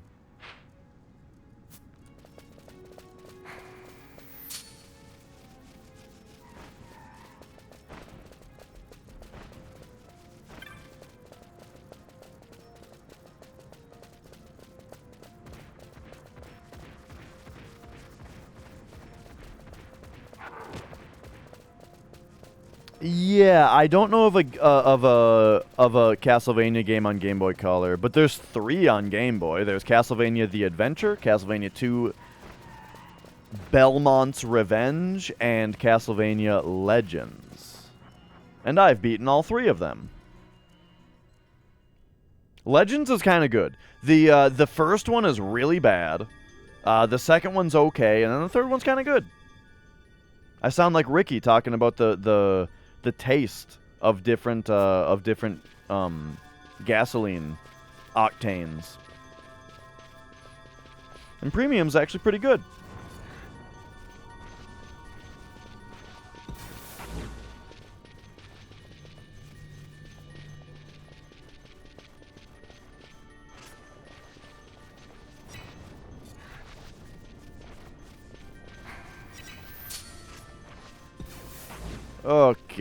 Okay. So my purpose coming down here. What is your purpose? Is, I want to come in here.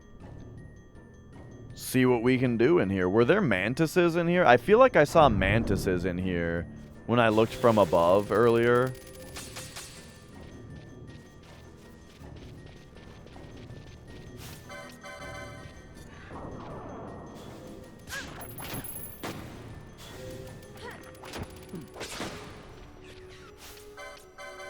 Wait, how did 2 people get the Knights of Ni out of what I was saying?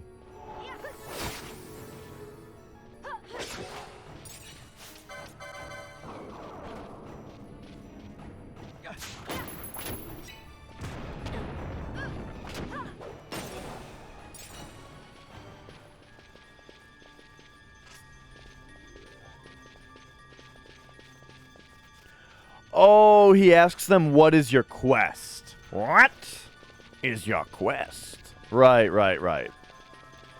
The what is your purpose line that I was saying was, from Kung Pao. Except it's not even from Kung Pao, it's from, like, the canceled sequel they had the scene where he's talking to Chew Fat Lip. And he's like holding him and asking him, "What is your purpose?"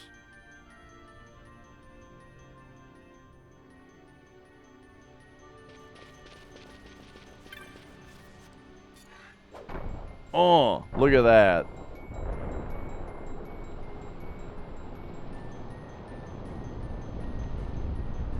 Boom, we did it.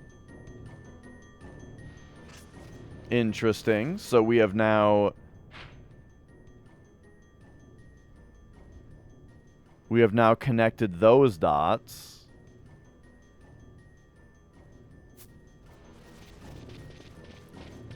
I mean, is there more shit like that for me to do here?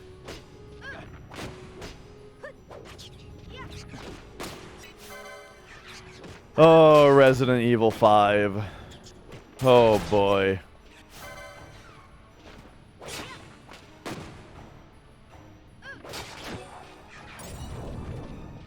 But yeah, anyway, Castlevania Legends, kind of sick. I enjoyed it.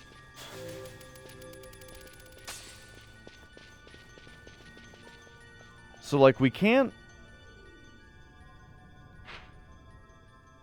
like, jump this way.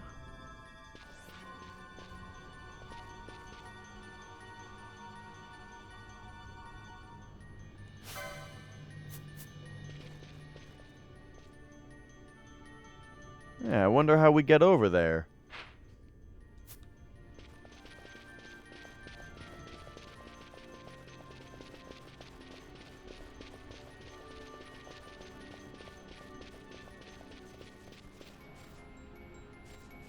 This game's got many mysteries. Many, many mysteries.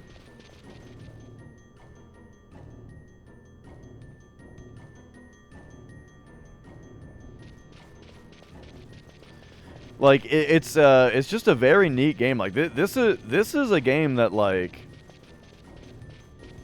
I can see how easy it is to just dump hundreds of hours into, because this is a world you can really just get lost in, you know. Okay, so yeah, there's the mantises. Yo, big knockers.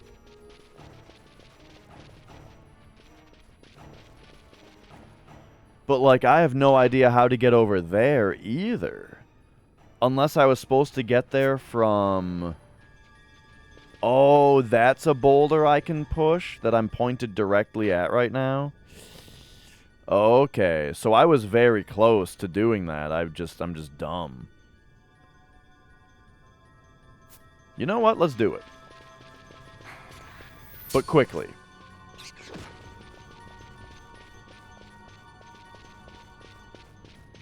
Alright, can you guys get around the trap? Fran!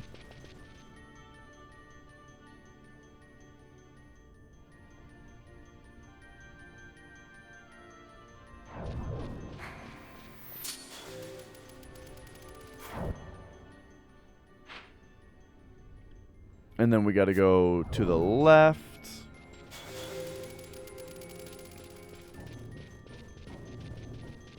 In here.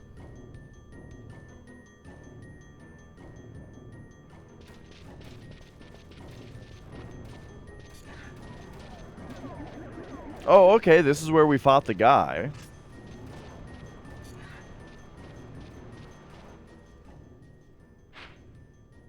But we need to go... Looks like we'll get a little bit more exploration points on the map, you know, if we go this way.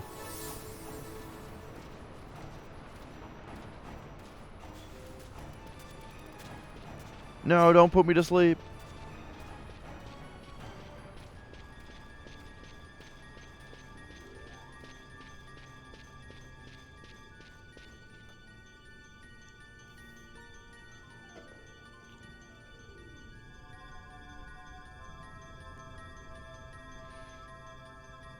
You know what was a great mechanic in Final Fantasy XIV was the hunting log.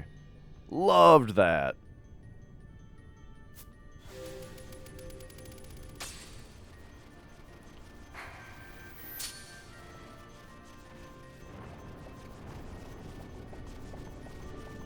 Really got you to, you know, explore, explore every area as much as you can, you know, and find all the different enemies and stuff.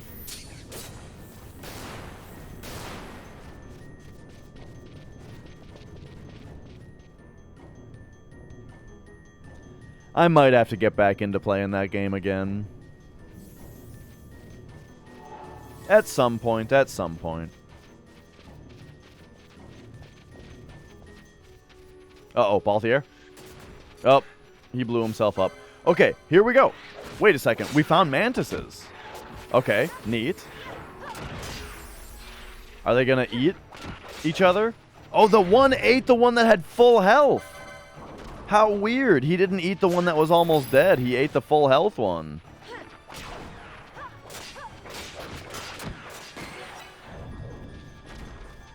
But yeah, right now, like, if I'm off cast and I want to play some Final Fantasy, I'm just replaying the old ones, you know. Like, after I'm done replaying 8, I might replay 9, I might replay 6. I might replay 3 or 5 or 1.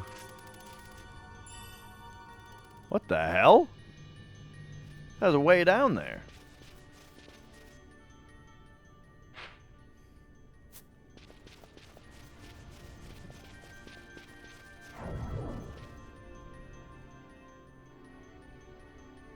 Maybe replay 4, maybe 2. And there you go. Now I've said all of them. Well, maybe 10.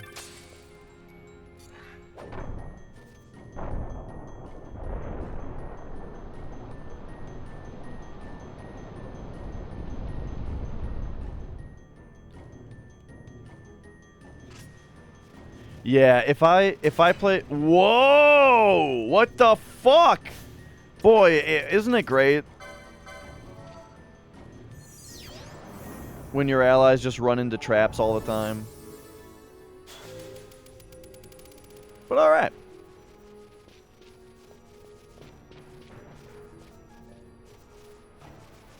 I've never really seen or played it, Rick Sim.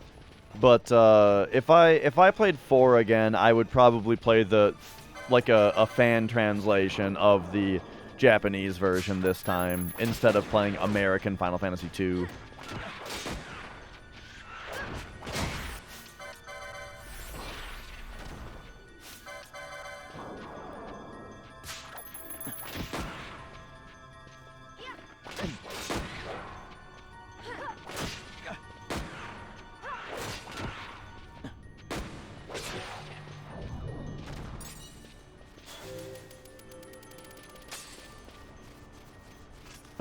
Alright, so doing all that unlocks this boulder push.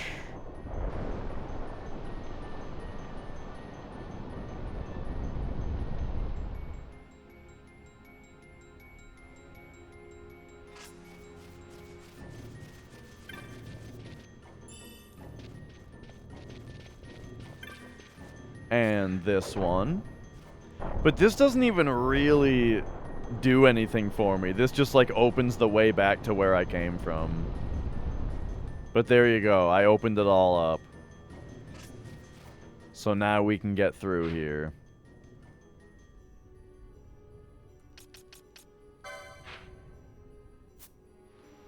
Alright.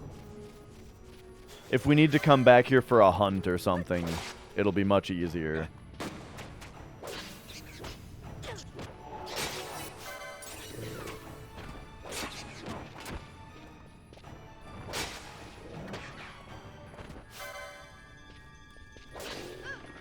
Okay.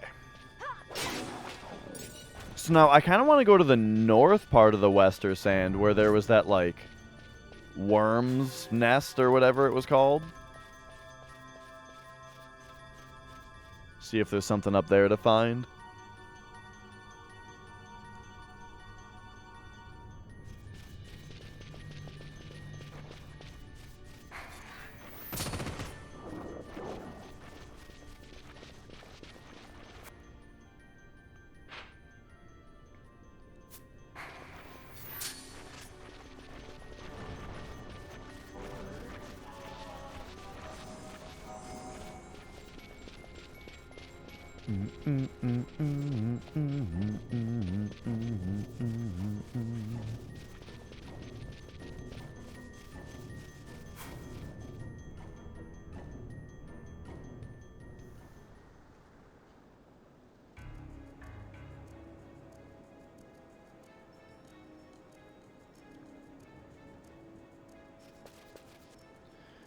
Okay. So yeah, I kind of want to see what's up here. Yeah, Worm's Nest. Let's go.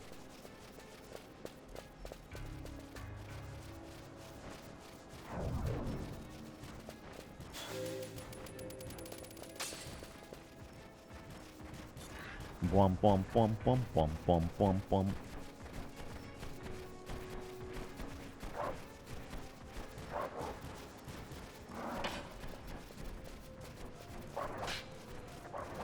Whoa, did you see that dog's anus right in the screen for a couple seconds there?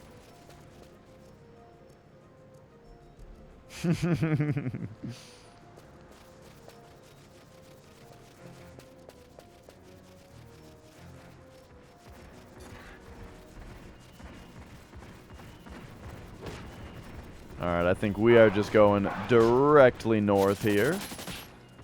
Oh, geez. Look, look, look. Don't even bother blocking. Let's just go. Okay.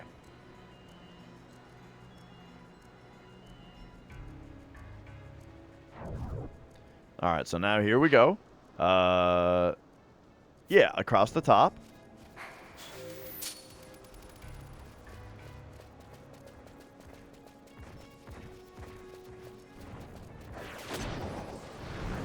All this R2 holding reminds me of Death Stranding.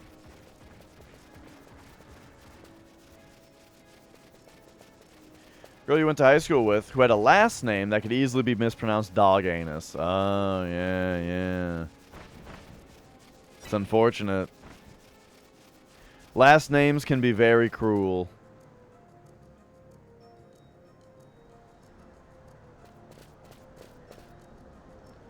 Oh. Just fierce sandstorm. We can't go this way. Okay. Well, shit.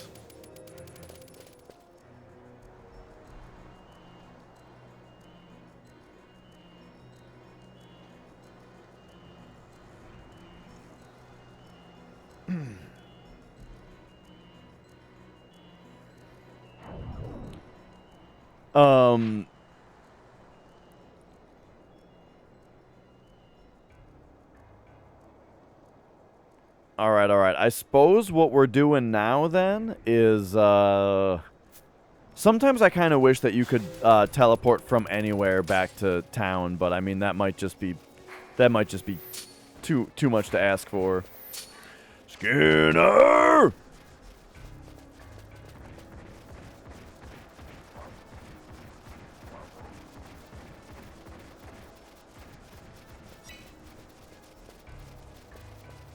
You know what we need to do? We need to get back to that spot where that had the crazy bats in the mines, and we need to take those bats out again. Thanks, Super Nintendo Chalmers.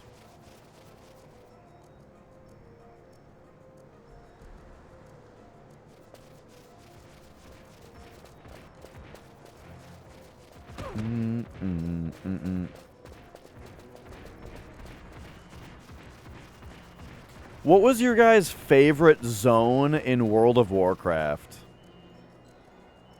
Like, just the zone that has the best memories for you. And when you think about World of Warcraft, you think about that zone.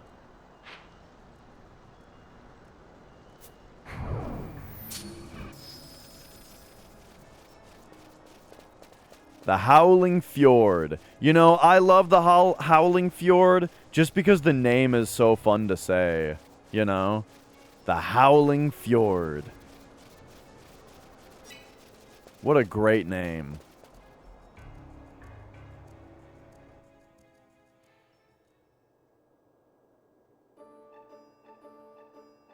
I wonder what mine is, you know. I'd have to think about it for a minute.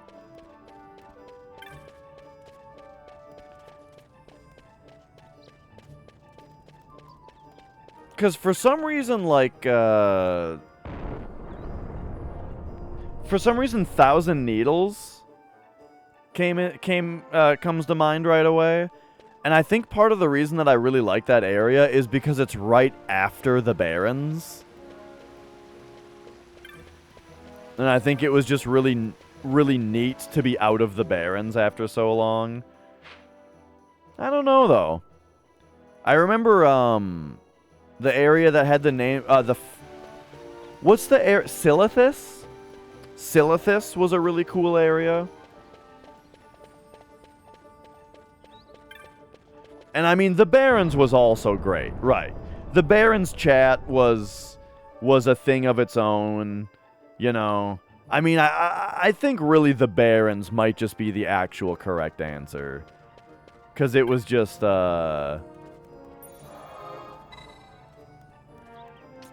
it was just so wild and wacky there, you know.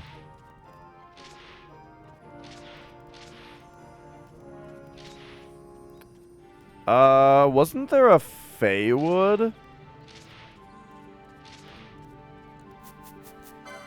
What am I... Whoops, what am I looking for here?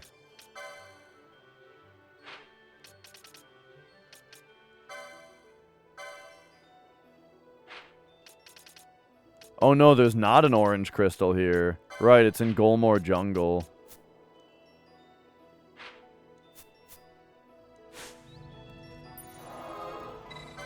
Alright, first of all, let's, actually, hang on.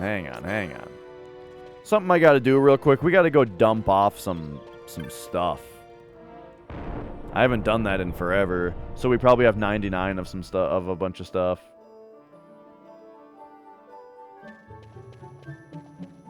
You know, I really enjoyed the Blood Elf starting area also. I can't even remember what it was called. But that place was great. Like, I've got, as far as the MMO talk goes, I've got half a mind to start up WoW Classic Burning Crusade, you know? And make a Blood Elf just to play through that starting area again.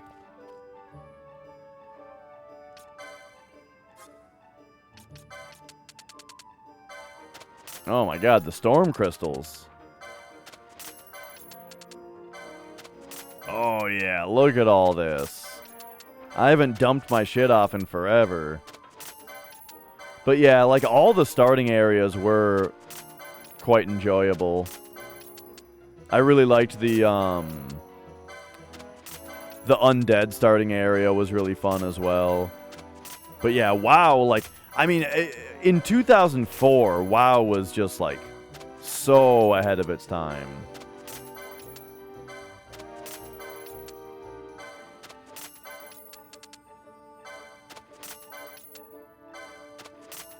Slurping up mana worms, you know? Like, none. I didn't really actually bother with that mechanic at all.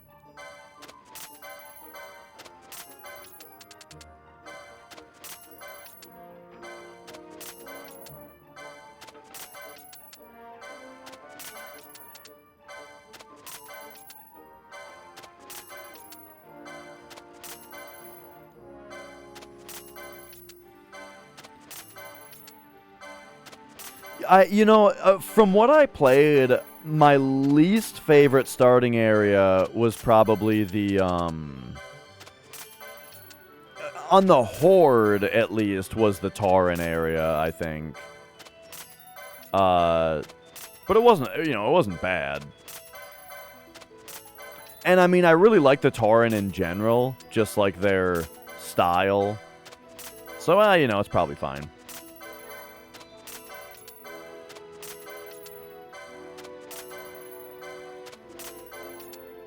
Oh my god, look at all this Skrilla, dude.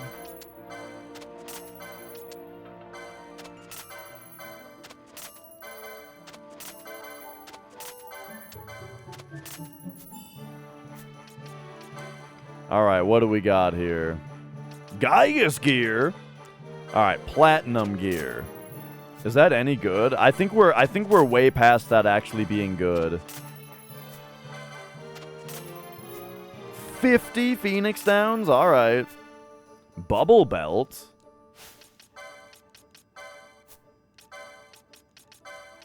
Is this just gonna make us bubble all the time? Oh, wow. So this just doubles our max HP? It's a little crazy.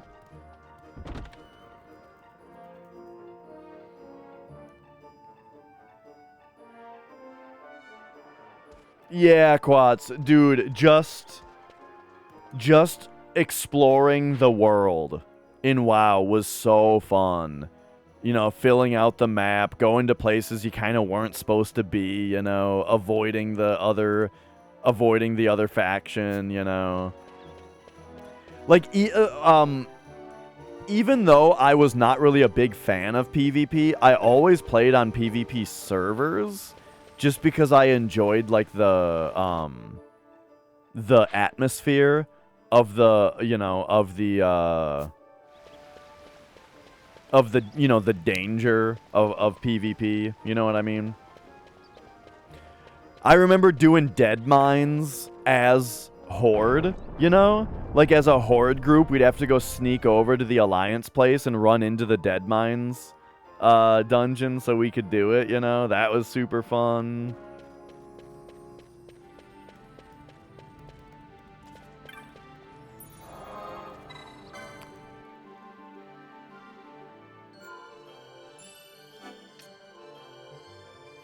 Yeah, Scarlet Monastery was super fun. Loved all the silk that you got from doing that you could then go sell in the auction house to make, like, bank for you know, for your level.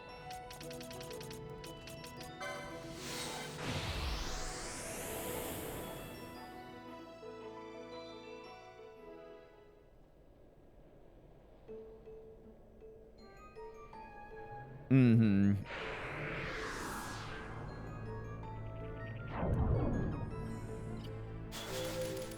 Yeah, luckily I played as a warlock. Well, sort of luckily. I've always been a warlock in WoW, so I never had to pay a lot of money for a mount, but I did have to get friends and guildmates to help me with the super long quest line that it took to get the Felsteed instead, you know? You had to do all these quests, and, like, some of them you had to fight, like,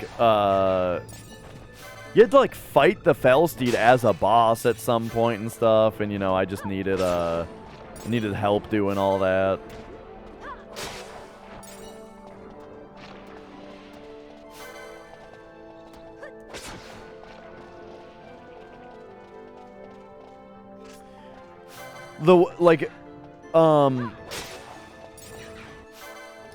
A big thing with, yeah, a big thing with WoW that really made the atmosphere of that game, that Final Fantasy XIV doesn't have.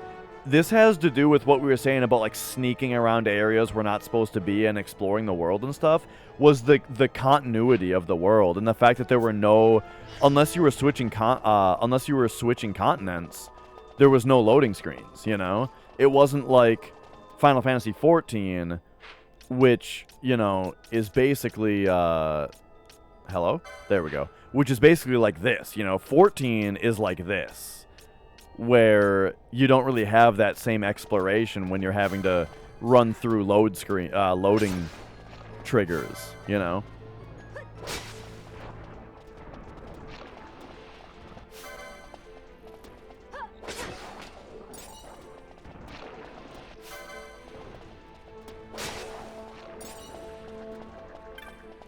Having to take flight paths. Oh my god, remember having to take flight paths? Whew.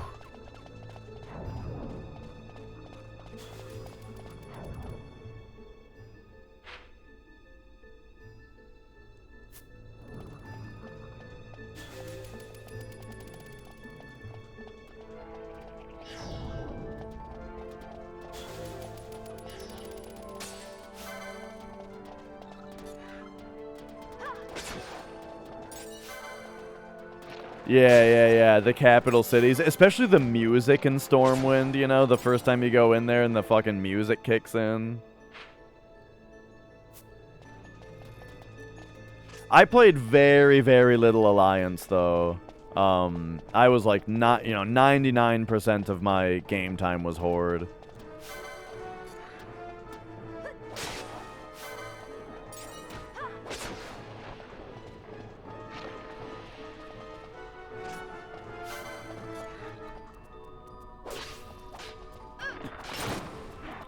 Look at these guys that we were struggling with earlier. Now we don't even have to cast Protect on them.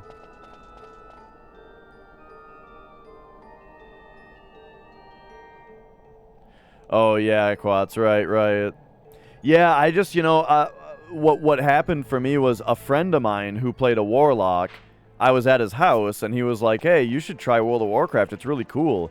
Here, make a Warlock on my account, because that's what I play." And he kind of like taught me how to play it, and I was just like, holy shit, this is really fun. So I got the game, played Warlock, and at some point in my WoW career, I tried every class. I got a character of almost every class to like probably level like 20. I tried them all, but Warlock was the only one that really resonated with me. And I loved it, too. It wasn't like I just liked it. I fucking loved that class.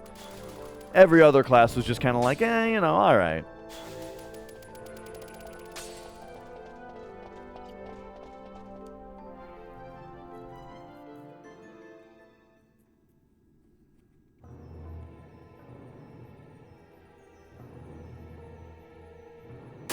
Whoa, Jesus!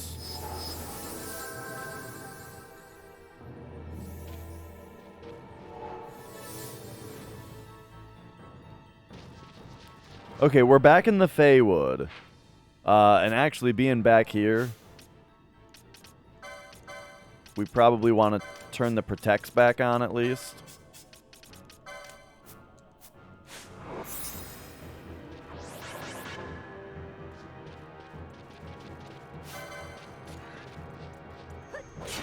Yeah, World of Warcraft, 2004 World of Warcraft is one of the greatest games of all time. There's no doubt about it. But unfortunately, as things go in this industry nowadays, the game literally no longer exists.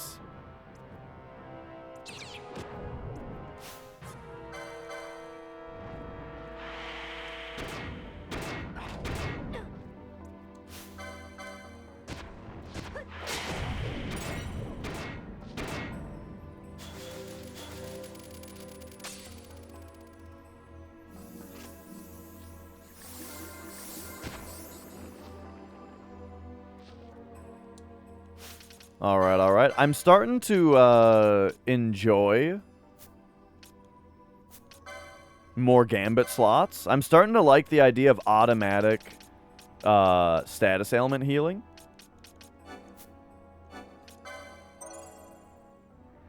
And so you know what? Load me up, baby.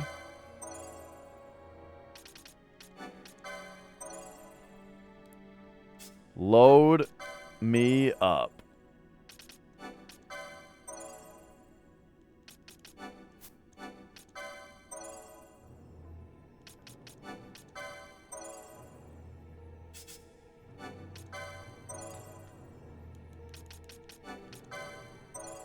Man, I gotta put the gold amulet back on Ash. Look at this. She's lagging behind now. Oh, I put it on Bosch. How do you just... You have to go to the remove? Okay, fine.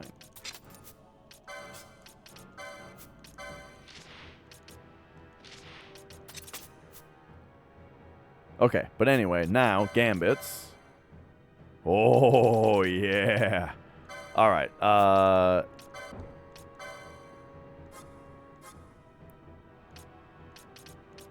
ally who's blind. Give him a blind now. Let's throw that on there.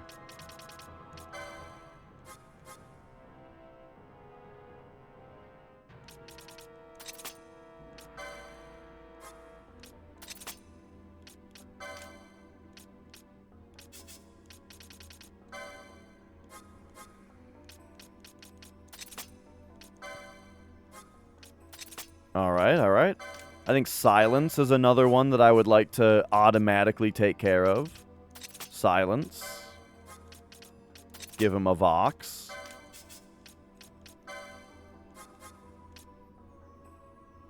No, Glaz, they are actually smart enough not to do that.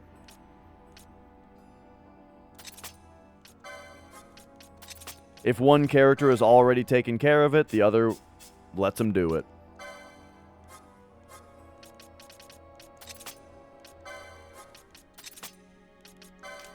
Okay. Anything else I care about as much as those? Because this is like after a battle. So confuse, I'm not too worried about, because that's something I would take care of right away in battle. So yeah, I think these are the important ones, really. I mean, maybe like Stone and Doom, but those don't happen super often. All right, there we go.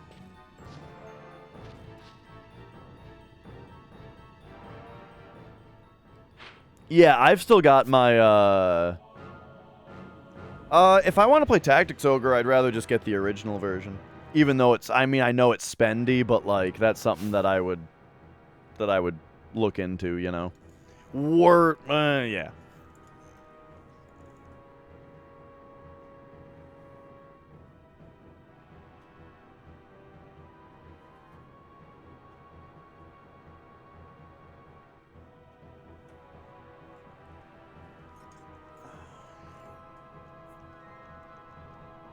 Oh, we've got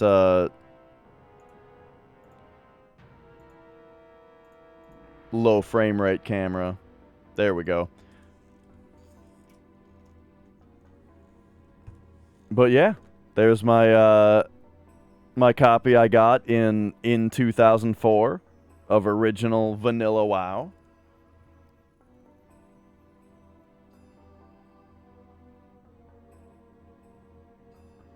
With it opens up.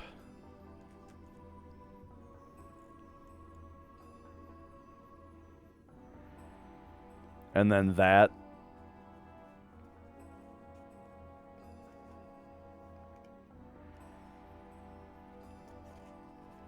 Yeah. And then that opens up into like the sail. Such a good box. Oh man.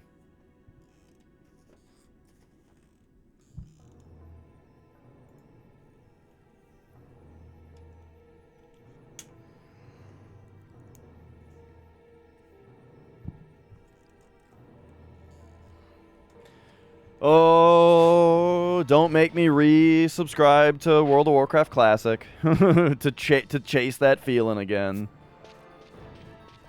We'll never have it again.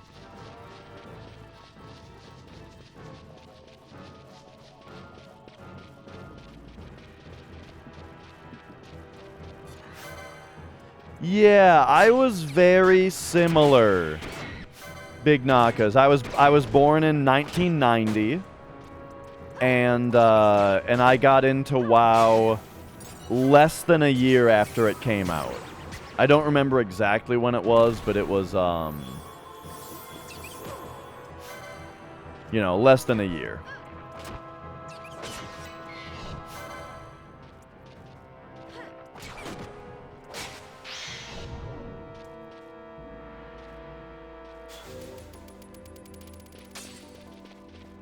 All right, here we go.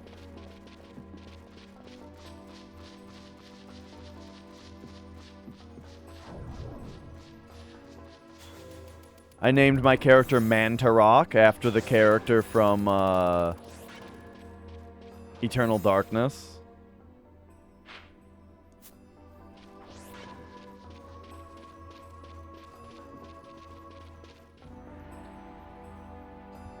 And then after that, I used, actually, like, my whole naming theme in that game was just Eternal Darkness runes.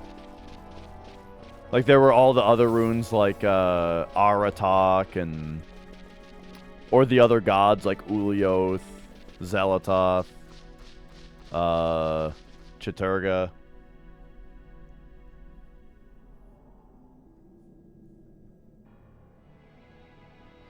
Oh, really, Fade and Haze? That's good. Okay, real quick, just in case, let's turn Shell on. Oops, wrong screen. Alright, let's get everybody shelled up here.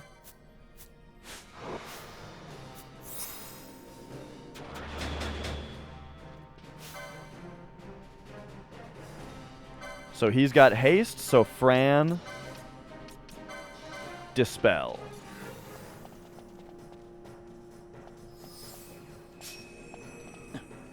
And I was kind of trying to make sure that the other, make sure that the other,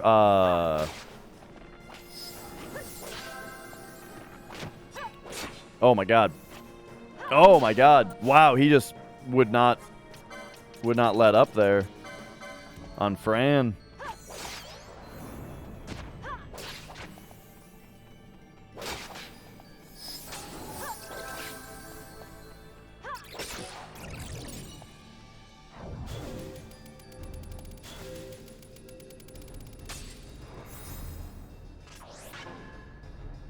All right. Everybody's ready? Undead Priest. That's a great choice. Oh, there's 3 bats?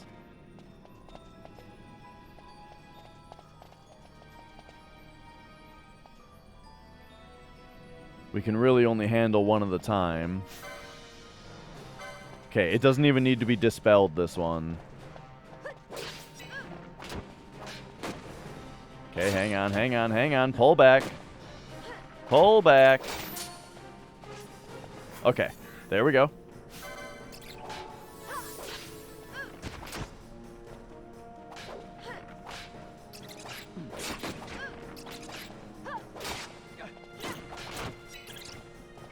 Nice, nice.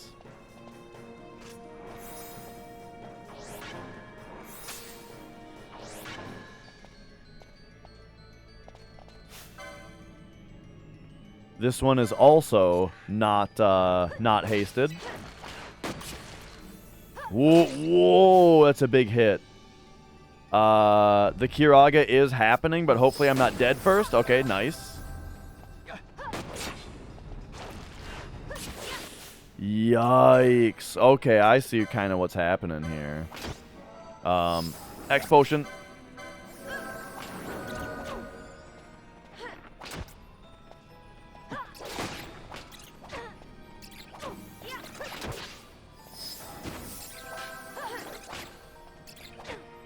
Oh, these multi-hit combos it's doing in the parries.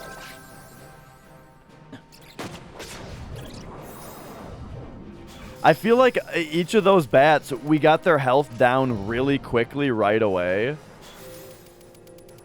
And then they were very difficult to finish off.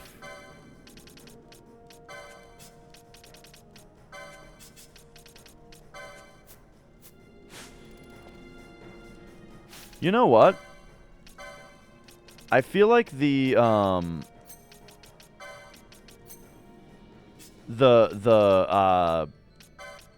Protect and Shells should probably come after the healing. But not haste, because if we're slowed, I want the haste to go off first so that the status element, the other stuff doesn't take forever.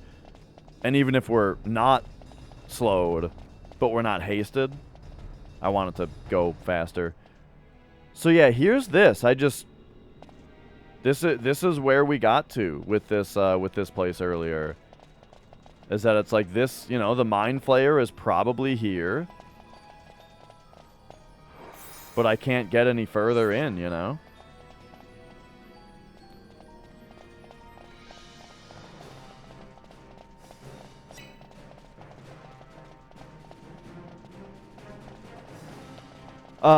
Which riddle are you talking about? The waterfall thing from yesterday? No, I shelved that for today.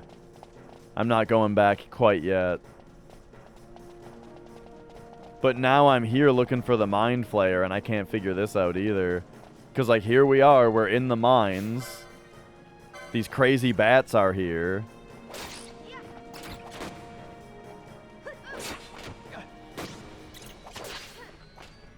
Oh, no, no, no. It just gives us something to look forward to. Oh my god, what the fuck is this move that they do? Where they just murder somebody. Okay, Phoenix down on Ash real quick. Oh no, okay. Balthier X potion yourself.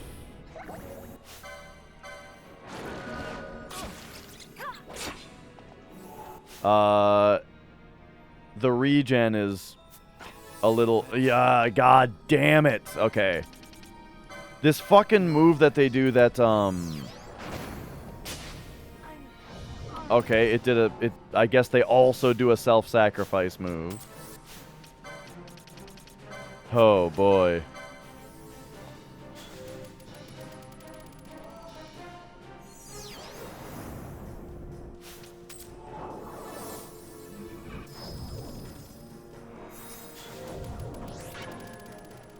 Oh.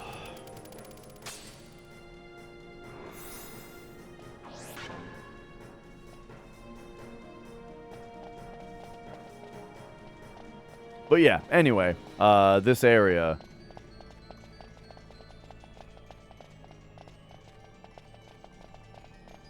The Mind Flayer does not seem to be here. Even if... You know what? We haven't seen this guy yet.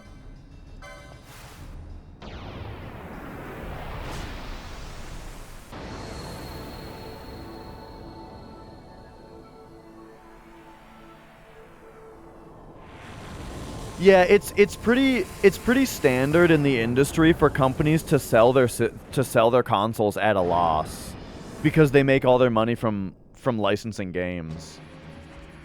Like, not only just selling their own first-party games, but licensing their games to other, you know, to other,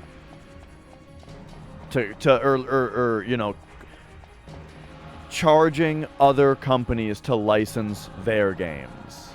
That's what I mean to say.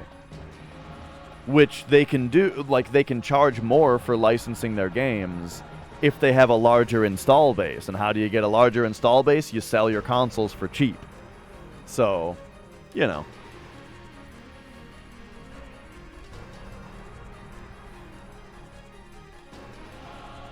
But yeah, as far as PS5 exclusives go so far, they've got Demon Souls Remake, right? Demon Souls Remake, huge PS5 exclusive.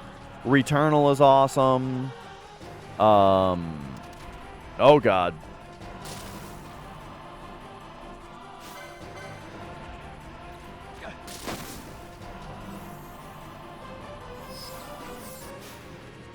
Oh. Yeah, Demon Souls Remake, Returnal.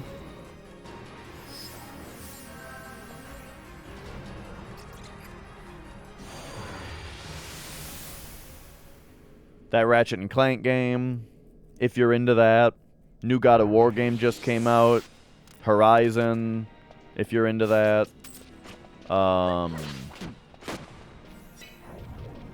Yeah, that's the first one I said was Demon Souls Remake. Oh yeah, Final Fantasy VII Remake also, you know, if you're not on PC. So, you know, they've got some exclusives that are important.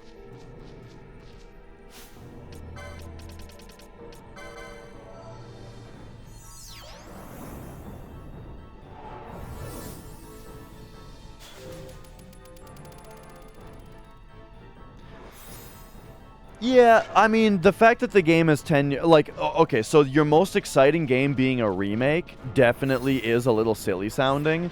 But, I mean, it's not just any 10-year-old game. It's fucking Demon Souls. It's one of the greatest games of all time.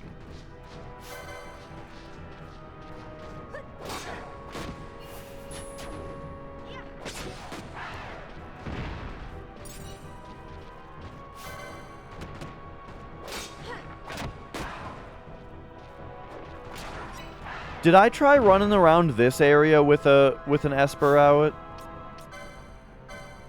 I don't know if I did. Let's do that.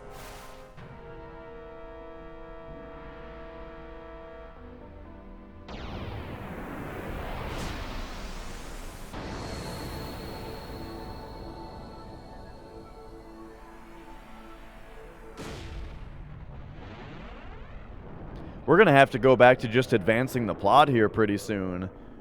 Cause I mean, I've been at this for 5 hours today, and we haven't gotten like anything done.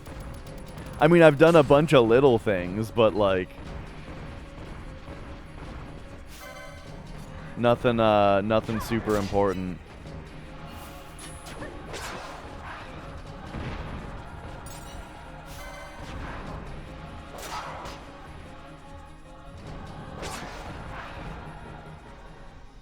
You know what?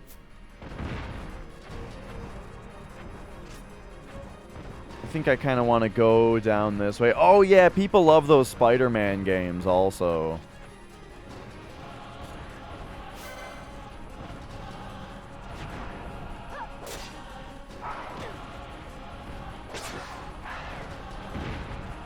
Yeah, so a lot of Sony's exclusive stuff isn't really my cup of tea anymore, you know?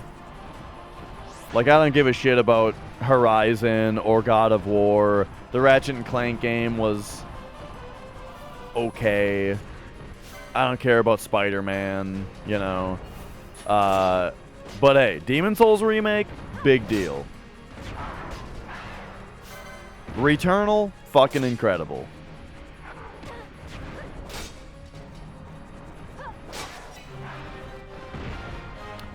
Sh 55. What level are we? 55.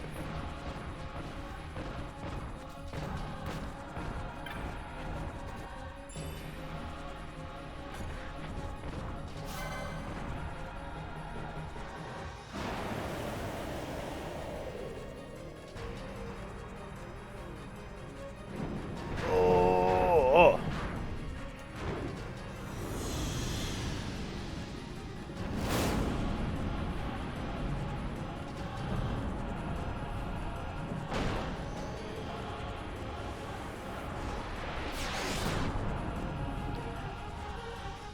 To even more, I mean, this might also just be silly to you if you don't like the idea of Demon Souls remake being a big deal because it's a remake. Honestly, like, the greatest thing that Sony could possibly do for the PS5 is to release a Bloodborne remaster. Not even a remake. I just want 60 FPS Bloodborne on PS5. And that's all not Bloodborne. I don't want Bloodborne 2. Bloodborne is a perfect, self-contained story. The game is perfect. It does not need to be expanded upon. All I want, all I care about is give me a 60 FPS Bloodborne on PS5. That's the best thing they could do. I gotta go grab a soy boy. I'll be right back.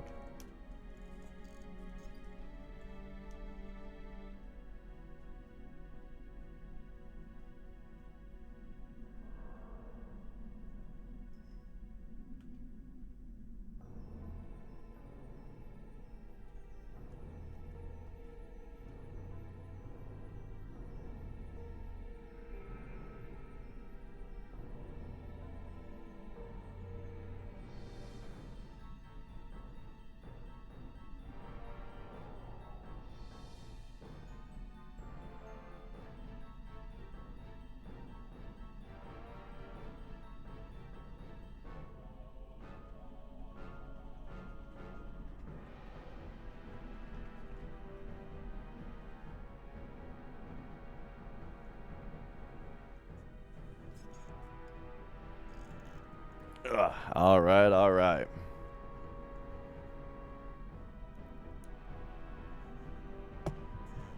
Yeah, of course them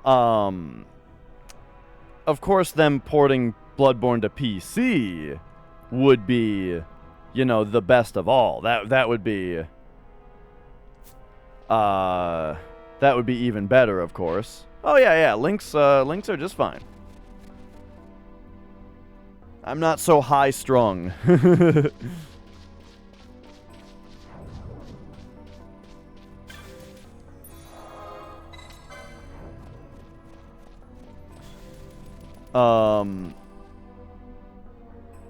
Oh, yep, I we were. I think that's kind of maybe what got us talking about Sony here in the first place. Yeah, they didn't raise the price in the U.S.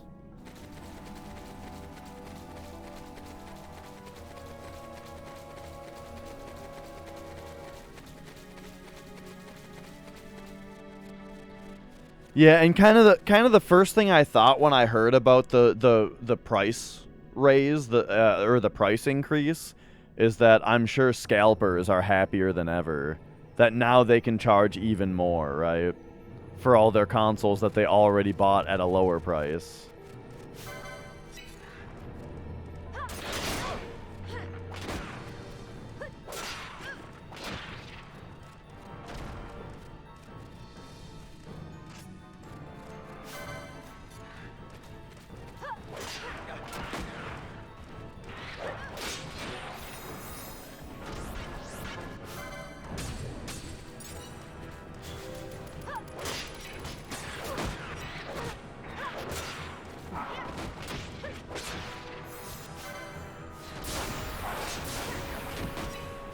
Yeah, I mean, well, you can say it, right, like, the idea of investing, or the idea of holding your money in something that's not just cash, you know, liquid cash, that's the idea, right?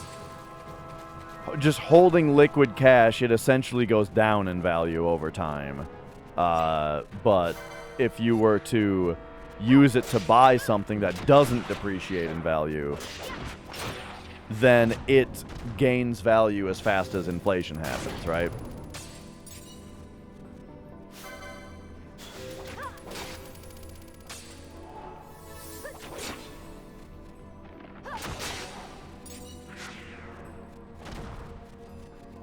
I've never been one to be so worried about it, like the idea of Like I haven't really gotten to a point in my life where I was so worried about it. There was a time where I was thinking about, like, starting to contact, you know, an investor, for like someone to kind of do money stuff for me, instead of having, you know, just like a savings account or whatever. Well, I mean, of course I would still have like an emergency savings account, but I mean, like, you know, as far as excess, to like retirement fund kind of stuff, you know what I mean? I was thinking about going into that kind of thing, right? However, then I started Twitch streaming full time instead.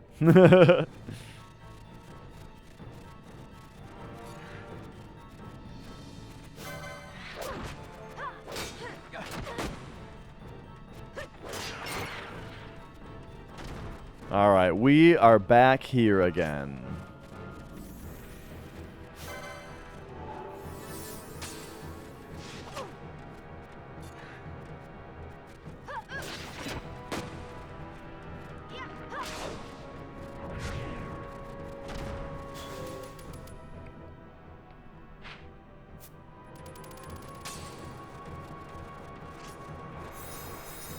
Oh.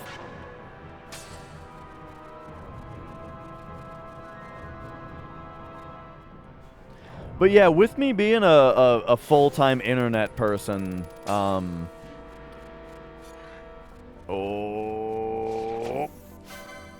have been trying to think of ways to kind of like expand the scope of what I cover on this channel, which would be a lot easier if my like recording studio was the same as where my like regular PC is that I do my editing on. But yeah, you know, I tried to make it as easy as possible on myself, where like my normal PC, you know, is like a cube. It's like a micro ITX build, so that it's so that I can easily transport it up and down the stairs and stuff. But it still is a bit much to do if I want to just like record a little thing. Actually, you steal. You dispel.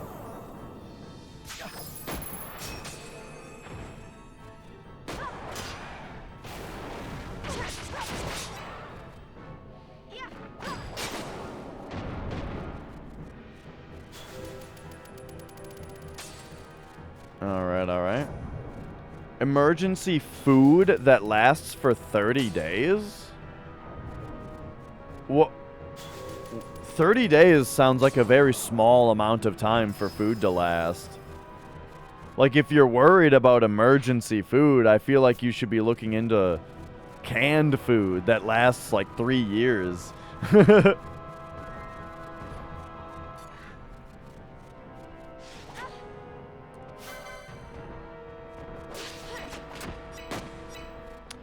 Oh, it lasts a month once it's been opened.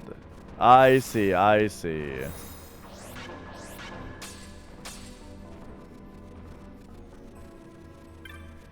Alright, let me through, please.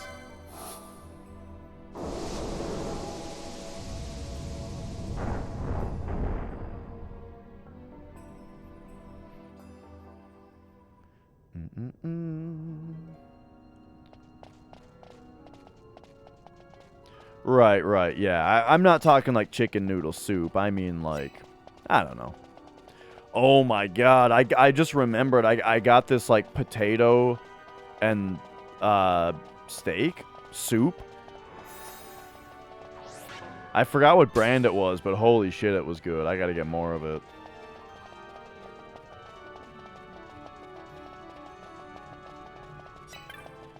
Okay, we're back to where I was like 4 hours ago.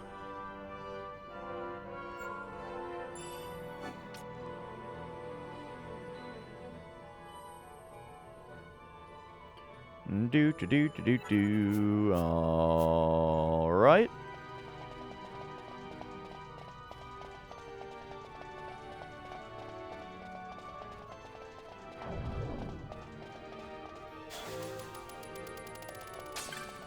Let's advance the plot.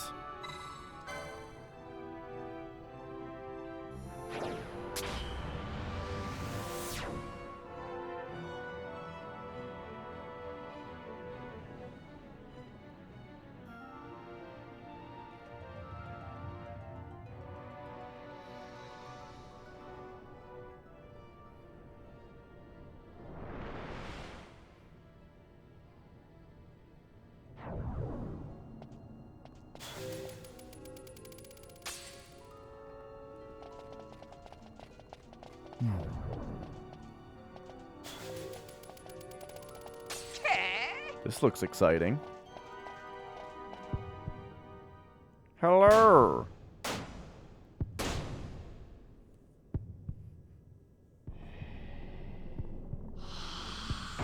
Is that the Buster Sword? Is that fucking Ichigo's sword?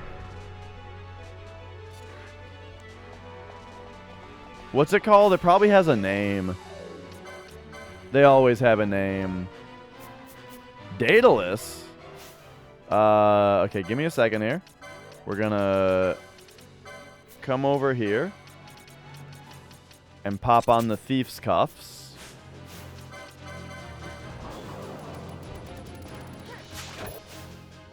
Stole a dark crystal. Alright, so now Fran. Dispel.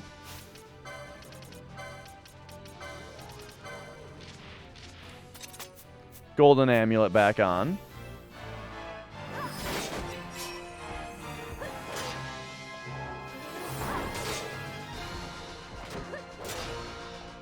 I think I'm over leveled for this guy. We've done it again.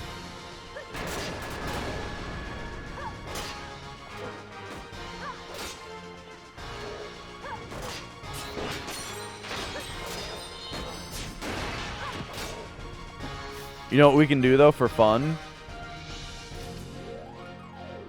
Give him the Maelstrom Bolt. Oh, here we go. Let's do it. Oh, and then Shatterheart.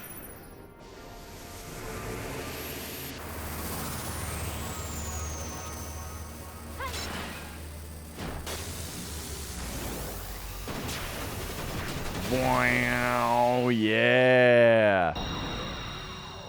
And then here she comes.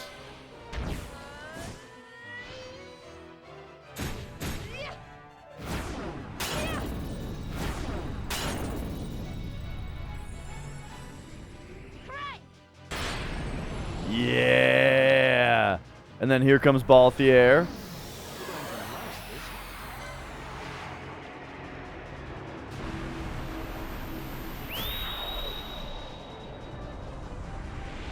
Oh.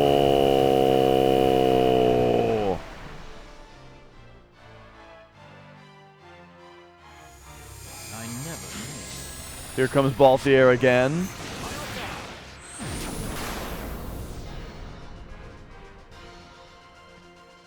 Completely unnecessary, but... Whoa! 24,000 damage. Got him!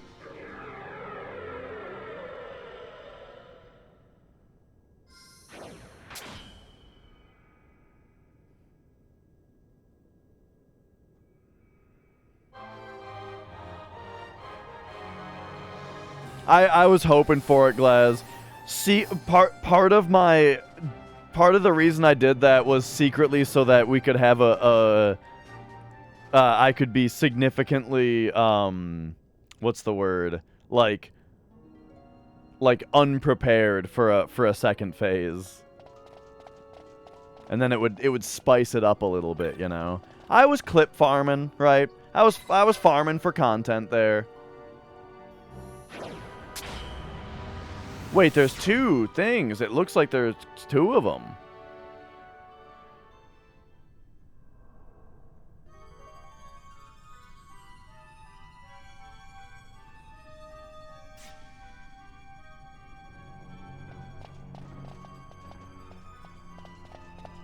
Alright, looks like we do have to get through this area now without any MP.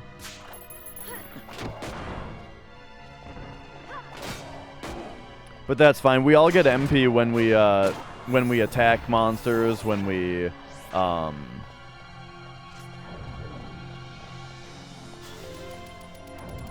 defeat monsters, right?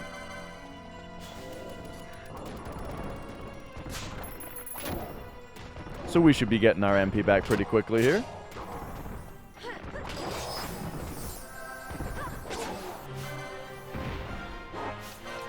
Actually,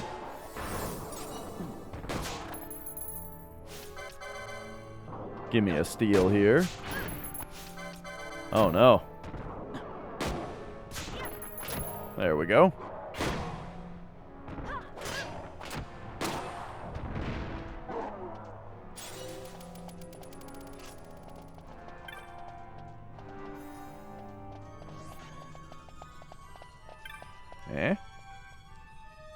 A barrier of powerful magics prevents passage. There might be a mechanism to lower the barrier elsewhere.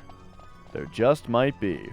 And it might be that, but I kind of want to go down here first.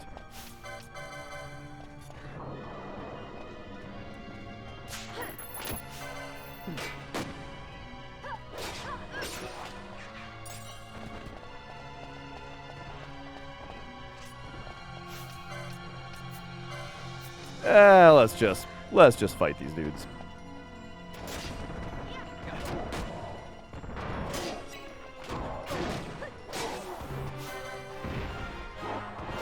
Why wouldn't I go hit the gate mechanism? Because I'm afraid that it will, like, close something off.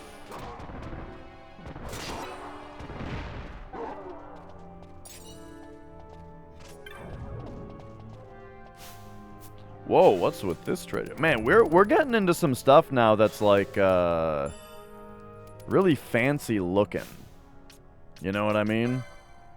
And if we go to the world map,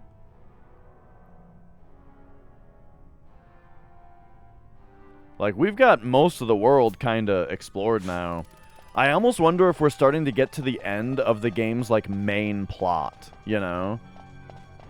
and all this other shit that I'm looking at, like all these hunts and stuff, is all like optional side content. Okay, what does this do? Touch it. Touch it!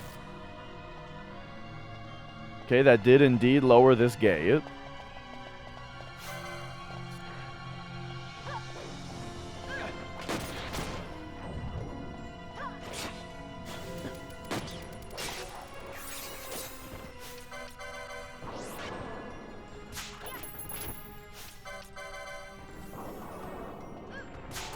But yeah, even if the game were to,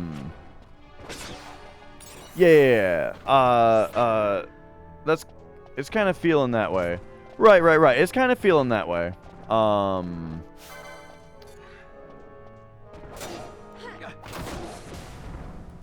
And, you know, if the, like, no, don't, like, give me a clue about how close this is to being true or anything, because I'd like to be surprised. But, if the game were to, like, roll credits very, very soon, there would still be quite a bit more of it for us to play. Like, I wouldn't call it good at this point if, like, we were, say, gonna fight the last boss in 15 minutes.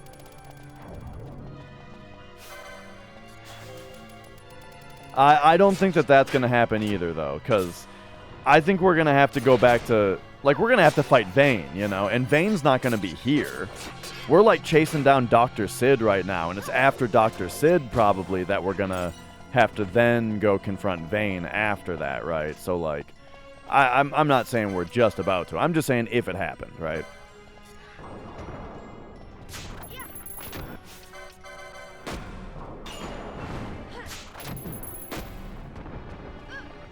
A nugget of iron ore. 5 hits? We got a nug from that guy. And from that guy. We're getting nugs, dude.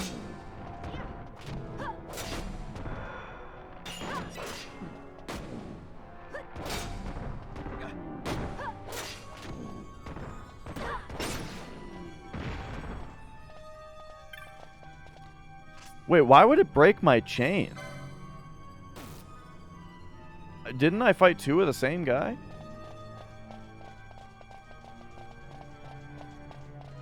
Maybe the first one self-destructed or something, and so it didn't even count as a kill.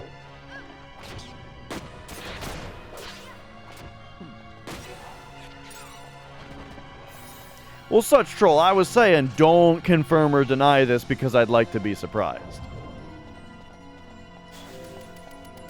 Like, I don't... It's absolutely not necessary for me to know.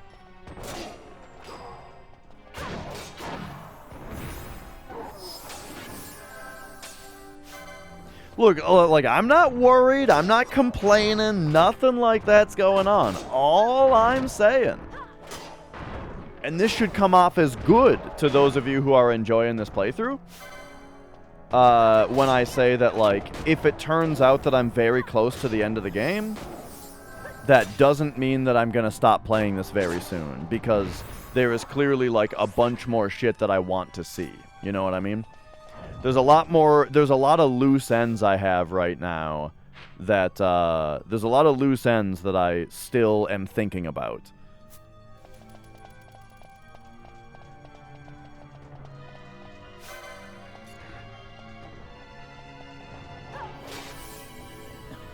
How many espers? 3.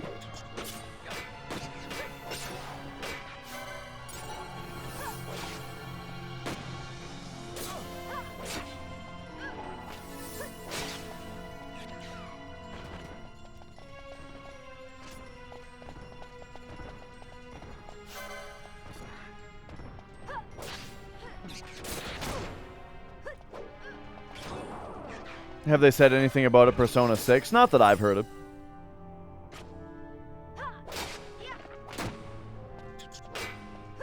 So, and this is, again, this is me just thinking out loud, right? Not looking for tips, not looking for hints. Me just thinking out loud.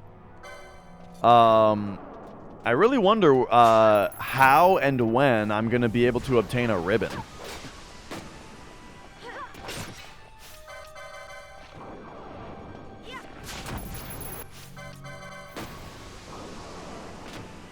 Because I love me some ribbons, you know?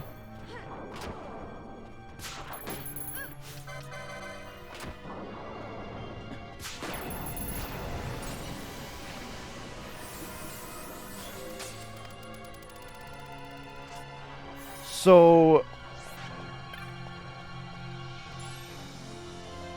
well, one thing I've been thinking about is just the fact that I stopped poaching things. I, like, totally stopped poaching things.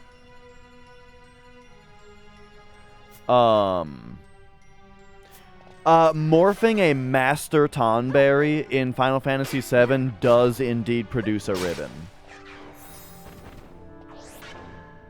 You can also morph a Hochu to get a ribbon, which is much easier.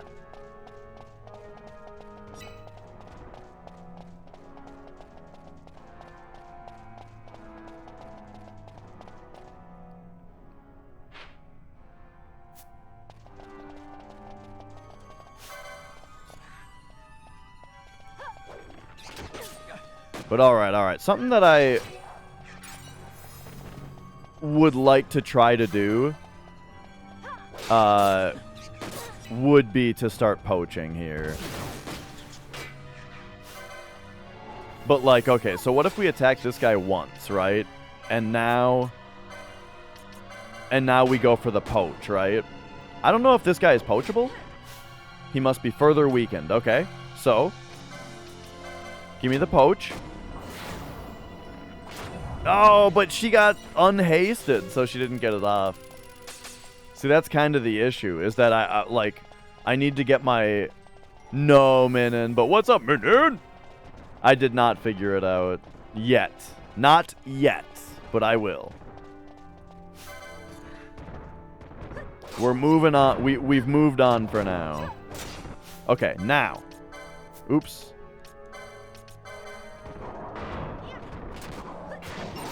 Yeah! Okay, we poached him into a hide.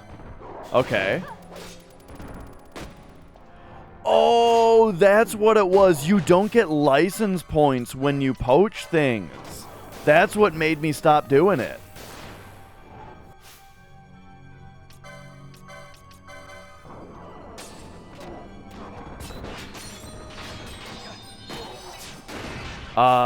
Okay. I think she got blocked from range there or something.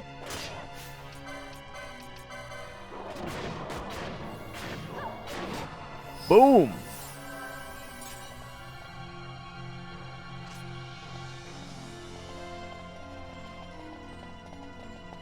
I am gonna start poaching more stuff probably. Like, I'm very curious what these guys poach into, you know?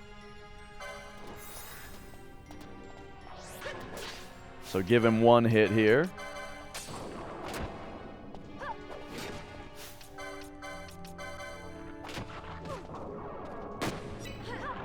Yeah. Did I get him? No.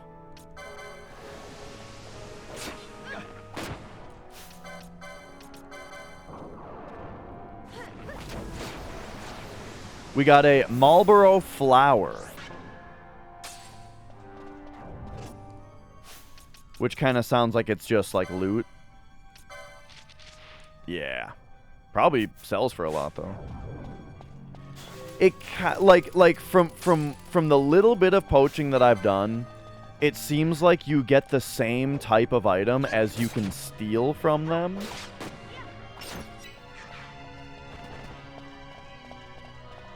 With the added punishment of not getting experience or license points. But like perhaps you're guaranteed the you know, the item though. There we go. We got a demon tail for that poach.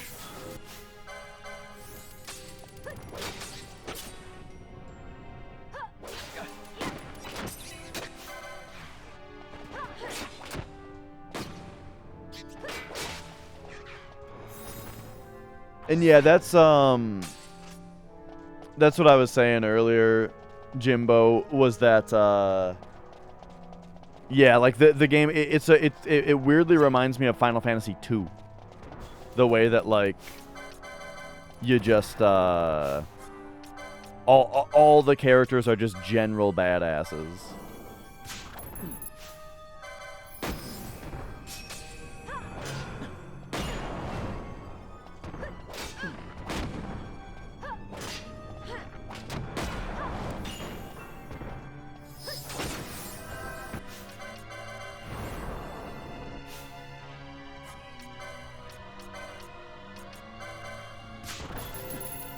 Sounds good, Glass.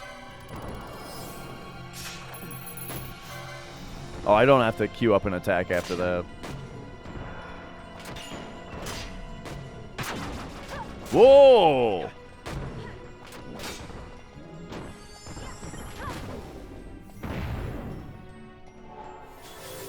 Hello?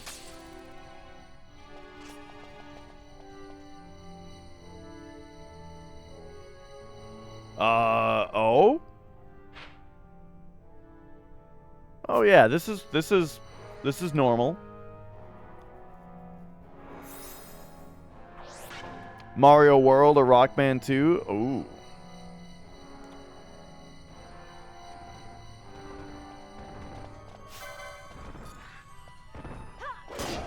Yeah, I don't know. I mean, it's been quite a while since you played some Mario World, right?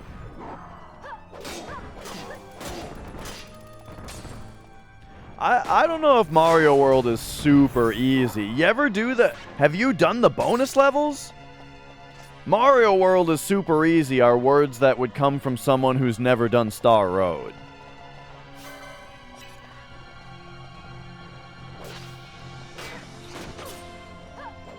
Perhaps never done a 96 exit playthrough.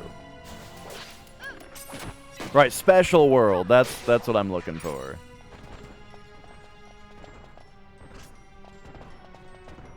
Oh, well, if you're only playing to the credits, then you're not. I mean, what? Ugh. You're talking to the super retro bros here.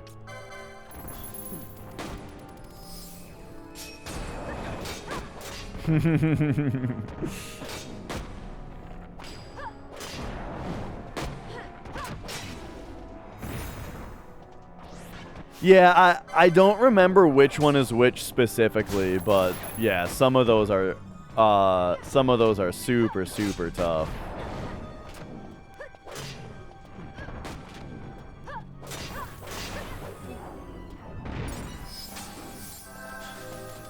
Yeah.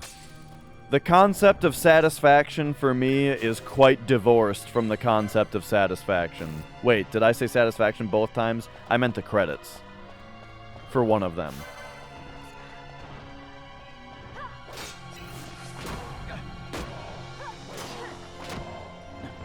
One might come before the other. But it doesn't stop until they're both satisfied. Well, actually, no. Never mind. If I'm satisfied before the end of a game, I might not finish it.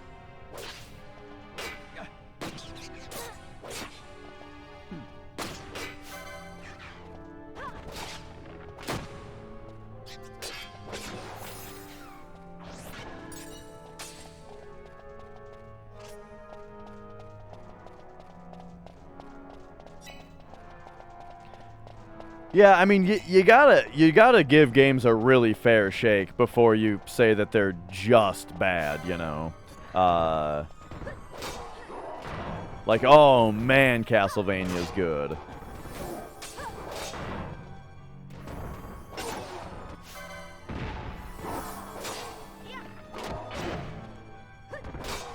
Where did you come from, this guy back here?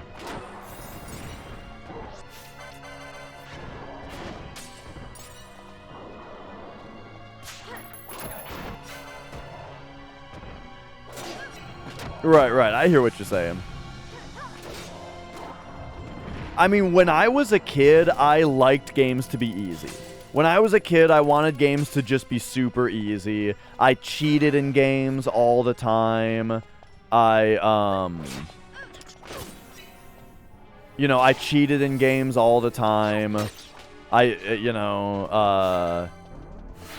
Right, like all, you know, I wanted to just romp games. I didn't want to be challenged when I was a kid.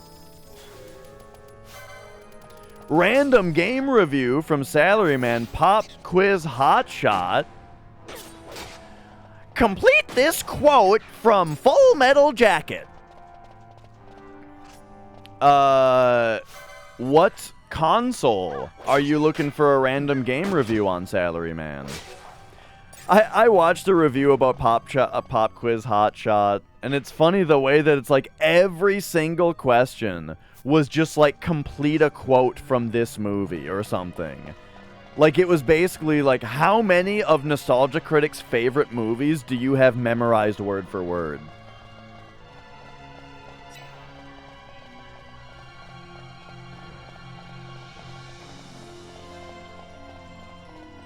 But yeah. I finally remembered to bring back random game review. I keep forgetting to put it on there.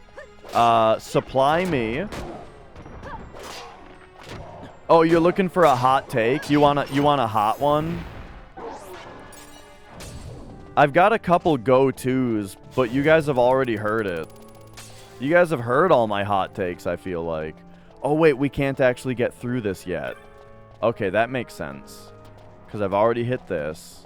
Okay, so we gotta go around. Okay, we've got a nice steamy hot take and also don't trash Persona 4 Golden. Okay, alright, I'll find a nice hot take for you guys.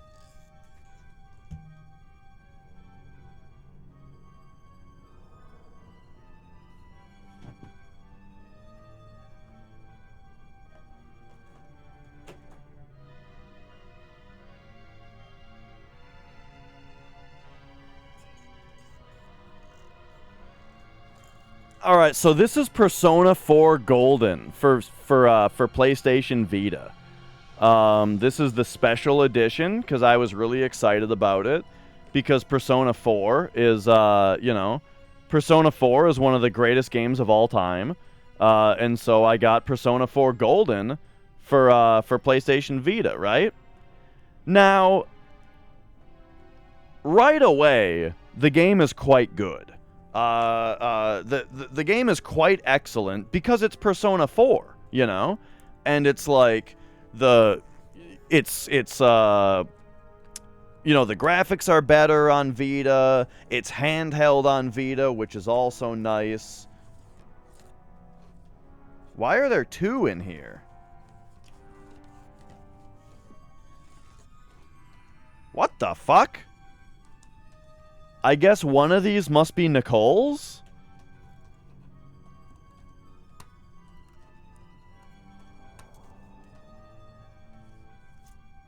Oh, hey, my receipt. Anyway. So, you know, at first, you know, you're having a great time with Persona 4 Golden because it's Persona 4, but it's handheld now.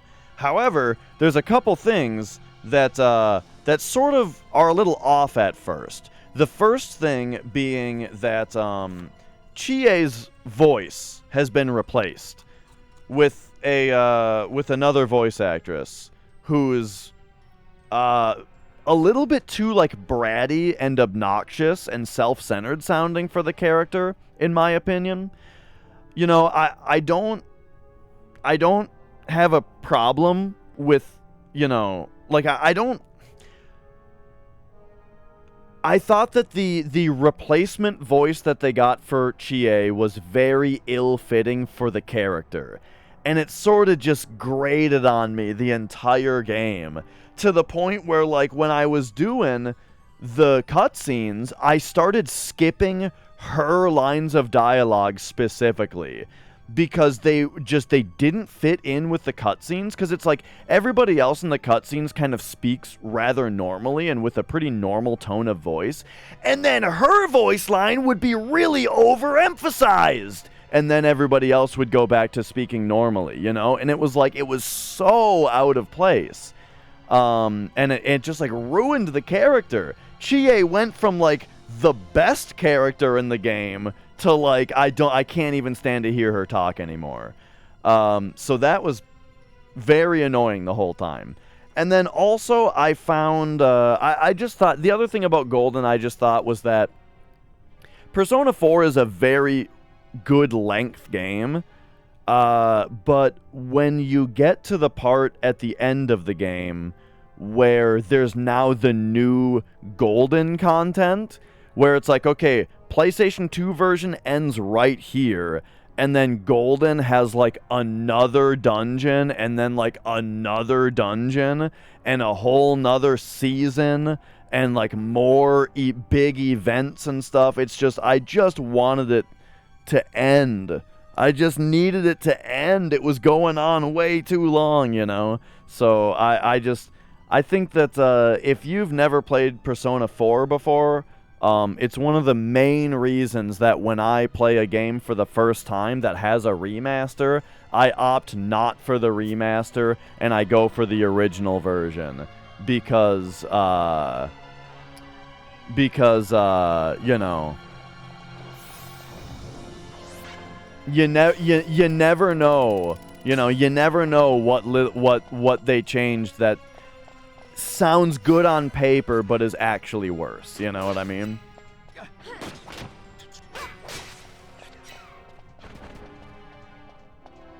Anyway, oh, don't worry about taking us away from the game, Salary Man. I mean, it's a 20,000 point event when people do the random game review, and it's only available during casual playthroughs, so that's what it's there for.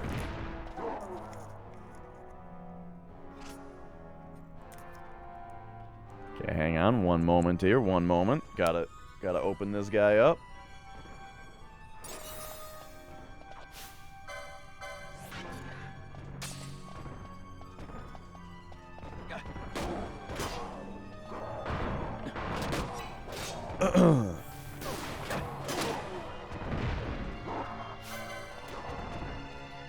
Reminded you a lot of Legends of Heroes, Trails of Cold Steel 4.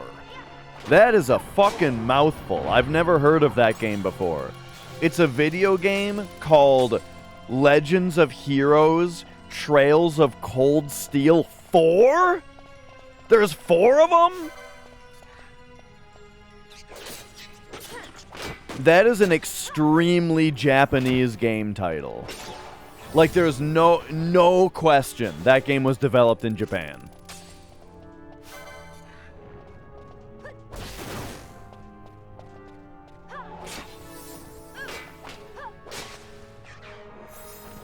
Right, Shin Megami Tensei Digital Devil Saga 2, right? You know, it comes from, partly it comes from the translation.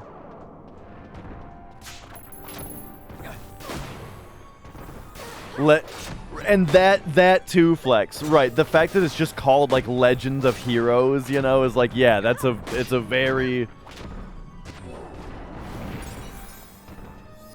like, definitely comes from just the, you know, the translation of the title, I'm sure.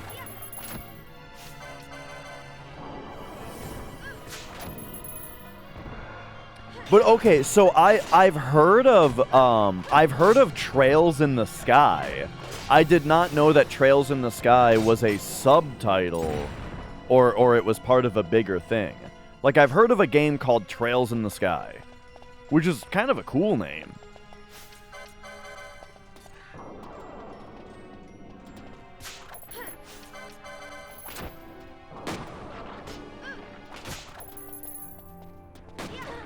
So it kind of seems like poaching just like guarantees that you get the rare steel.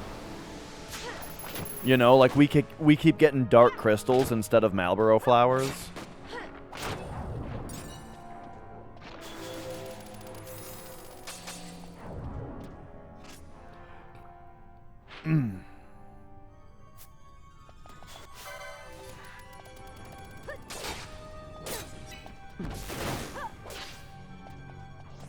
Oh.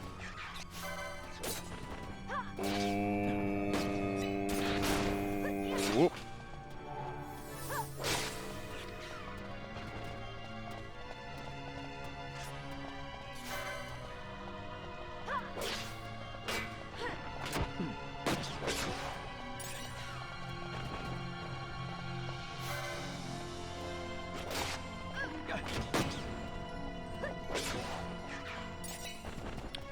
Okay. But, yeah, I don't even know. Can I name a member of NWA? Eazy-E, right? Wasn't he in that? Or, yeah, I'm sticking with Eazy-E. That's my final answer.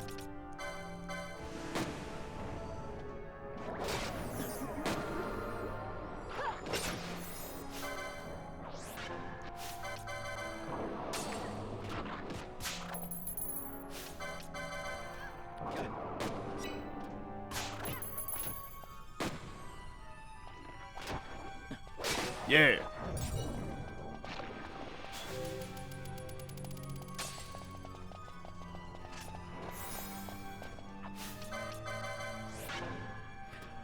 Oh man, I was watching someone. Oh, it was Adam, YMS Adam, playing this new Who Wants to Be a Millionaire game. You know, it was like he was just playing like the latest Who Wants to Be a Millionaire game, you know? And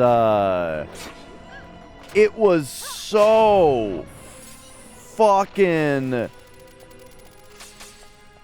stupid and generic the way that the game was presented. I couldn't believe it. It was like you chose a character, right? Like there was just like, oh, you can be Francine, she's 72.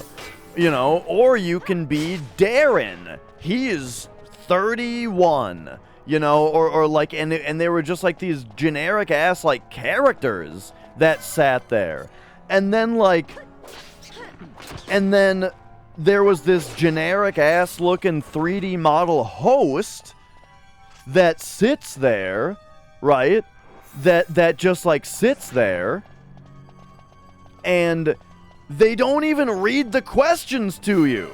Like, they have all this voice acting with the characters. They've got all this voice acting of the characters being like, are you ready for the next question? You know, and that kind of shit. But then they don't actually even read the questions to you. They just say like, are you ready for the next question? Okay, here it is. And then the question is just typed out on the screen. So what's the fucking point of like putting this like production value into making these characters and voicing it if you're not gonna voice the most important part?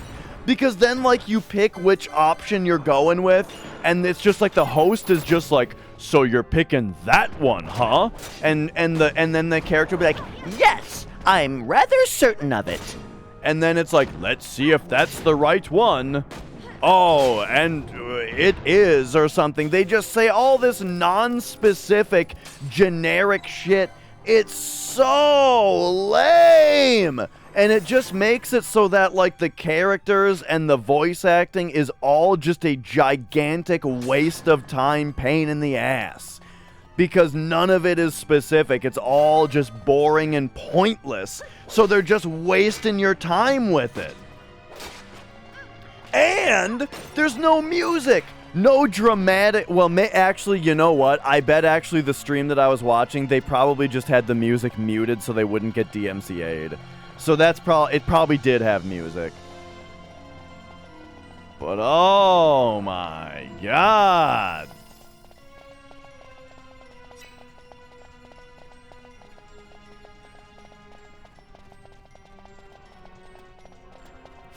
That's all. I just had to rant about that for a second. Where it's like, just give me the dramatic music and don't, you know what? Don't even voice anything. Just don't have me make a character, right? Give me like a picture of Regis on the screen, you know, and just type it out. Or just bring Regis in and have him fucking read all the questions, so that the questions can at least be read out loud. Actually, you know what? I watched an episode of Who Wants to Be a Millionaire kind of recently. And by kind of recently, Regis Philbin is no longer alive? Are you serious? I did not know that. What I was going to say is I actually watched an episode of Who Wants to Be a Millionaire kind of recently. And by kind of recently, I mean it was probably 6 years ago. But First of all, the show was only called Millionaire. They only referred to the show as Millionaire. And it was hosted by Terry Crews, which I thought was kind of a great choice. Terry Crews. I was into it. Let's go.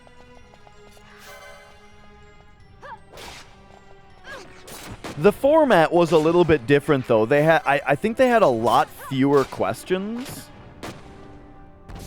And the,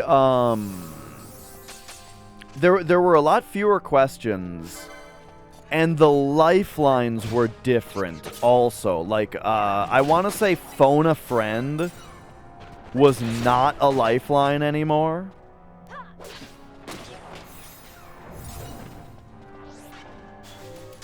But it was replaced by something more like modern.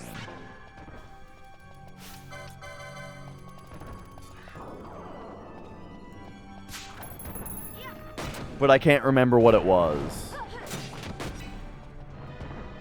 TikTok a friend. I can't remember what it was, but it had something to do with, like, yeah, I don't know, like consulting a knowledge base, right? Rather than like phoning a friend. I don't remember exactly though.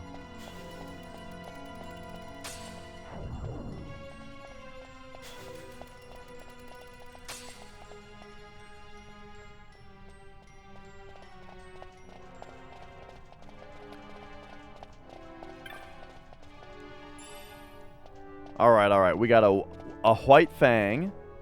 I'm actually a little... Oh, I get it. We have to trigger the green. Oh, look at this guy. I swear this guy wasn't here a second ago.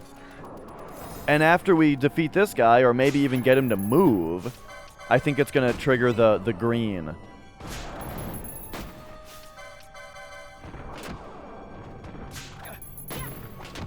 We are getting into like late game RPG. Like yeah. This level is 100% screaming. This is late game JRPG.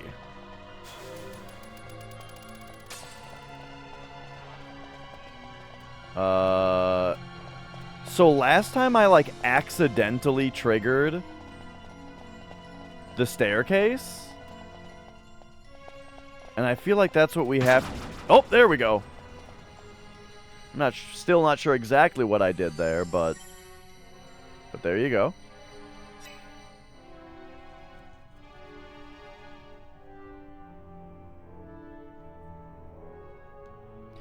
But I think I am gonna do a marathon stream this month, but it's gonna be a lot more stuff like that, like playing Who Wants to Be a Millionaire or something, because, you know, just something easy on the hands, right?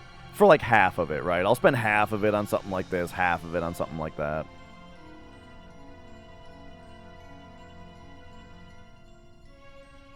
That's one big pile of shit. I can't shake the feeling we're somewhere we're not meant to be. Yeah, it's exciting. Exciting? You are not troubled by the unknown? Who can say what lies ahead? God, I hate every word that comes out of Vaughn's mouth. Yeah, I don't know what we'll find. I like it better that way. You're sounding more the Sky Pirate every day. Like, I don't know if I have ever in my life seen a video game character with less personality than Vaughn. Like, it's like fascinating.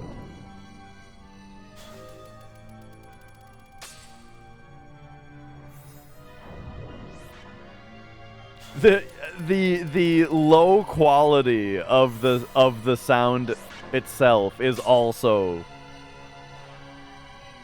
rather noticeable.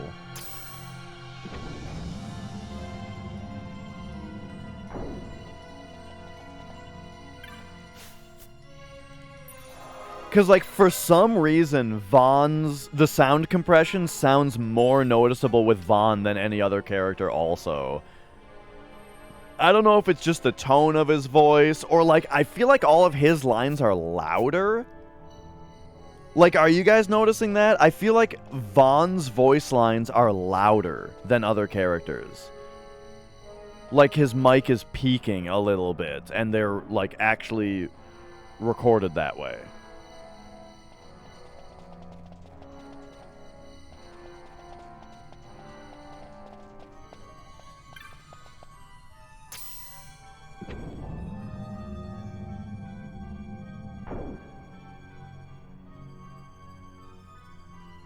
Right, or yeah, maybe it's the opposite, where, like, he spoke quieter, and so they had to, like, normalize him, and then, yeah, then thus you have, like, amplified voice, and so the noise gets amplified. Could be something like that, too.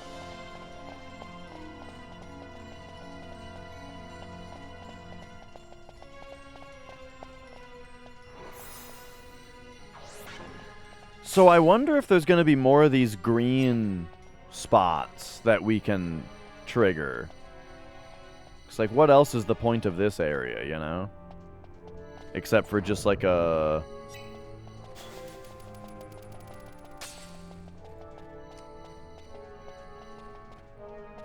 Oh, hang on, I'm getting...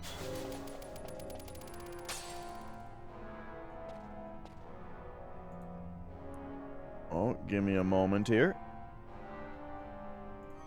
There we go. I had to mute a Discord server I didn't have muted yet.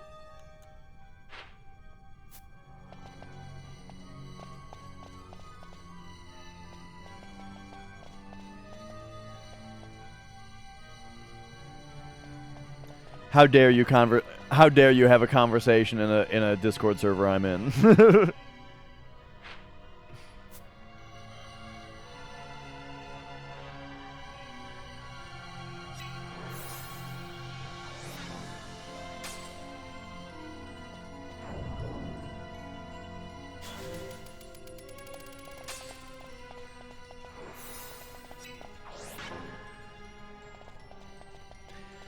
Yeah, I mean, the thing about it is that the reason I started muting all my Discords is because you can't... Well, I mean, I think I would have gotten there by now anyway, but originally the reason was that you can't set your phone, the app, right, the mobile app, you can't set it to only notify you of a DM.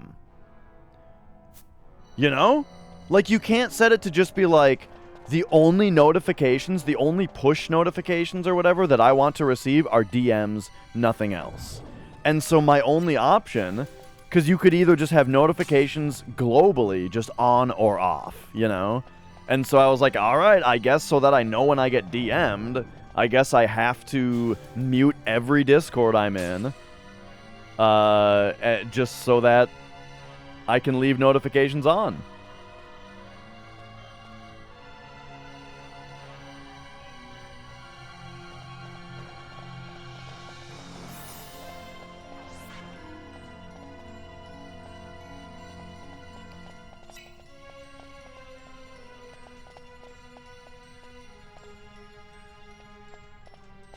Okay, interesting. What are we looking at here? So we came in that way. There's another door the other way, but it's not opening. The room is symmetrical.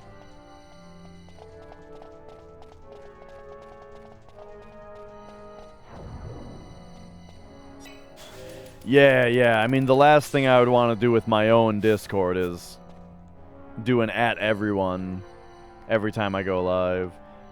However, there is one Discord I'm in where the streamer, Discord owner, does that. And I'm glad, because I just so happen to want to know whenever that streamer goes live. Because it's Popo.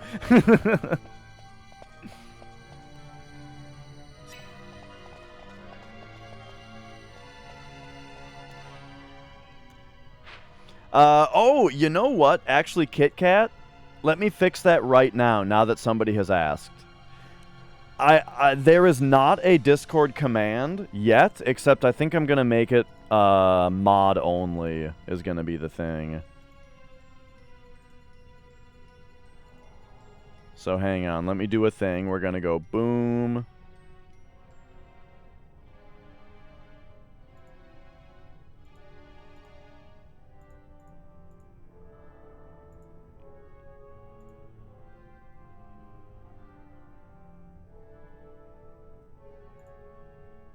Okay, there we go. Oh, no, Jimbo. It's totally fine. Okay, there we go. So I have created an invite link that never expires. And now we will go...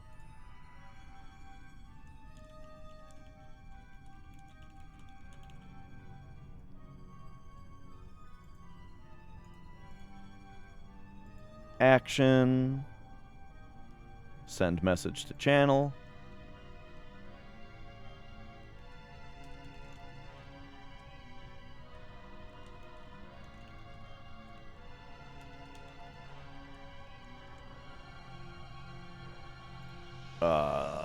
There we go. And then we go commands, add, moderators only.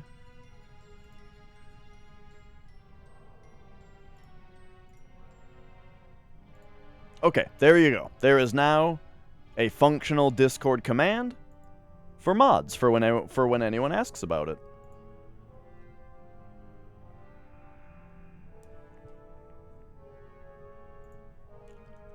Oh, there it goes. Bloop. Thank you, Kit Kat. All right. That's something I've been meaning to do for a while.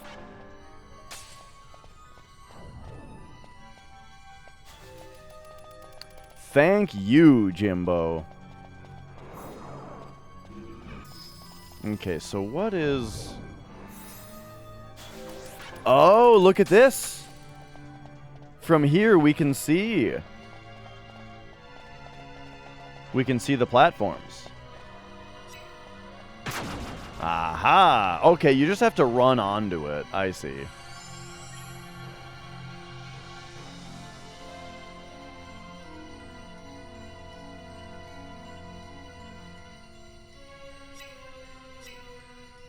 Alright, nice. Very fancy.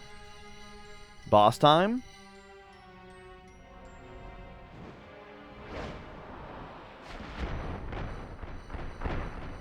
Alright.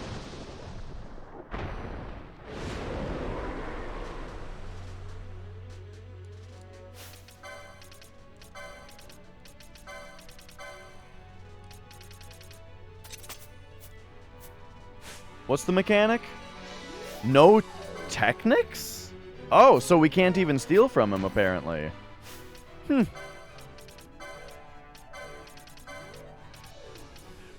Well, that's too bad.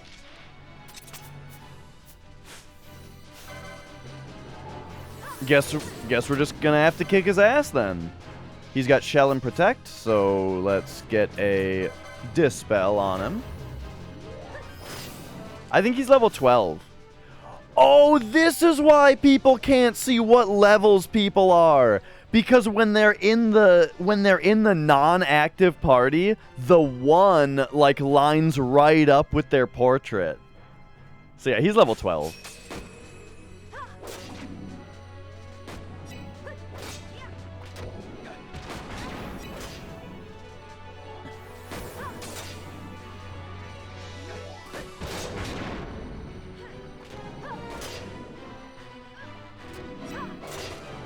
Hey, this guy's got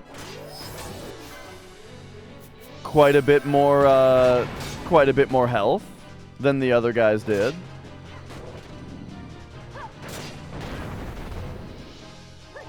Let's see how we do here. Okay, Ash got poisoned.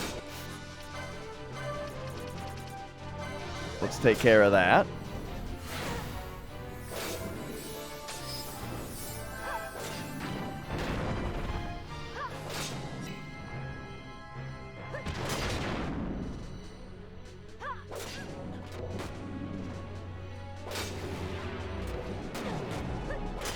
Ooh, Piercing Gravaga.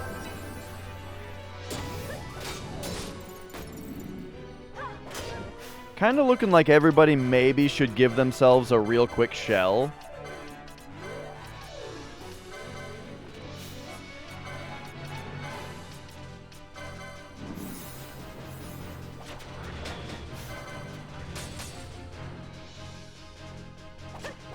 There we go.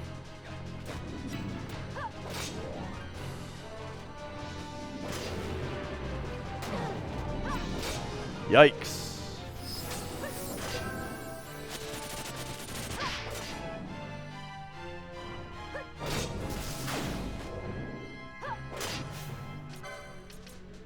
All right, let's get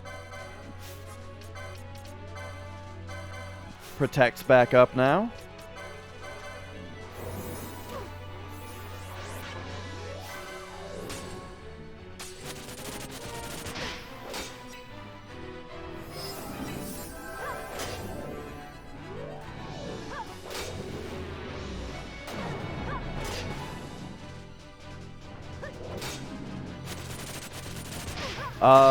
Okay, I was gonna say, if we get, like, Gravagood now, that would be pretty scary.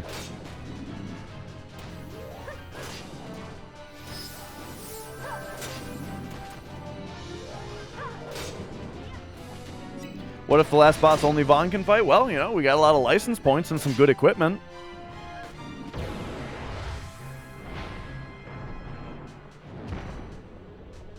Got him.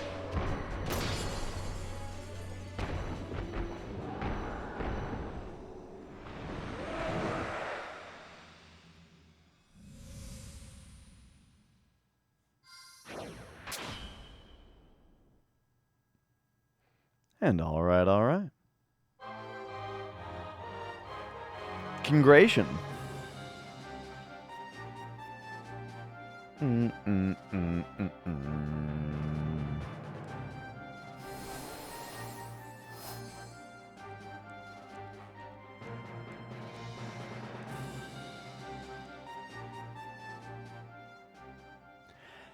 Congratulations is kind of weird.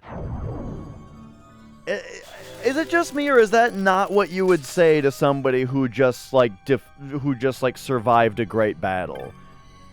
Shouldn't it be like victory, you know, or something like that? Congratulations is like they're all shaking each other's hands, like, hey, congratulations on that boss fight. I don't know, it's kind of weird. Congratulations on surviving is kind of what I mean. You know what I mean?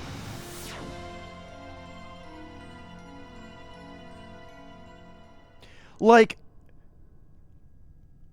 if someone is like a cancer survivor, right? You don't say congratulations to them. Congratulations is like you're having a baby or you're getting married or something like that, right? You like made a choice that is a big deal and you're acting on it or whatever, right? But just you survived a circumstance that emerged. Whoa!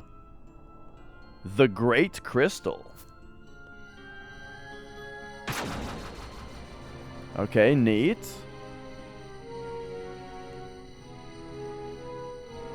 Yeah, this is pretty crazy. I wasn't expecting that we were going to a giant crystal. So this is where Dr. Sid, like, fucking juices?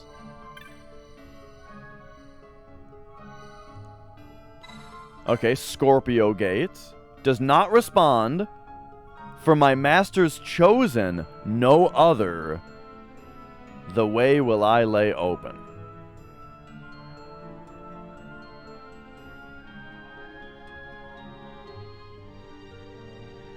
For my master's chosen. Oh, here come mom bombs?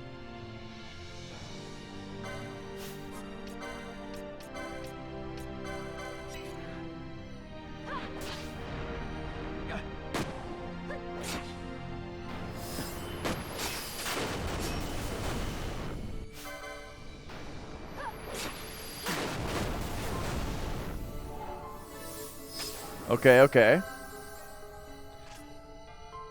Let's give us a moment. Let's see what's the other way. But my master's chosen. Perhaps one of the 6 people in the group is a Scorpio?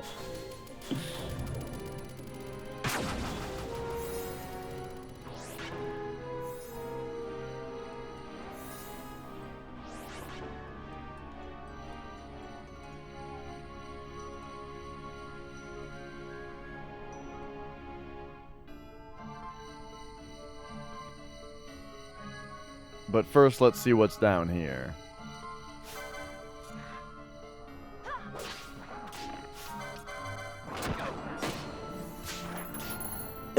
Excuse me.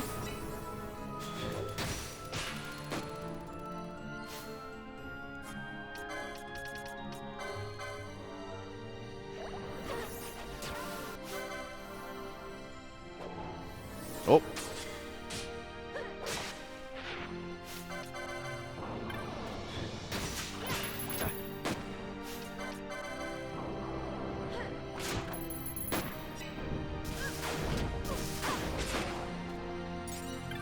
Alright. Let's try to get this treasure without putting this trap off. A black mask.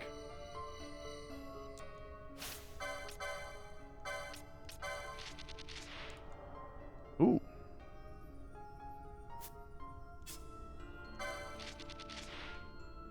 More magic resist, more magic power, a bit less vitality.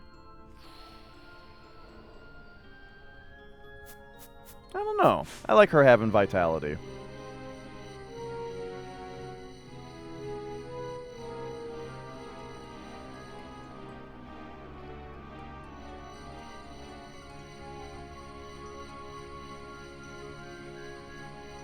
Alright, so my first thought about this Scorpio gate and its master is let's consult the manual real quick.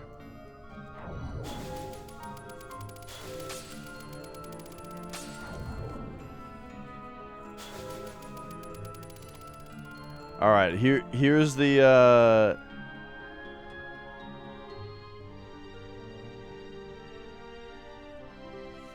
okay, the manual does not seem to say what zodiac sign the different party members are. Real quick. Oh, there is this status screen though that I've like I haven't looked at this screen in forever. Okay, hang on. I will be right back. I gotta run to the restroom. Sorry, Magic Buddy. I know you just got comfy in my lap.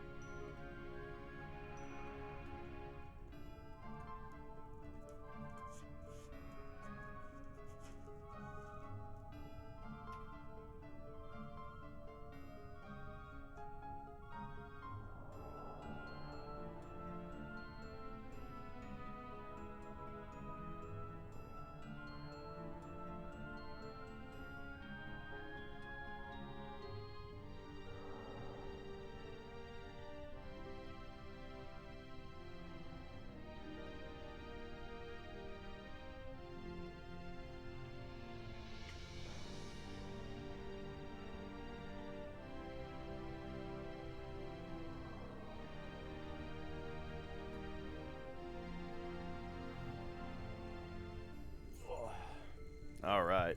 But yeah, it is the Steelbook Collector's Edition of Final Fantasy XII. Good friend of the stream, Moraine, actually gave that to me. He mailed it to me. All right.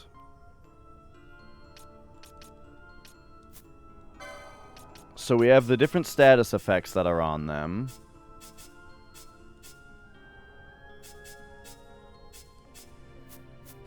Well, I think it's time for a little game I like to call Guess and Check.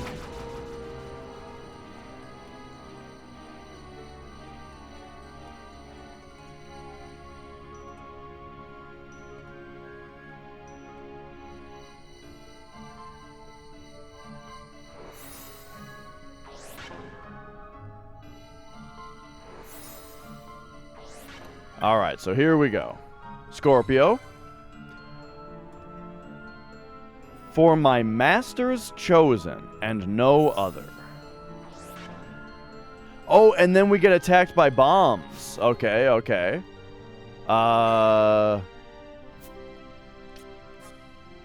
What if we hit them with water? Since they are weak to it. I don't think it's going to do 5,000. It does 100 damage and they're weak to it? Oh my god. Okay, hang on.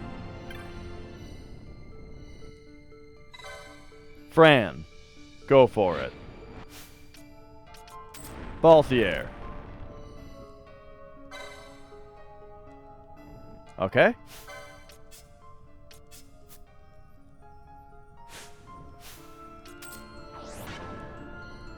Vaughn.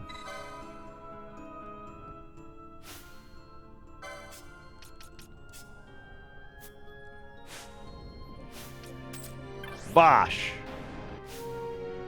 No, no, no, no. Bosch, no! Bosch, no! God damn it.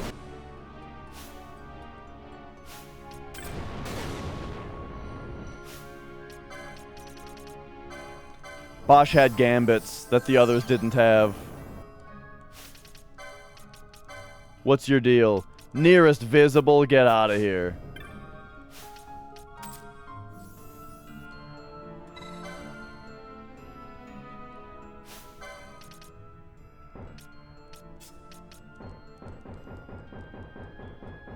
Oh, targeted characters, right.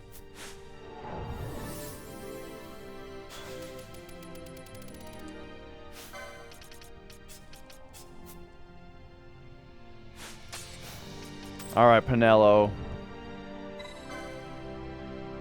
Oh, alright, alright. So that is not the...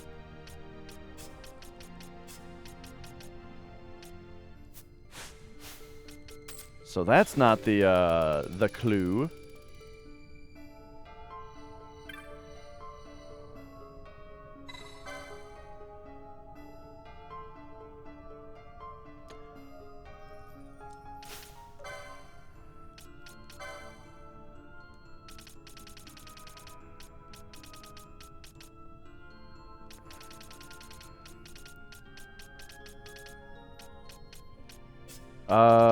Who's got Mateus? What do we know about Mateus? What do we know about this Belias guy?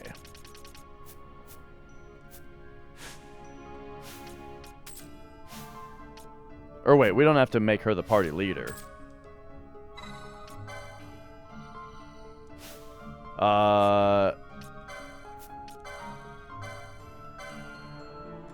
Give us Mateus.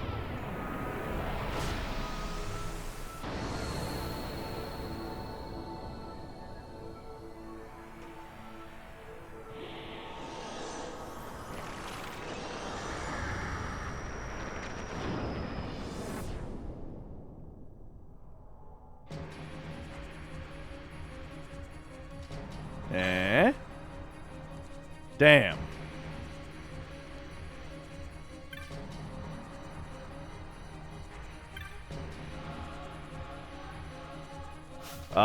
I guess we dismiss then?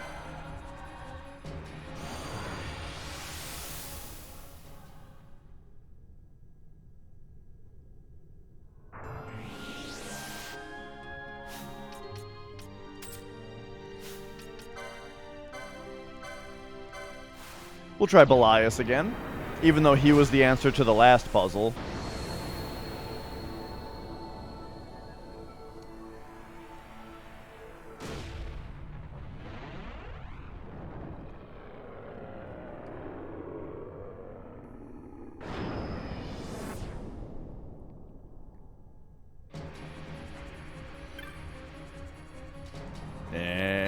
not? Okay, okay.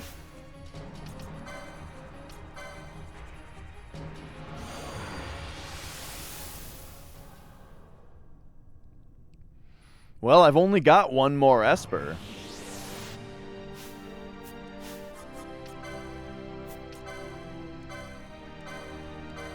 Have we seen this guy yet? Yeah, I summoned him once when I was looking for the Mind Flayer.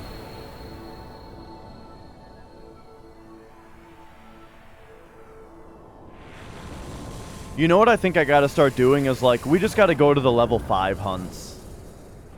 Man, this thing looks badass.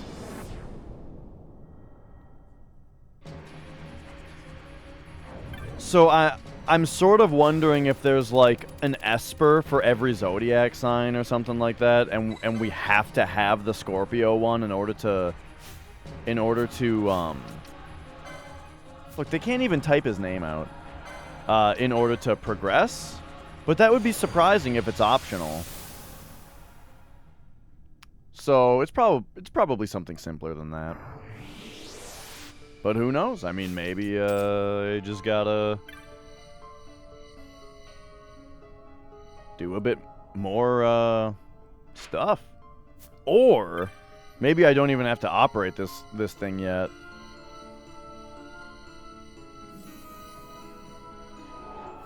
Like, maybe I am right that it's a specific Esper you need or something that's optional, but that entire thing back there is optional. I did not figure out the waterfall puzzle yet. We'll be back to it at some other time. So here's Gate Scorpio. This does appear...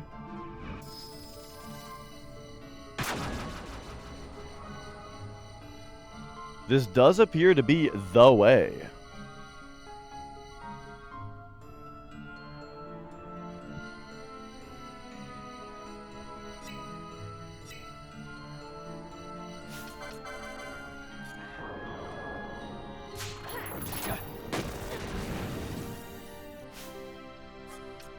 Wow.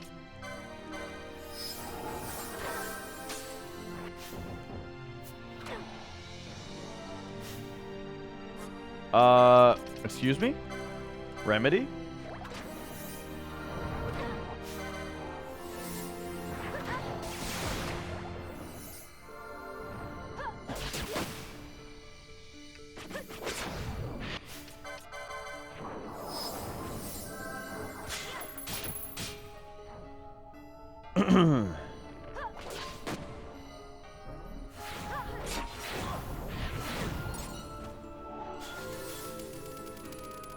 Alright, there we go. I do have stone on the auto list, right? Don't I? I thought I had a gambit for stone. Huh, I guess not. Oh yeah, it was just poison, blind, and silence are the ones that I have. And stone and doom were the two that I was, like, considering.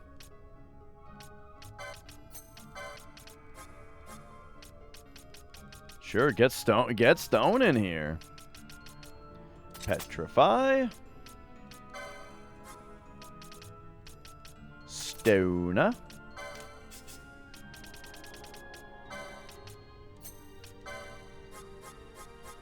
Petrify. Stoner.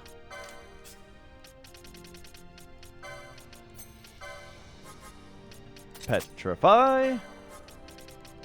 Stoner. There we go. Stone is on the list now.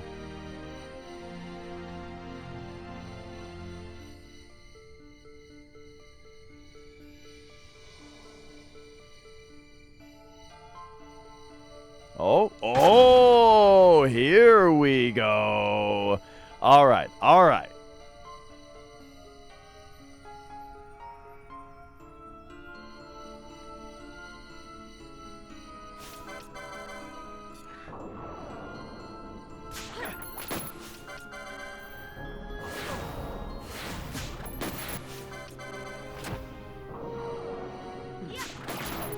Oh, come on. There we go.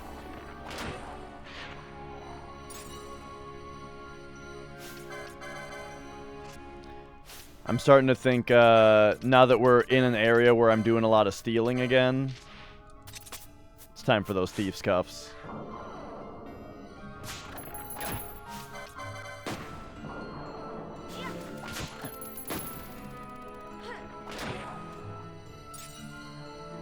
Alright, just one way to go from here.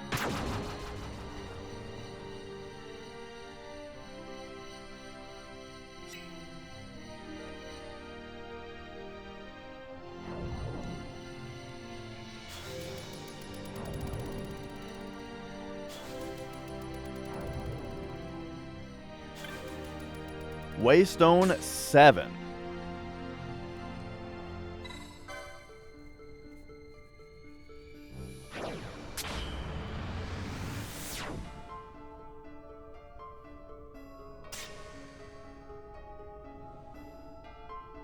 Oh boy.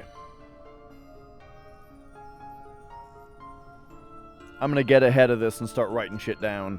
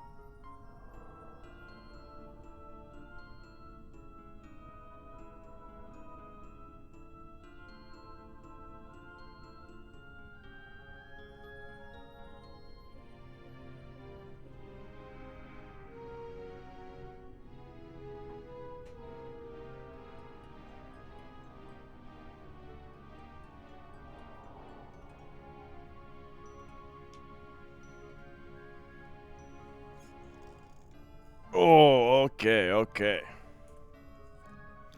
I can see that, Raz. I can see that.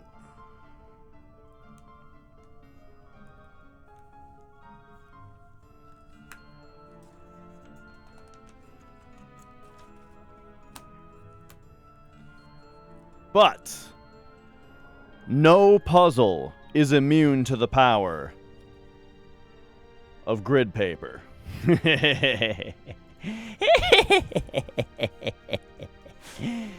Alright, so we've got, so 7 goes to 6. So we had Waystone 8. Waystone 8 went to 7. 7 goes to 6. Okay, and now from 6, there are 3 ways to go.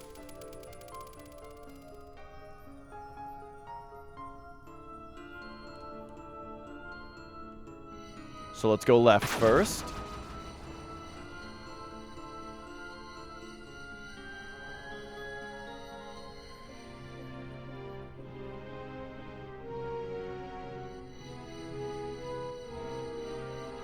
Oh, I should write down Scorpio lever. Alright, alright.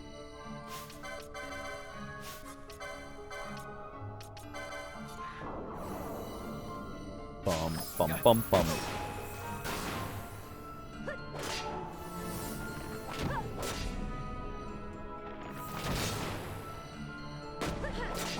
You know, instead of having my gambit so redundant, I could make it so that Balthier doesn't bother with status ailments and instead just, like, dispels, you know, a selection of buffs that the enemy has.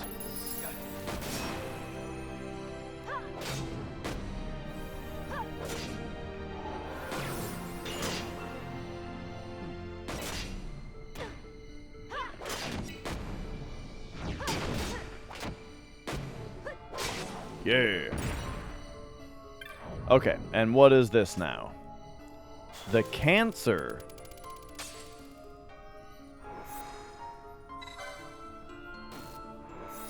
Okay. So, this way was Cancer Gate Stone. And then I'm going to exit because we actually got it, right? And then this way goes further.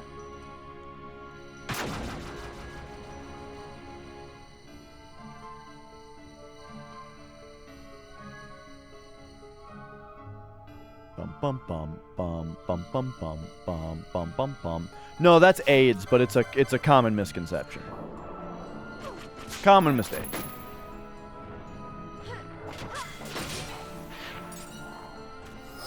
Stone, let's go.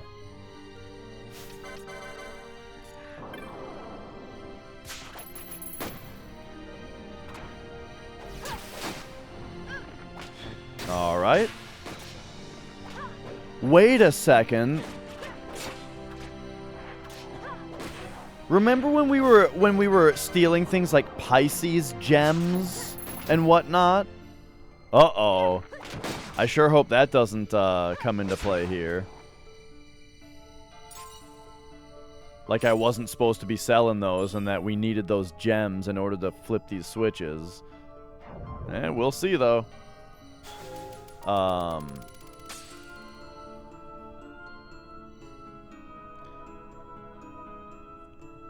Alright, let's go. Oh yeah, I'm in Caleb's channel all the time. Oh, it is 100% part of the experience, absolutely. I'm not saying anything wrong with it. The only time I generally don't watch him is when he's playing Pokemon, because I'm just not a Pokemon guy.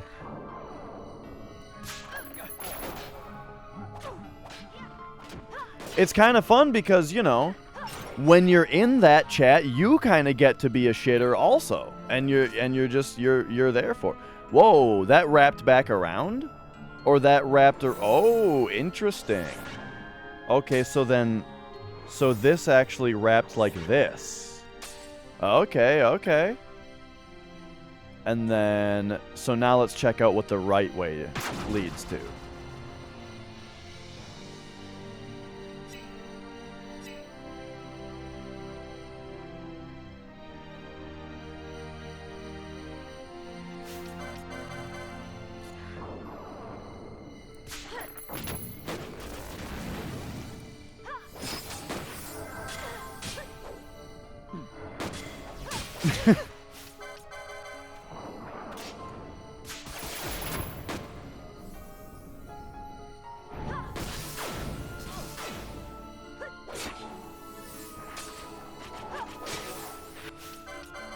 Yeah, see, I would be perfectly happy with that kind of chat, you know? Because it's something that you can play off of, you know what I mean?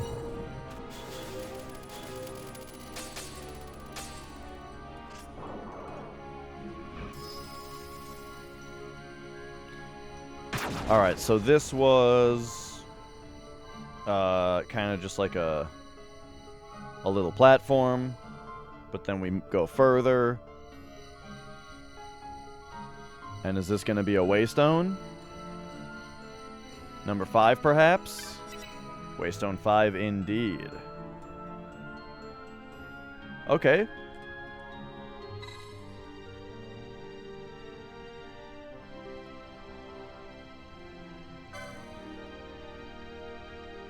Someone timed him out with bits.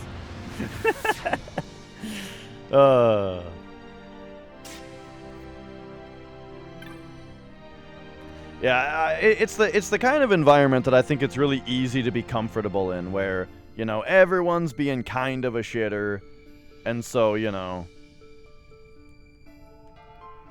it's just kind of very relaxed. Okay, so this is Pisces Gate. So 3 ways to go. The bottom one is Pisces Gate.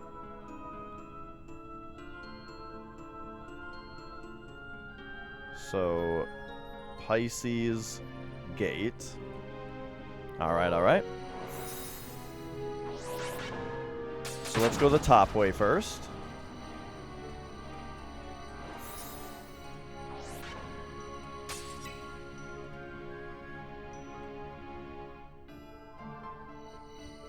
Oh, hey. We just finished the 69th hour of gameplay. I didn't even notice. I'm going to go ahead and like ignore these guys. Except I can't ignore them to grab the treasure. Okay, hang on. Leave me alone.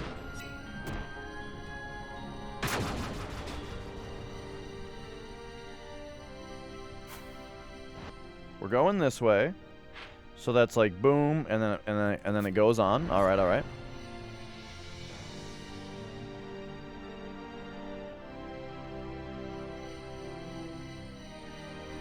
This kind of shit right here, this is my bread and butter in JRPGs.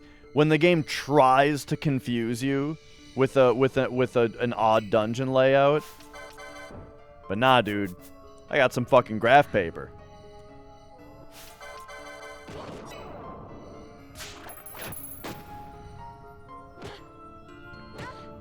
Oh, yeah. When we get to 69, that'll be nice.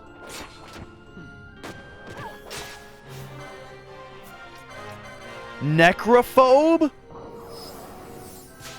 Don't gotta be such a fucking necrophobe about it, dude.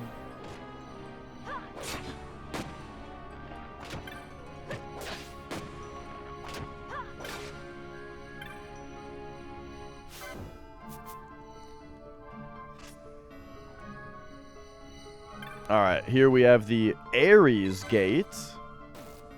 Okay, and it's done. So, Ares Gate Stone. Done.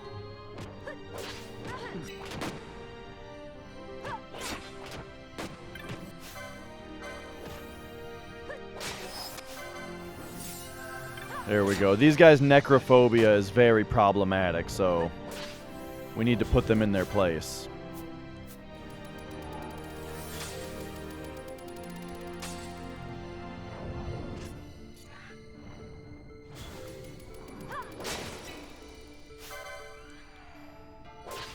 Oh man, have you guys seen that new Saints Row game? Boy, look, I haven't played it, but it looks like a pile of shit.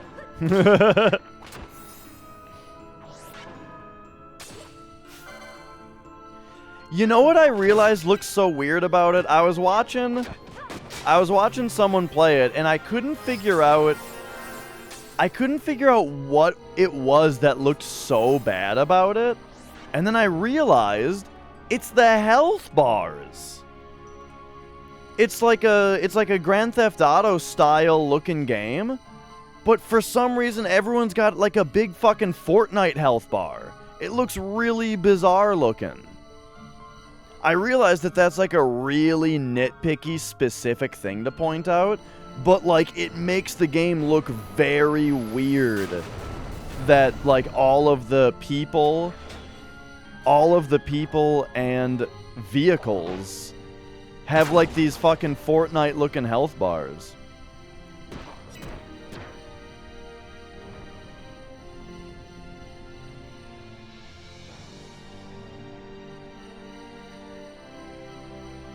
But yeah, the only I didn't play 4, but I did really like appreciate just how stupid they were going with it, you know? But the new one, yeah, like the new one seems to not, I don't know how to explain it, but yeah, like the new one does not have that same, like they're just taking the piss kind of feeling to it. And it's much more like Borderlands vibe. You know what I mean? Like, aren't we silly and irreverent? Rather than like actually being silly and irreverent. It's oh boy, it don't look good.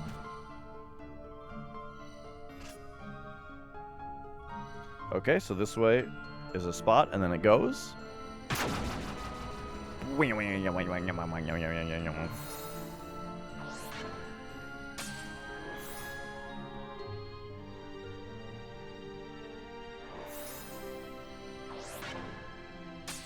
I wonder if I missed something at the number 7 gateway back there.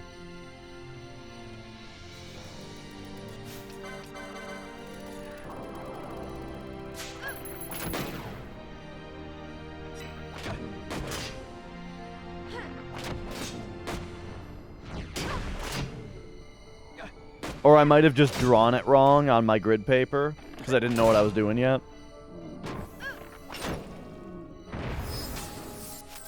Whoop. Whoop.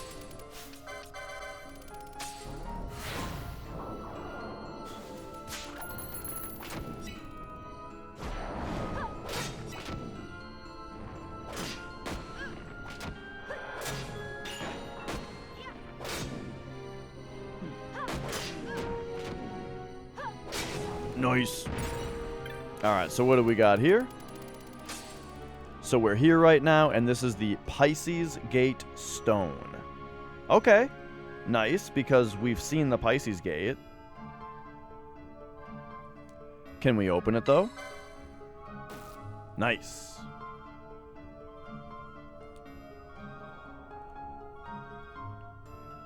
Alright, but this way continues.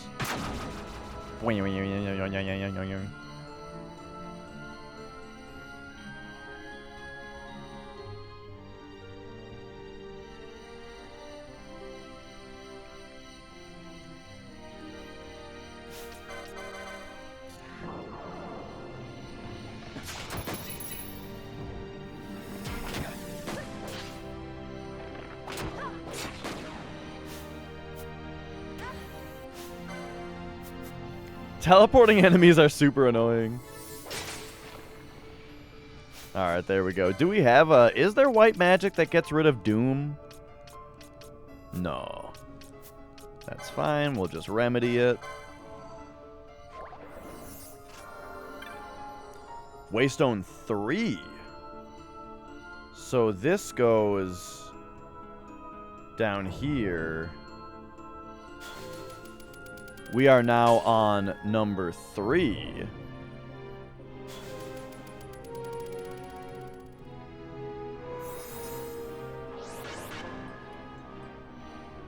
Which then has another way we can go, but also this probably brings us to 2.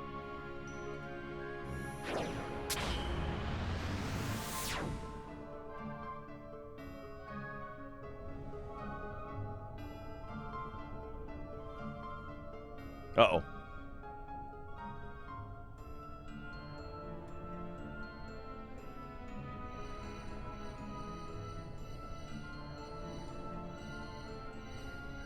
I've never seen this much mist. Are you all right?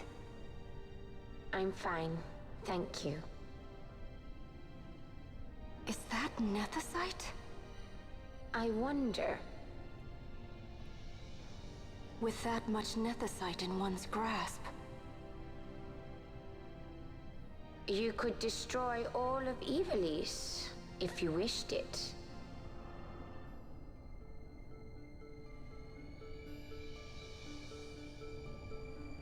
Okay. Indeed, Waystone. So this sends us down to Waystone 2. Let's go back up, though, because there's 2 more ways for us to go up here.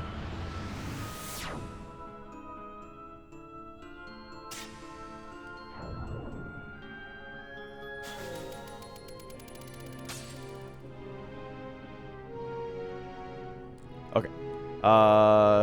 So here we go, Waystone 3. We want to check out what this one goes to.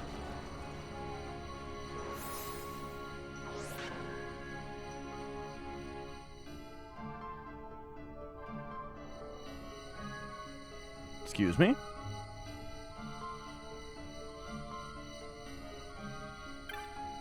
Waystone 4? Oh, that's the Pisces gate.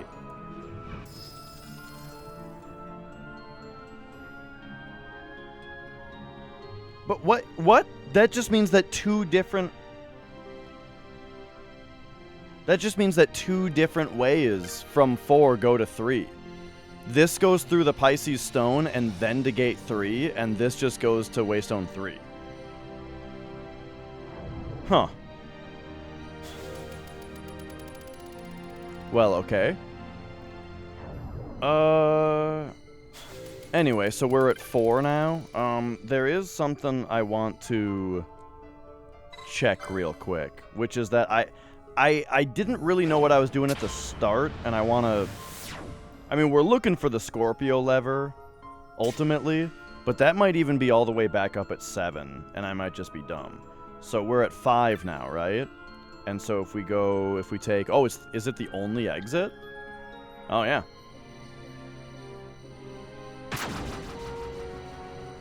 So this is going to go through 1 pod and then go to 6.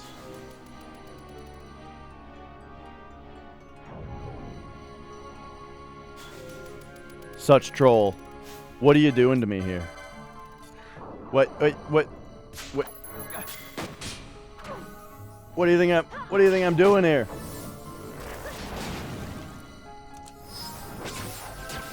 This shit's my bread and butter.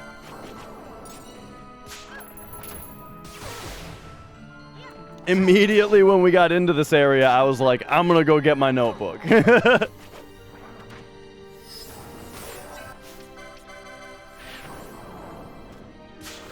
That's part of the reason I do the no hints tips thing too, is because it's like, so often it happens where it's like, yeah, I'm already doing that.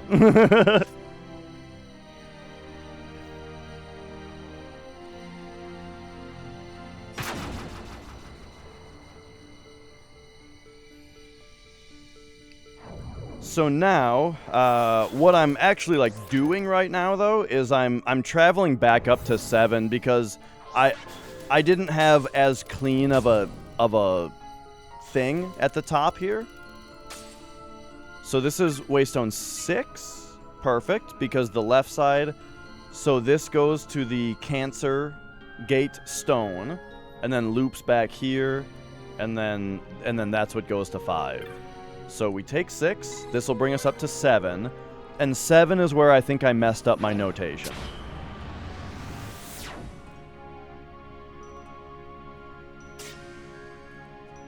Okay. Oh no, indeed, 7 does only go to 8.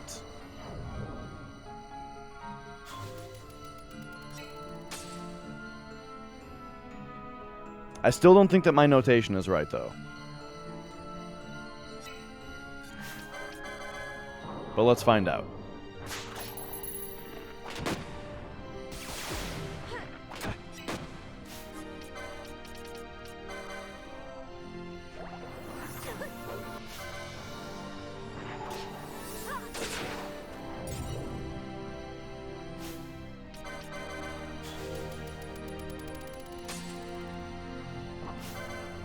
Oh, whoops.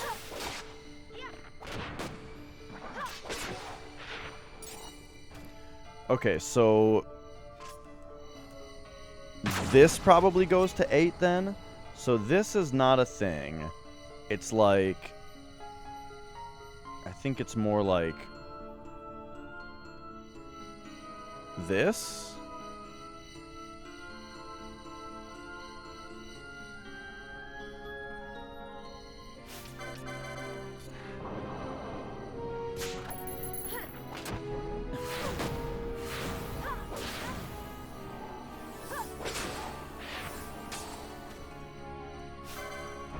Yeah, this is just weird because yeah, now that I'm comfortable with the area more,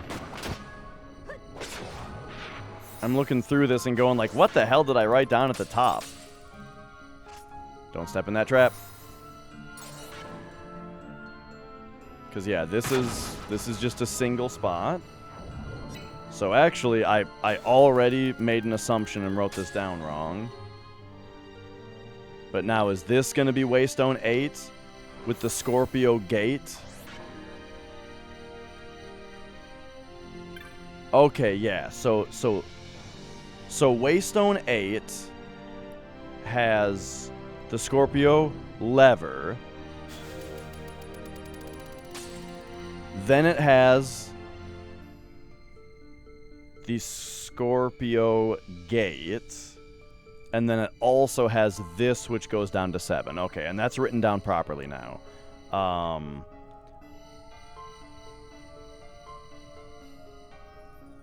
Okay.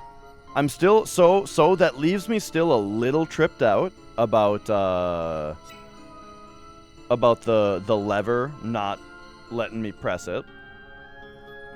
But... perhaps that will be understood in the very near future.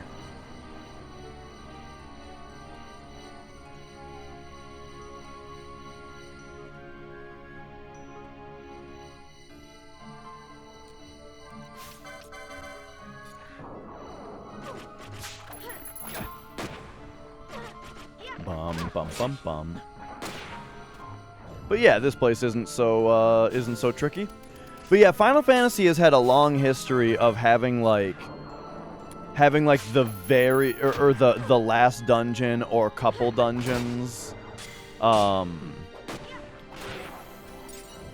be very tricky. Yeah, I'll definitely check out Zodiac Age.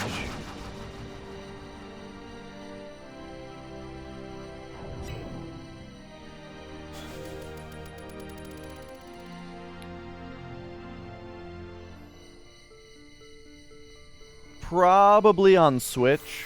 Maybe I could play it on the airplane to TwitchCon.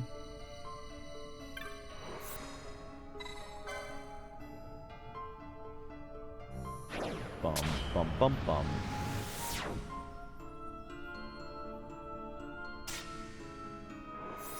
Alright, so we're at 6 now. And from 6, we take the rightmost one to get to 5.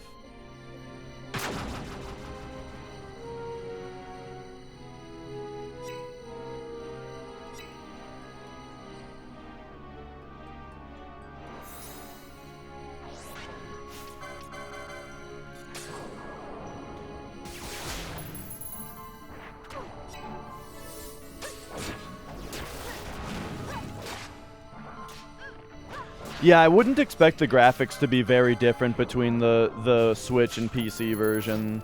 Like, I imagine the resolution's different. I wouldn't be surprised if the Switch version is 30 FPS like this one is, as opposed to, 60 on PC.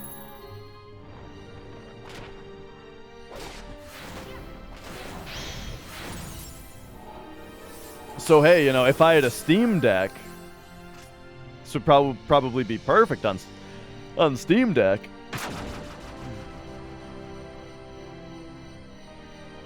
Alright, so now 5 shouldn't have any other ways to go. Only the PC version is 60? What? Wait, what? A remaster of a PS2 game on PS fucking 4 is 30 FPS? Why?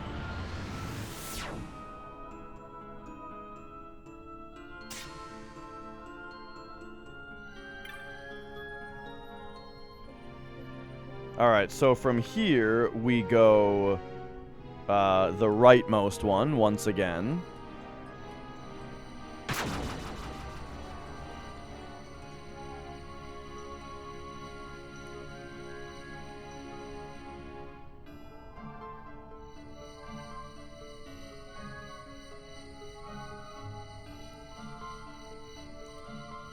Alright, alright.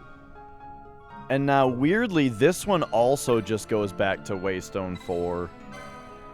If I wrote it down right, but I think I did.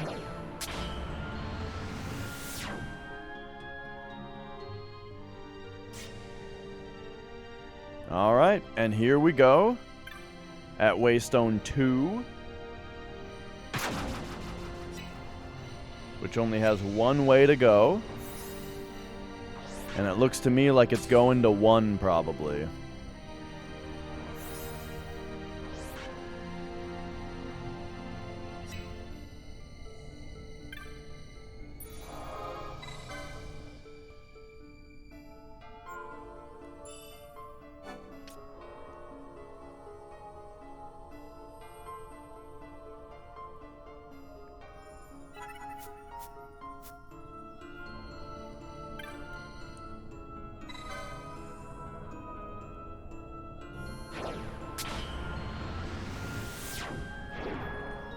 All right, here we go.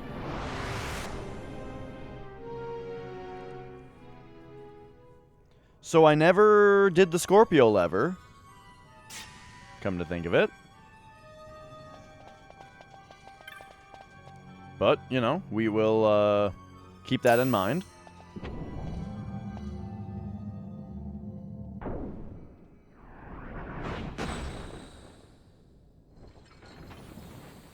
Hello.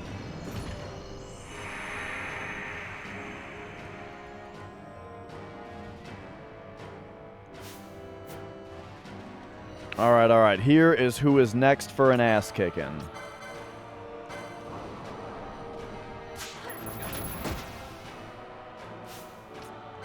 I'm not sure if that worked. We stole a Sagittarius gem.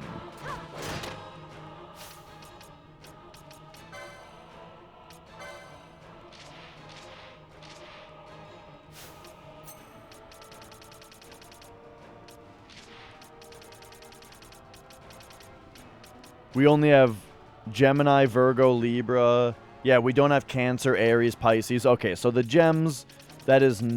I do not think that that is what was causing us to be able to pull levers. Okay, good.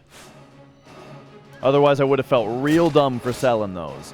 Oh, wow. We're kicking this thing's ass.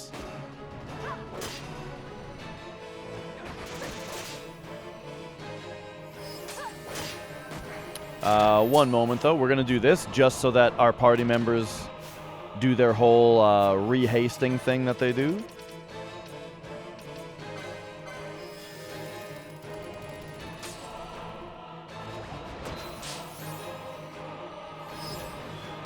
All right, protect, Vox, all this going off, haste, protect. Oh, shit!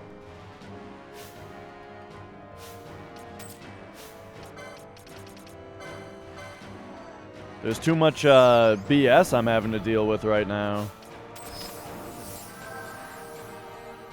Kiraga, here we go, regen. Oh, okay, so we've got... Ash has disease. We only have one vaccine. So I don't really want to even bother healing that. Because, you know, I only have the one thing. So I guess I'm just going to have Ash, like, maybe just stay away. Let's just, like, social distance from Balthier and Ash.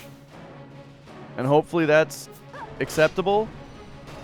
Is she going to Kiraga herself or what? What's she doing? There we go.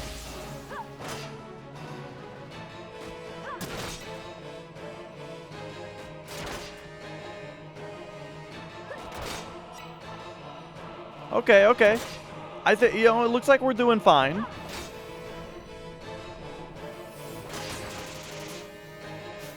That one move is concerning.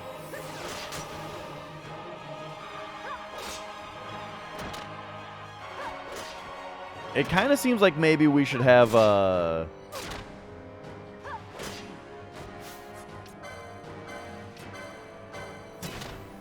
Oh, geez. I was gonna say, it kind of seems like we should maybe have Shell on everybody. There's a flare. Okay, beautiful.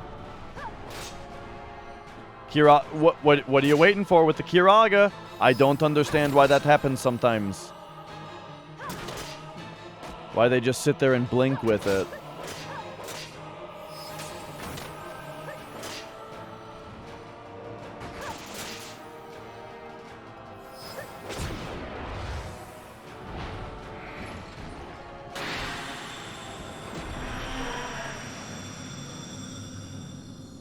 Got him.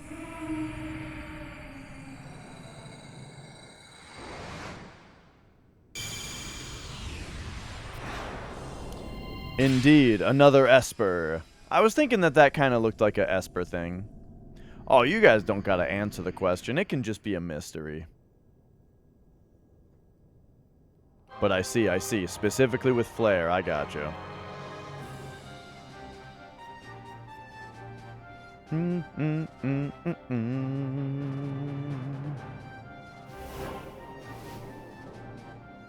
Shemhazai, the Whisperer. Cool, cool.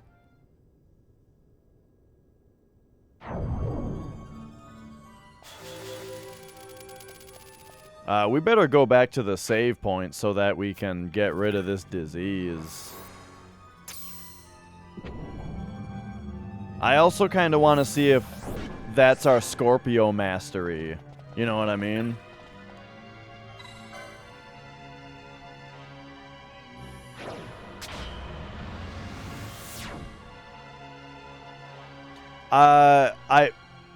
No, I haven't played enough 13 to know what you're talking about.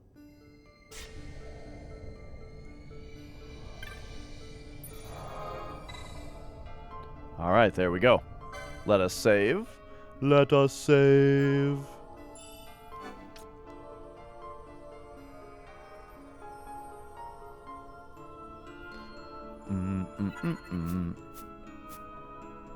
Okay, I think I kind of want to go licenses.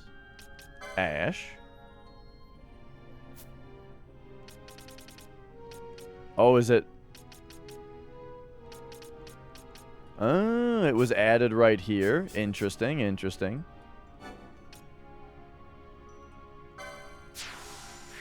Alright, I'm giving it to Ash. And then, okay. So let's real quick go back to that Scorpio gate. And see if it responds differently now that we've done that.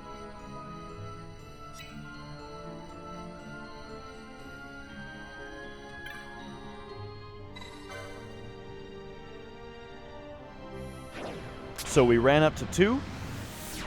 This teleports us to 3.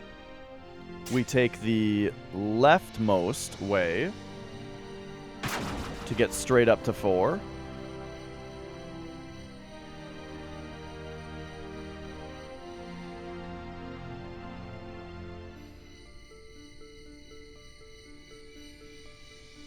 All right. 4 teleports us to 5. We take the only way out of 5 to get to 6.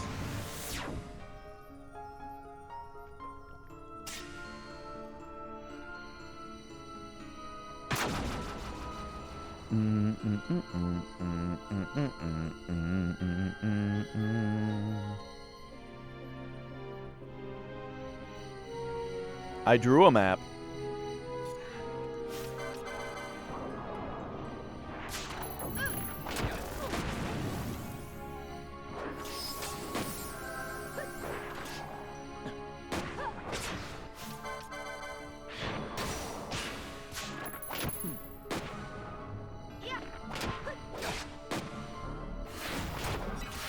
Whew.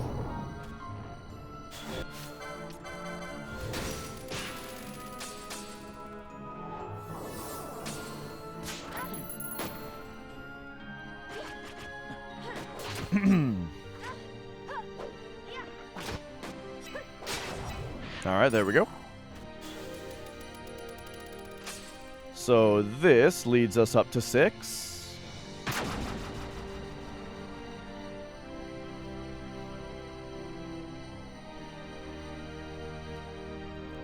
Yeah, during the PS2 days, we still had dial-up internet.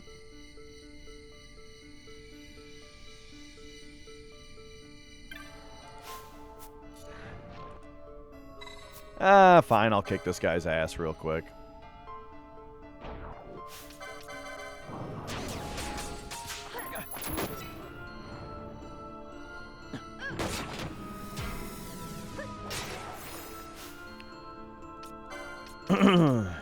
Undoom thyself.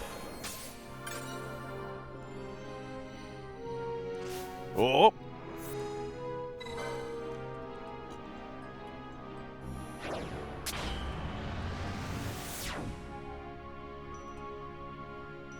So that was 6, so this brings us to 7. And the only way out of 7 brings us to 8.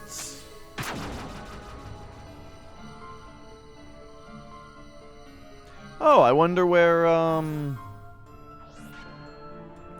Ash's MP went. Probably got blasted by an enemy. That's what we have now, Rixim. There's actually a local ISP installed fiber in this whole neighborhood, and now we have gigabit up and down fiber. It's a little more than $50 a month. We pay $70 a month for it. But, I mean, that's cheaper than we were paying Comcast, and it's way more reliable, and it's faster, and the support is better. Like, it's so nice. Like, here's what happened when I had a little bit of trouble, right? I was having a little bit of trouble with a disconnect that was happening every day on Twitch. It was like every day at 4:42 p.m., my connection to Twitch would sever for like 45 seconds and then come back. So I called them, and when I explained the issue, and like, you know, I dropped a couple words on them, right? I talked about doing a trace route, you know, and that kind of thing. And so, or like if a routing protocol was doing a reset or something like that, you know, I told them those words, and right away they just like linked me to their top level network guys to just talk with them, you know. I just like got a call 15 minutes later, right, from like the top level network guys just being like, all right, let's get down to it. And I had a direct, and then it was that guy just gave me his email address. So as we figured the issue out, I just had a direct line of communication with that guy, you know. It was perfect. Ultimately, the issue turned out to be Twitch's problem. My ISP, you know, they traced the routing all the way to the edge of their network, you know, to where it gets like handed off to where Twitch would have it, and everything was fine. So it seems to be a Twitch issue. So I also opened an issue with Twitch, which they never got back to me about. Until, well, they didn't get back to me for about a month, and then the issue just fixed itself, and then like the day after the issue fixed itself, I got a message from Twitch support saying, yeah, we looked and there was nothing wrong. So I'm like, all right, sure, there was nothing wrong. There wasn't a huge embarrassing issue that you very quietly fixed and aren't going to tell anybody about.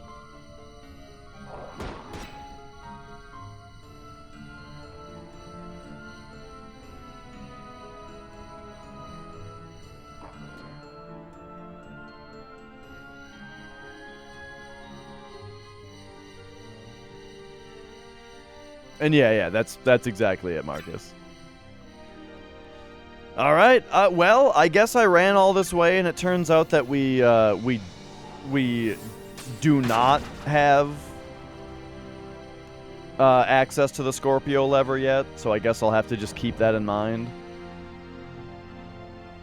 Yet another thing to just kind of remember.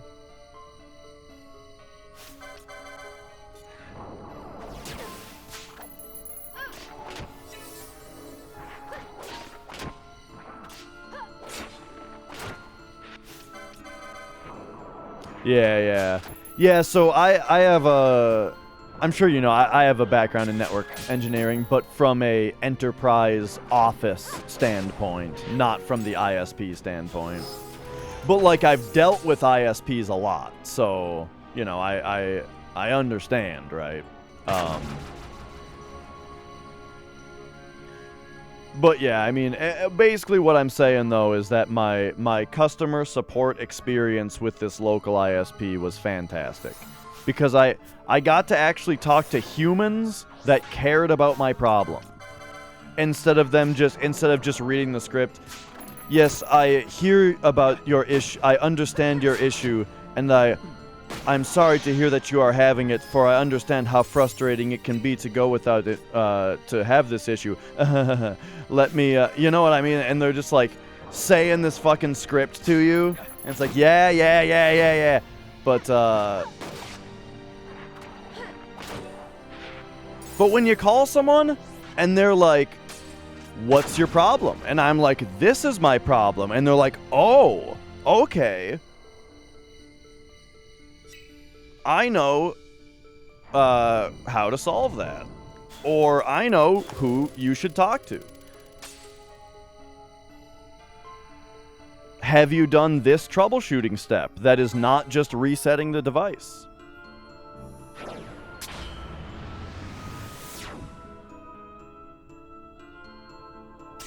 Hi, Mia. Hang on, where am I? Waystone 6. We got to go on the right.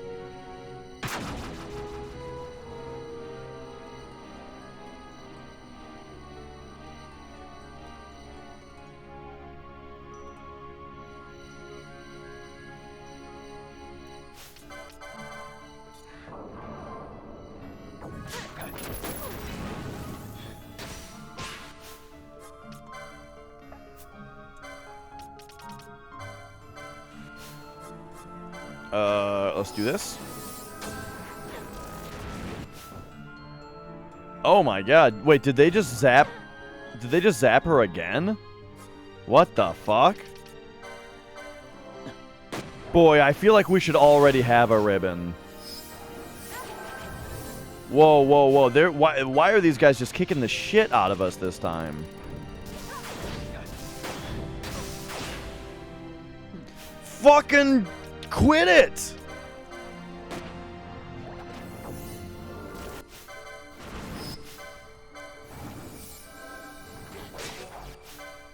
Oh my god.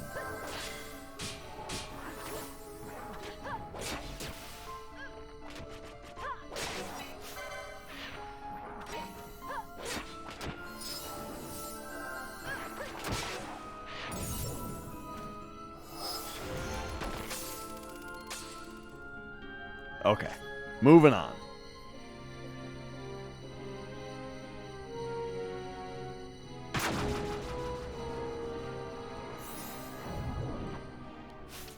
What if I do have a ribbon and I just never noticed?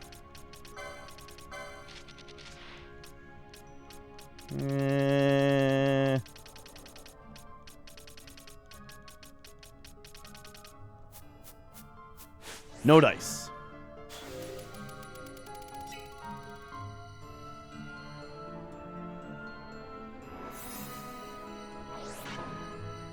Yeah, oh, like long haul for sure.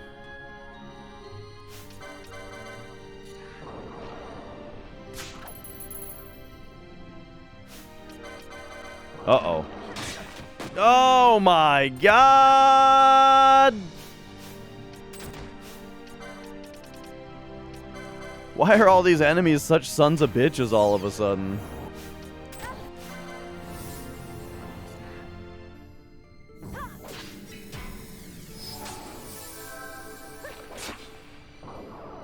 Oh, yeah, now he's teleporting.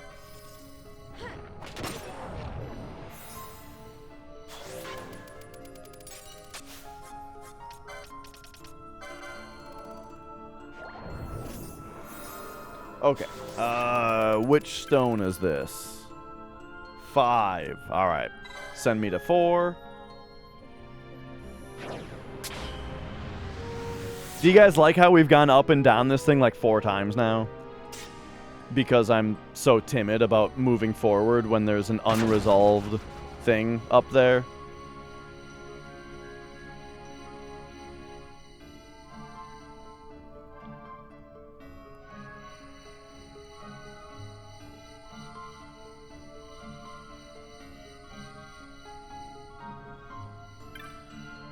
Let's see. 3 down to 2.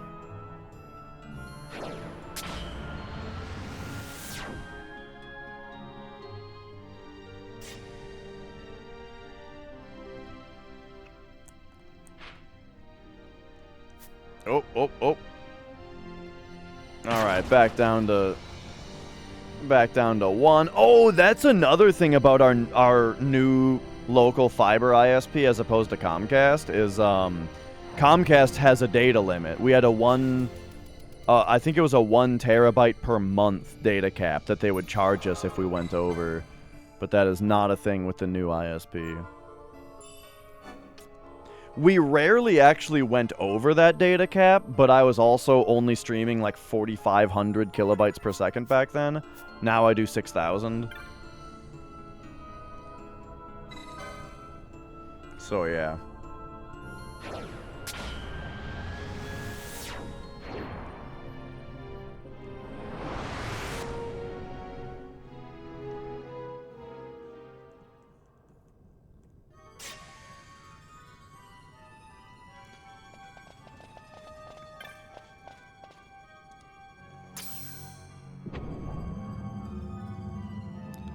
Alright, here we go. Yeah, I mean, I think the data caps is partly because they oversubscribe their switches, you know? So, like, if everybody was using all their data, then it would suck for everybody. So they scare you into not doing it, you know? Instead of not oversubscribing switches. At least that's kind of been my... That's been my assumption, right?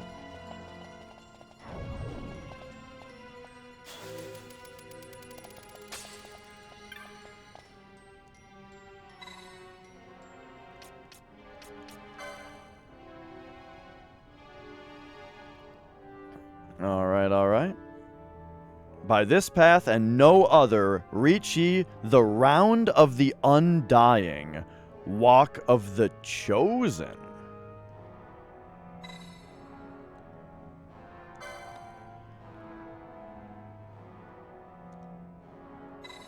Touch it.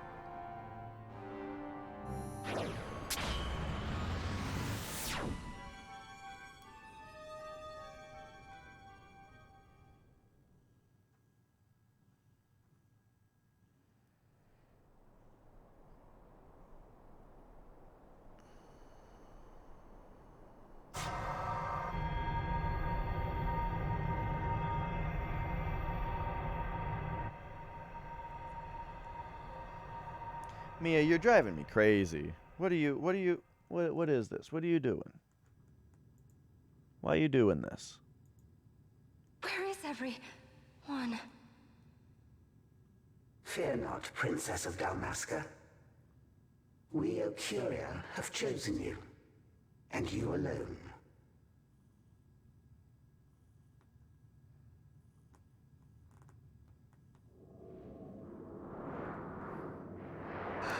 So this is the choosing that's gonna give us the ability to do the Scorpio lever, which I ran up just now to do. You know, I just wanted to see. Ashalia Benargan Dalmasca, we Benargan. see your heart desires power, and power most holy shall we grant. Seek you the sun-crest, slumbering star. In tower on distant shore, it dreams. The mother of all Nephesite, the source of its unending power.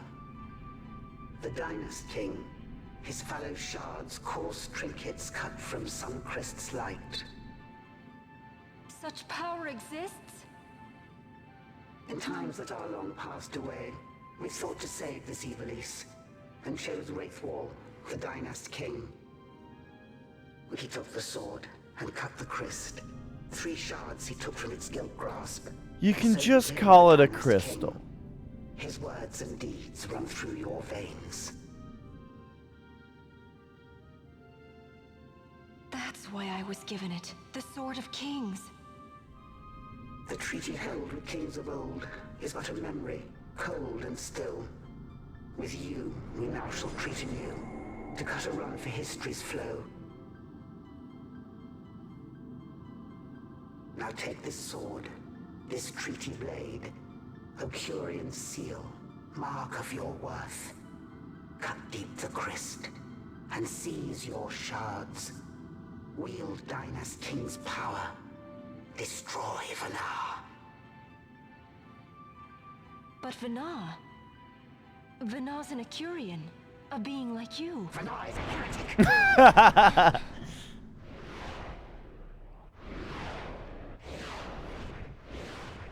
The Nephesite is ours to give to chosen bearer, or to none. The heretic trespassed, and set the rose of knowledge in man's hand. With imitations they profane. It is anathema to us. We give you now the stone and task. Administer judgment. Destroy them all. Judgment?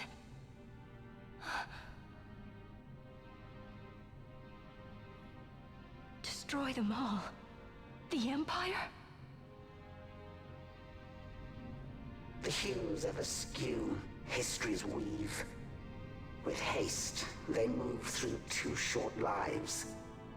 Driven to err by base desires, toward waste, and wasting, on they run. Undying, we Ocurian light the path for wayward sons of man. Oft did we pass judgment on them, so that Ivalice might endure. Eternal, we are history's stewards, to set the course and keep it true. The chosen is our hand, our fist, to let live some and crush the rest. Princess, you have been chosen. Take revenge against those who stole your kingdom. Fulfill your role as savior.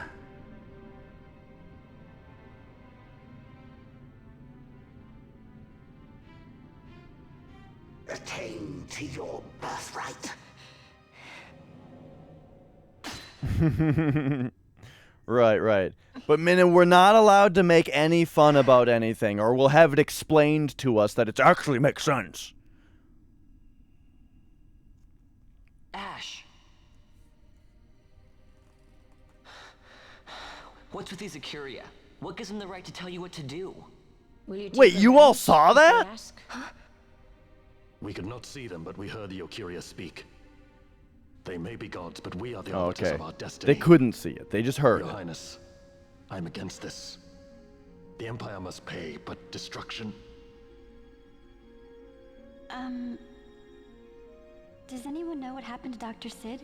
So this is the Wasn't he thread saying now. he'd be here? That was the introduction of when this gets into like like true JRPG territory, where it's like, okay, we're about to be ready to solve the issue that kind of initially came up throughout the whole game, but now we've Remember what he said?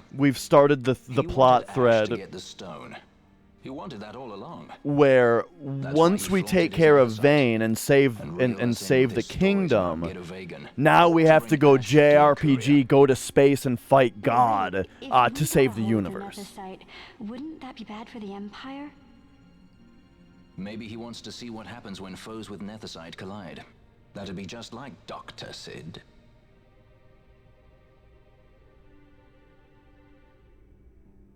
I will search out the Sun Crest.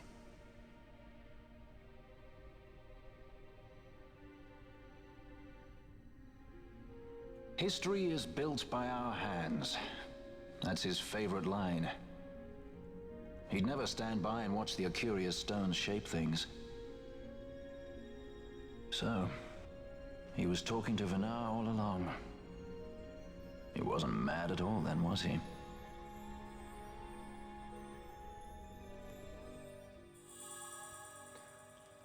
Okay, so they gave us another sword to go do some other silly thing with. Restore Dalmasca's sovereignty and make our amends with Lady Ash. It's the only way to avert war. It is a war of necessity. Your Lady Ash herself is bent on it. She desires it above all else. She will not rest until her revenge is full wrought. I fear you misread her intent. She would sooner shun war than embrace it. You are young, Larsa. And you presume beyond your ken. Then let us look closer. Judge Gabranth. I would have you seek after the Lady Ash and judge whether she makes overtures of peace or war. A judge. That's a good Yours word. I shall like be that the one. eyes of the Empire. And should I spy war, I am to put her to the sword. Is that your wish, Excellency? A spy. Adjudge It will them not come and to a that, spy. I'm sure. A I have spy. faith in her. Faith in you both. On you, Gabranth, shall I wager all our fortunes. As you will.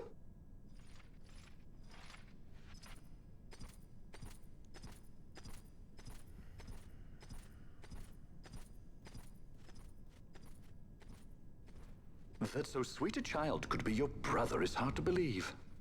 Larsa is as he should be. What's that, Venar? Ah, taken the bait already, have they? Splendid. The Ocuria have given the princess her treaty blade.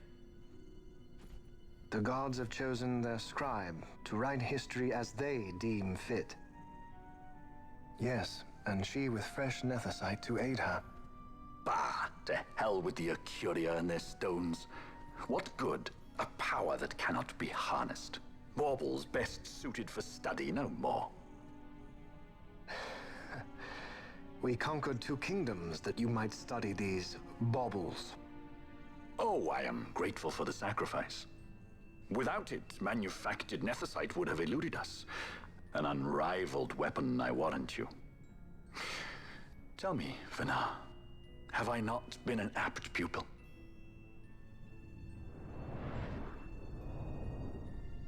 My counsel did but guide your able hand. Through power of man, the stones did you perfect. Yes. So much accomplished in 6 fleeting years. Man's fervor or all obstacles prevailing. Our lives are much too short. You undying might waste long centuries away, but we, I fear, cannot. Just so. Had we more time, we might have availed ourselves of more prudent measures. Your greatest work still lies before you.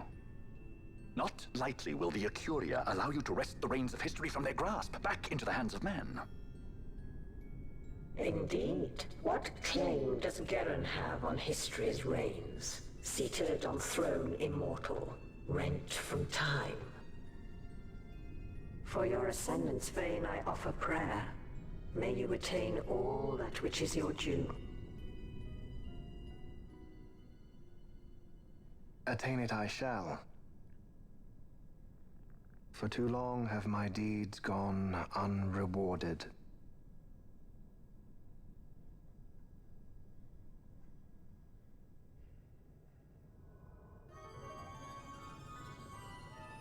What's 13 and 6 and 7 and 9 IHQMD? In tower on distant shore dreams the sun Christ.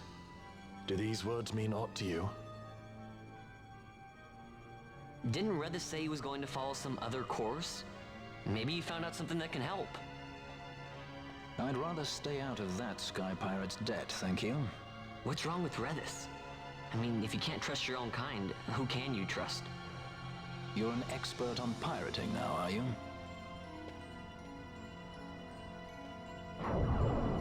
Oh. Alright, alright. Oh, I see. Yeah. Nah, I wouldn't say in 7. In 7, you fight the alien who came down on the meteor, and then you fight Sephiroth, who you kind of start out fighting. So I don't think 7 fits the bill for the teenagers fighting God thing. Because specifically kind of the trope that I'm talking about is where it's like the game has a certain villain, right? A certain villain who is somebody that you see, you've seen them speak, you're chasing them around for a lot of the game, you know? And then at some point, 80 to 90% into the game, you either defeat the guy that you've been after the whole time, or something more like this, where like another plot point is revealed that gets into territory of like, all of a sudden it's like, oh, actually the strings of fate are being pulled by this crazy, you know, like interdimensional being or something like that, you know? And now that's your actual last boss. You know what I mean? Yeah, I didn't see it, Rixim. But you know what I mean, though?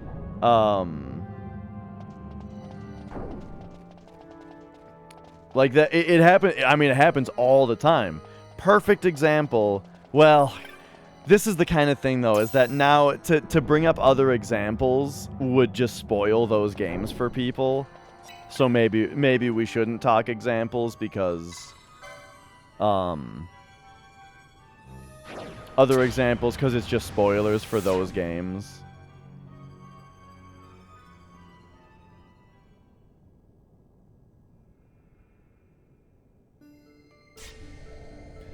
No, I don't think so, Jolly Rogers. I like if you get to the last boss who is somebody that you've been following the entire time, and then they just like transform into like a crazy being, that doesn't count, right? That's something else. I'm talking about when like this other thing is introduced way late game. That's a huge stakes up kind of thing. You know what I mean? I'm going to give an example. It's an example that a lot of people have played and are very familiar with. So like, so this is technically going to be a spoiler if you've not played this game, but it's a very, very popular one that you probably have. Persona 4 is a game where the entire time you're trying to find the killer, right? The entire game is about you trying to find the killer. You know? And then you find the killer. And you defeat the killer. And then it's like, oh, now it turns out that apathy syndrome and the shadows and all this stuff is actually this big fucking eyeball god. You know? And then now we gotta fight that thing. Oh, and then it turns out it's Izanami pulling all the strings. And now we have to go fight her. You know? And it's like, the first 95% of the game is you trying to figure out who the killer is, you know? other Shin Megami Tenseis like Nocturne Strange Journey, those don't really count, I don't think, because I feel like the whole thing about you trying to fight God, that's like always the thing in Shin Megami Tensei. Nah, Shin Megami Tensei doesn't count. You're always going to fight God in those games. That's like the whole point of those games. Hang on. We're on 3, so we go in the left one.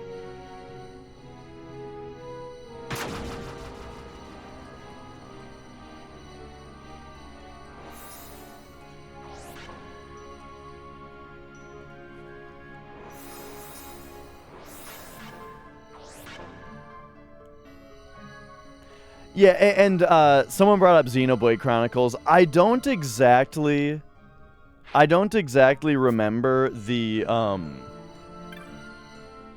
like what the plot thread was with Xenoblade Chronicles, but yes, I do remember that game also doing that thing.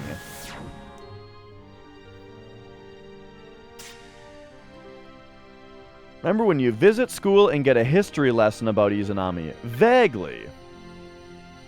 Because, yeah, I mean, in Persona, they love to use the school lessons to kind of teach the game's overall themes and foreshadow later stuff a lot. Yeah, they love doing that. Yeah. They always do that. I actually really like that about Persona in general, the way that they, like, foreshadow later plot threads with, like, you know, innocuous-seeming classroom lessons.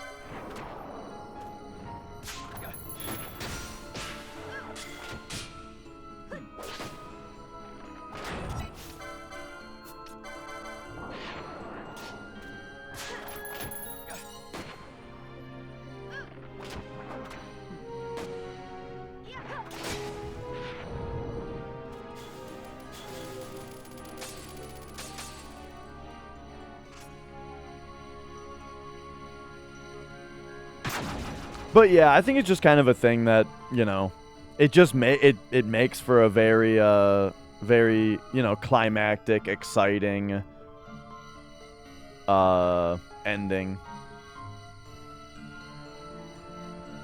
Well, there's Jacked, Derek, but then you fight Yu Yevon after.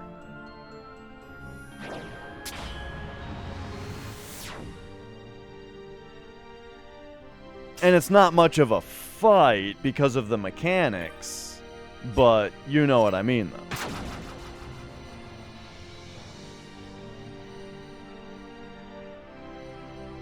though. Also, the Jekt fight itself was fucking awesome. Like, that was such a good boss. Oh, man.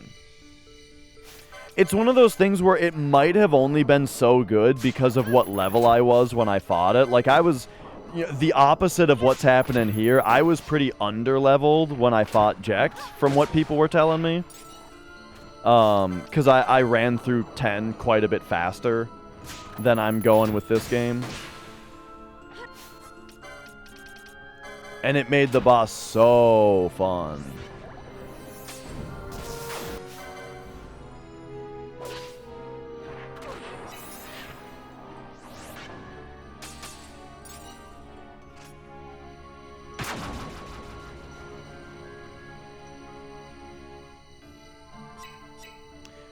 Man, I wonder if the Scorpio lever is basically just gonna, like,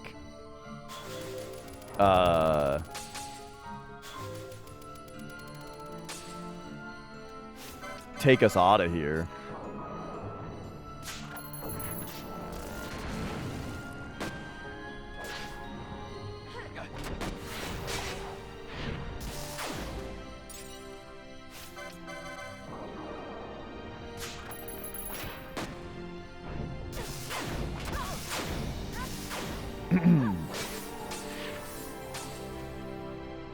Alright, there we go. Oh, you know what I haven't looked at? That sword that they just gave us. The Treaty Blade. Oh, yeah. Two-handed. Not very strong. Yeah, I expected so.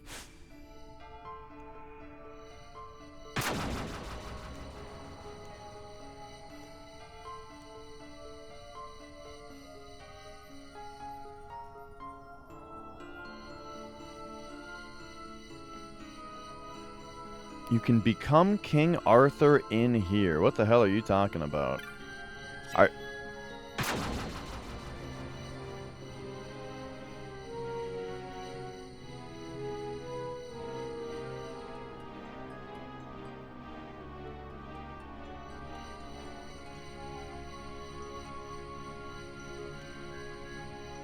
If you're spoiling that the treasure for doing all this is that we get the Excalibur weapon, I wouldn't be super pleased about that.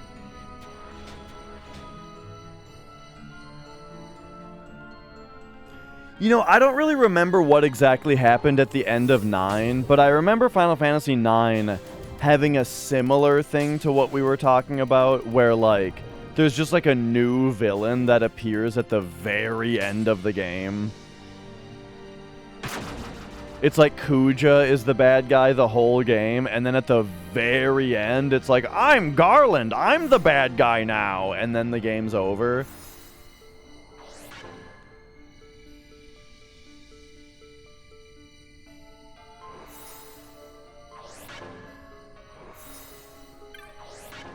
Waystone 9. Okay, so Scorpio Gate. This goes to 9. I'm so glad you can spin the camera on spots like this.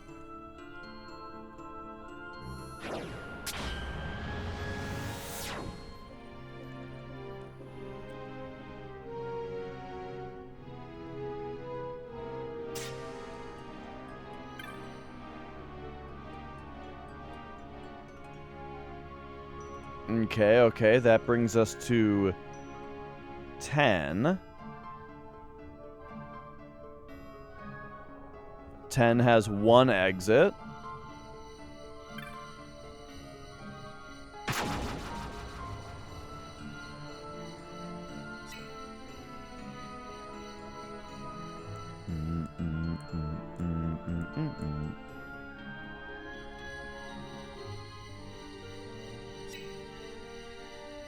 Yeah, I don't even remember the end of 9.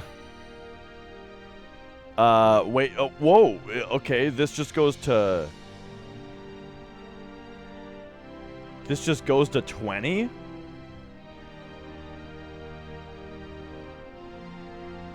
And then we've got, oh boy, okay, so the real dungeon just started. So there's 1, 2, 3, 4, 5 other ways to go. 1, 2, 3, 4, 5. And then also, presumably, this Waystone actually...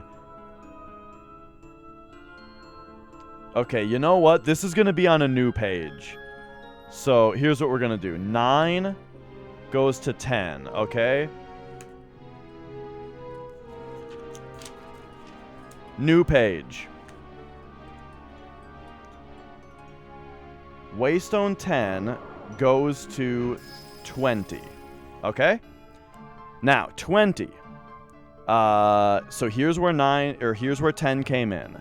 So to the right of that, so it's gonna be like 1, 2, 3. Yeah, so like 1, 2, 3, 4, 5. This one is Sagittarius 2. Sag 2. And then it's open, open. Wait, so that was to the right. Wait. Fuck! No. That's not Sag 2. This is Sag 2. And then 1, 2, and another Sag 2, and then where we came from. Okay, there we go.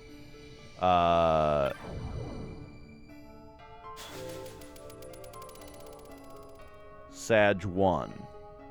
Alright, got it. Now, where does this actually teleport us to, though? Okay. Okay, so let us go this way first.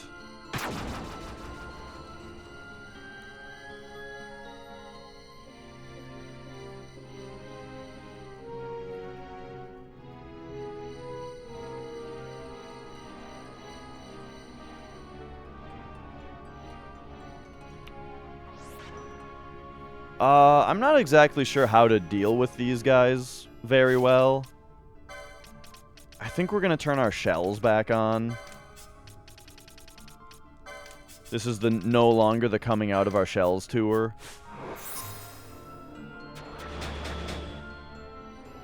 But, like, I think that these guys are all going to blow up.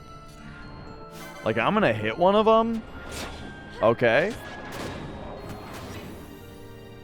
And now they're all going to start exploding.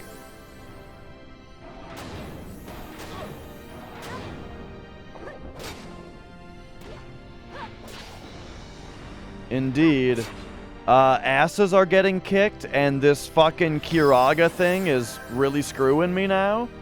Okay, mass destruct. Alright, let's get out of there. Let's get out of there while they all explode.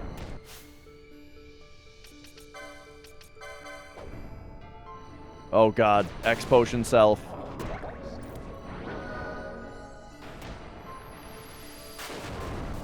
Jesus Christ!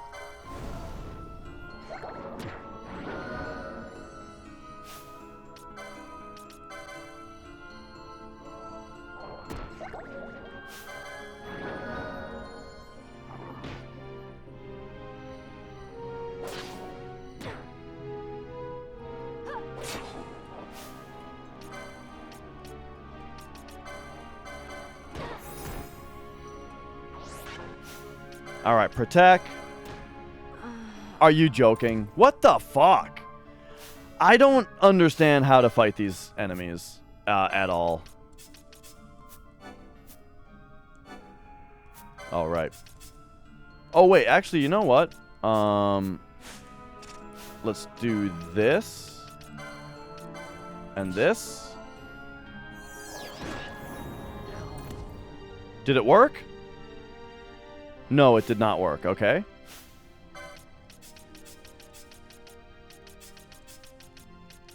So I think we need to do this.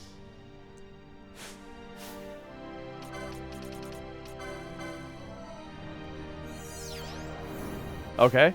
Now, Ash needs to do that. Okay, okay. Now. Oh, boy.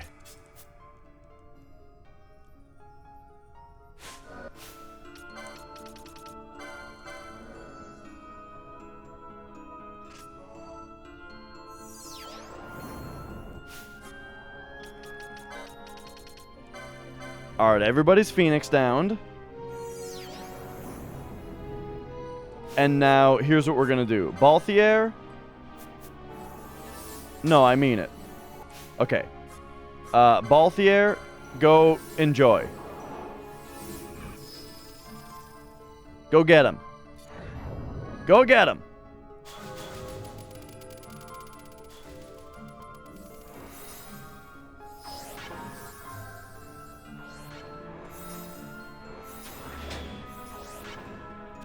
Okay, Fran also. Go get him. Wait, do I have to tell Balthier to keep attacking? That's right. Fran, I thought I told you to go attack him. Why? Why do I? Okay. Here's what we're gonna do. Kiraja, you attack. You attack.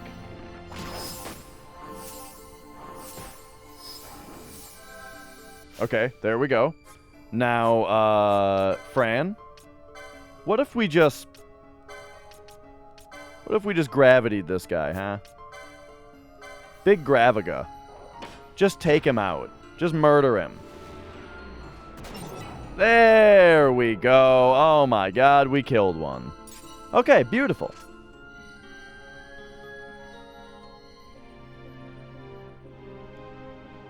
So this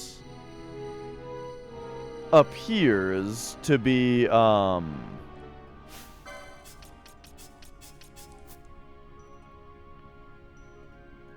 I gotta, are you guys still arguing about which Final Fantasy villains are stronger than other Final Fantasy villains in different games from each other?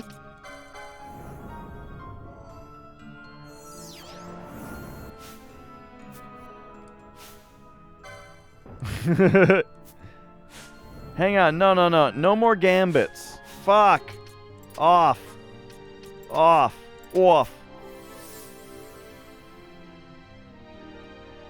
Okay.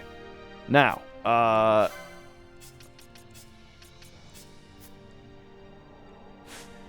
Penello. Phoenix down. Whoops. Okay, there we go. I just don't want him to be dead. Okay. Oh.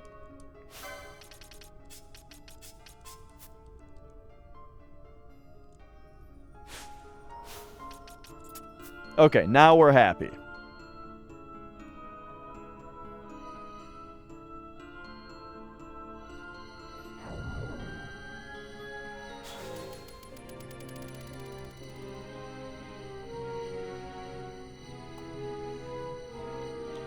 So this way just ends in a bunch of bombs and nothing else.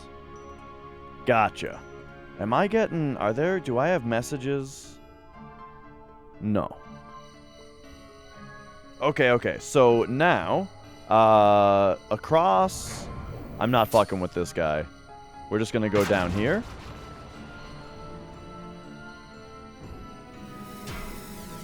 Get fucked.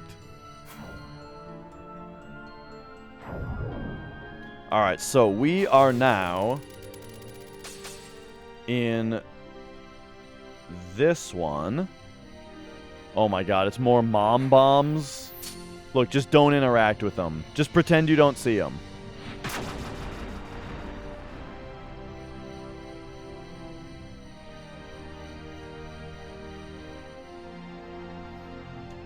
What's... what up, Popo?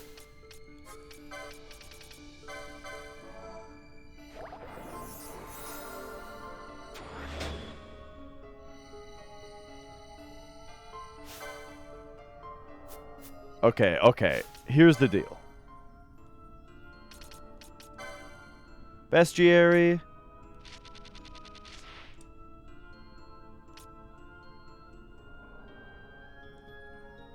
Where are...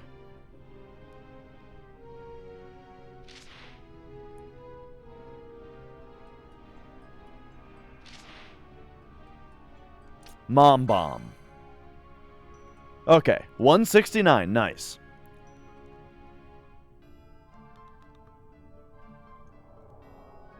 Its body is formed of a strong metal of surpassing quality, beneath which seethes magic, mist, though they are individuals.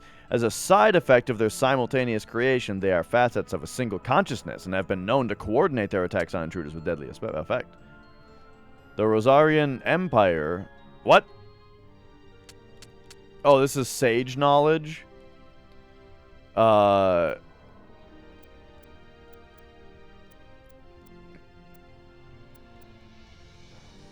This has nothing to do with the mom bomb. Okay, I was thinking...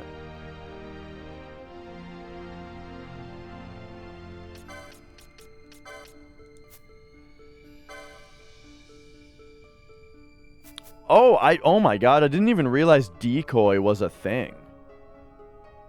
That's kind of interesting. Okay, look. We just need to ignore them, pretend they're not here. Sagittarius Stone. Gate timer! Okay, hang on.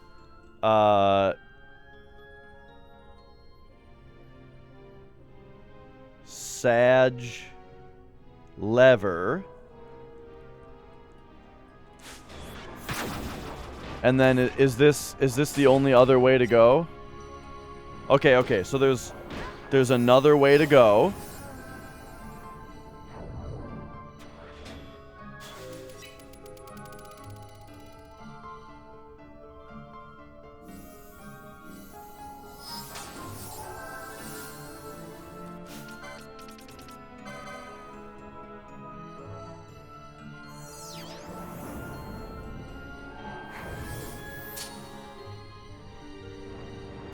This place is full of mom bombs. This probably goes. I'm guessing this goes back to the 20 stone. Yeah, totally. So this is and then this is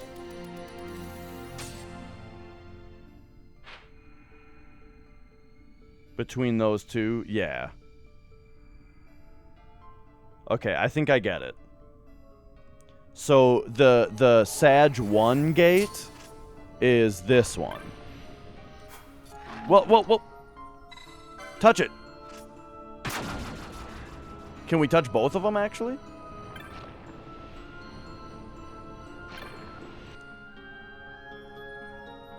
Oh, okay. There's going to be two levers.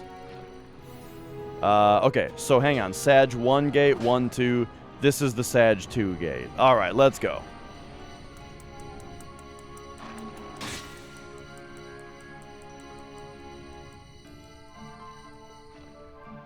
Okay.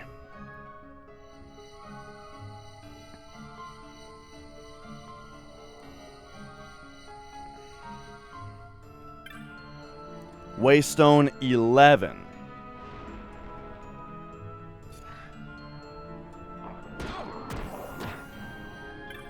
Get these fucking mom bombs out of here, dude.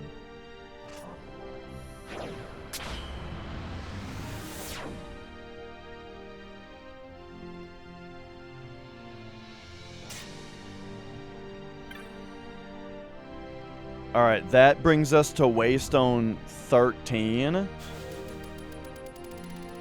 which has 2 ways to go. Okay. So here's 13.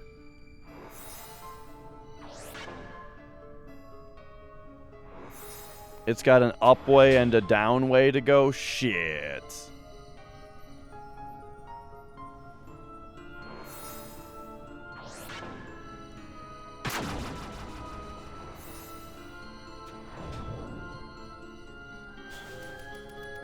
I wanted to touch tips with Ryuji in Persona 5, but couldn't find him.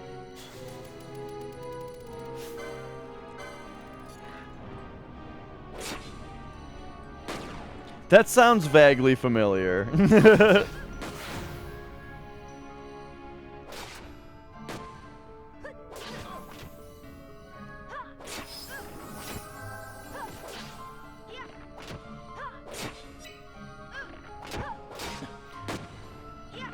Alright, maybe I'm just playing worse, but I'm starting to feel less overpowered now, so that's nice.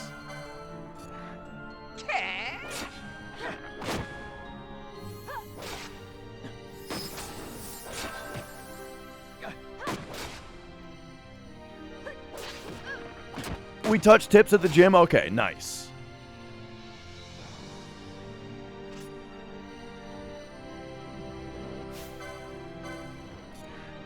Oh no, not divide.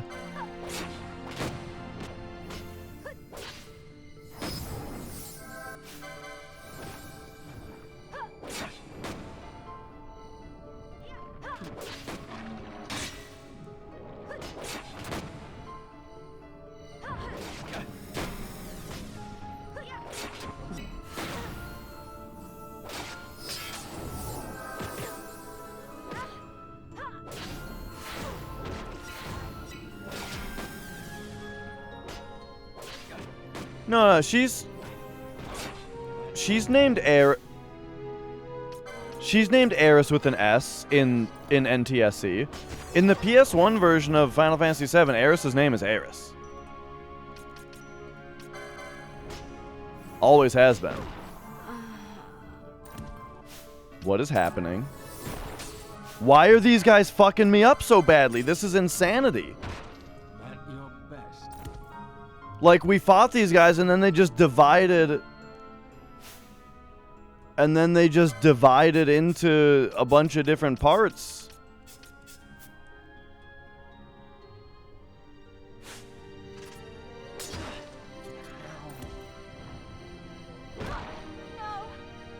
And game over. Well, shit, this is... I think that's my first game over. What the fuck happened? Like, all of a sudden, the enemies are just kicking the shit out of me, and they're, like, dividing into multiple parts, doing dooms and deaths on people. I saved it, so I don't fucking remember. I mean, I saved last time I was at a crystal, but it was not recently.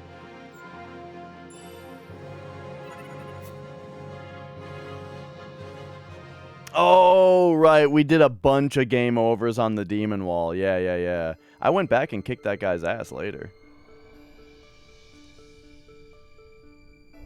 Wow. Okay, so where are we? What's going on? When was this? So here we are. We are Ash. We have the Treaty Blade.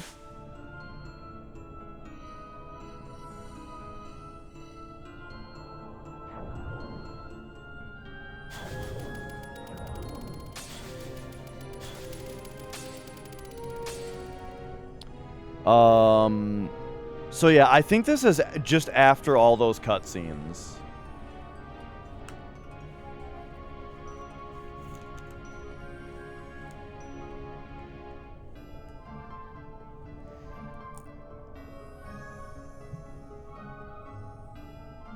But yeah, such troll, you saying this is the first I've ever heard of any version of PS1 Final Fantasy 7 naming her Aerith.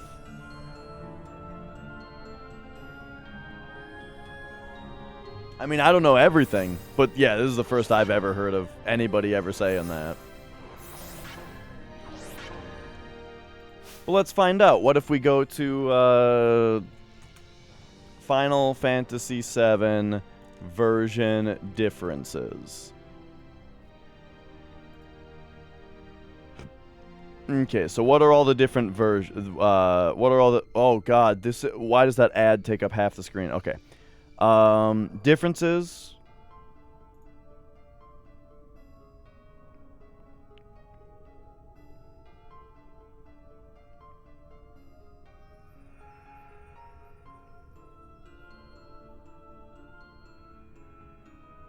Here, let's, what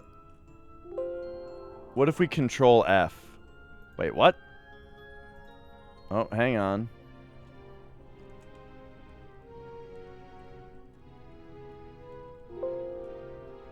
The FinalFantasy.fandom.com page doesn't have Aeris's name anywhere on the version differences page. Doesn't have anything on it.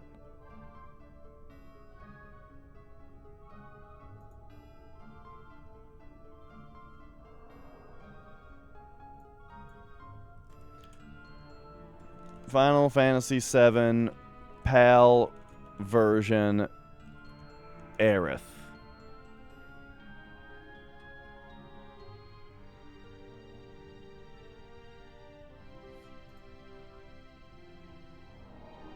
Game fact. Okay, here's a game facts post.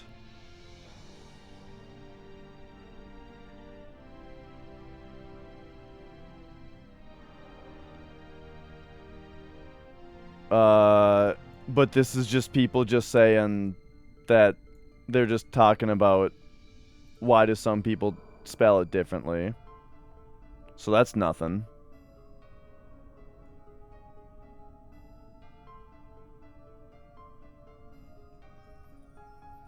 Final Fantasy VII on cutting room floor.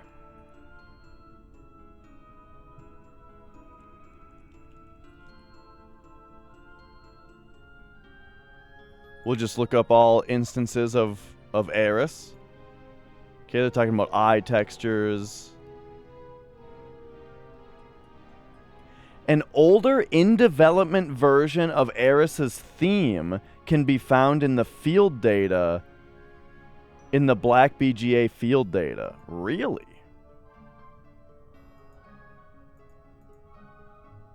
But that's everything.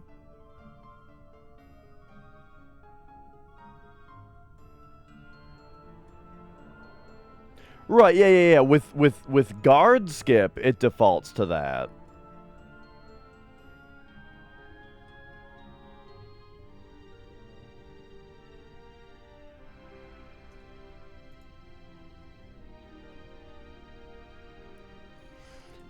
I'm just saying if you know, assuming you didn't do guard skip in 1999,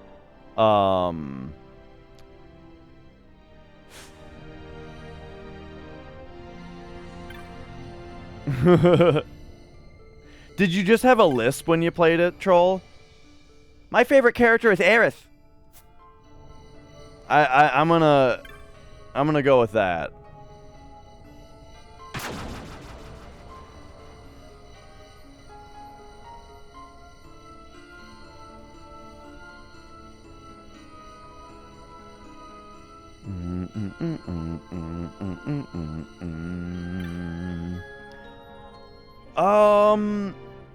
It is 7 o'clock, and I just suffered a pretty brutal game over.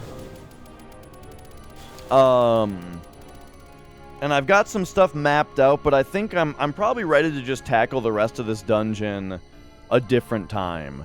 Cause yeah, we gotta run up the whole thing again. It's already 7 o'clock. It's Friday. I think we are approaching... I think we're at the end of the show here, is what's happening.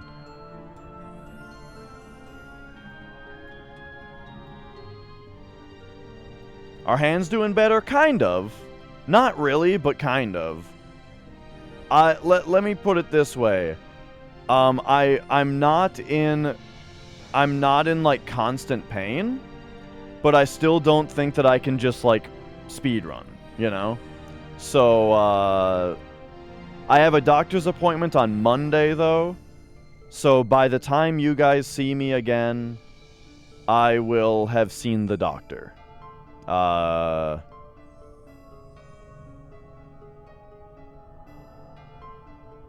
Unless I end up doing a marathon stream this weekend. I might do a marathon stream this weekend. Like, I might do one, like, tomorrow. Where we would probably play a bunch of Final Fantasy 12, and then do a bunch of dumb, like, let's watch YouTube videos kind of thing.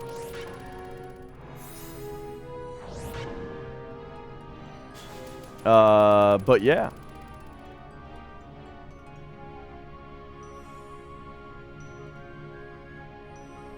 For now, I think, I will perhaps send you guys...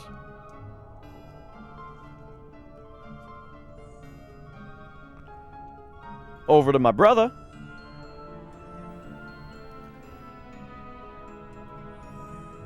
He is playing Super Mario World. He's doing 96 exits, so that's basically the 100% of Super Mario World. On real hardware, so he's playing the Japanese version on Super Famicom, on his real Super Famicom, and his CRT, and all that, you know, all that kind of business. So, yeah.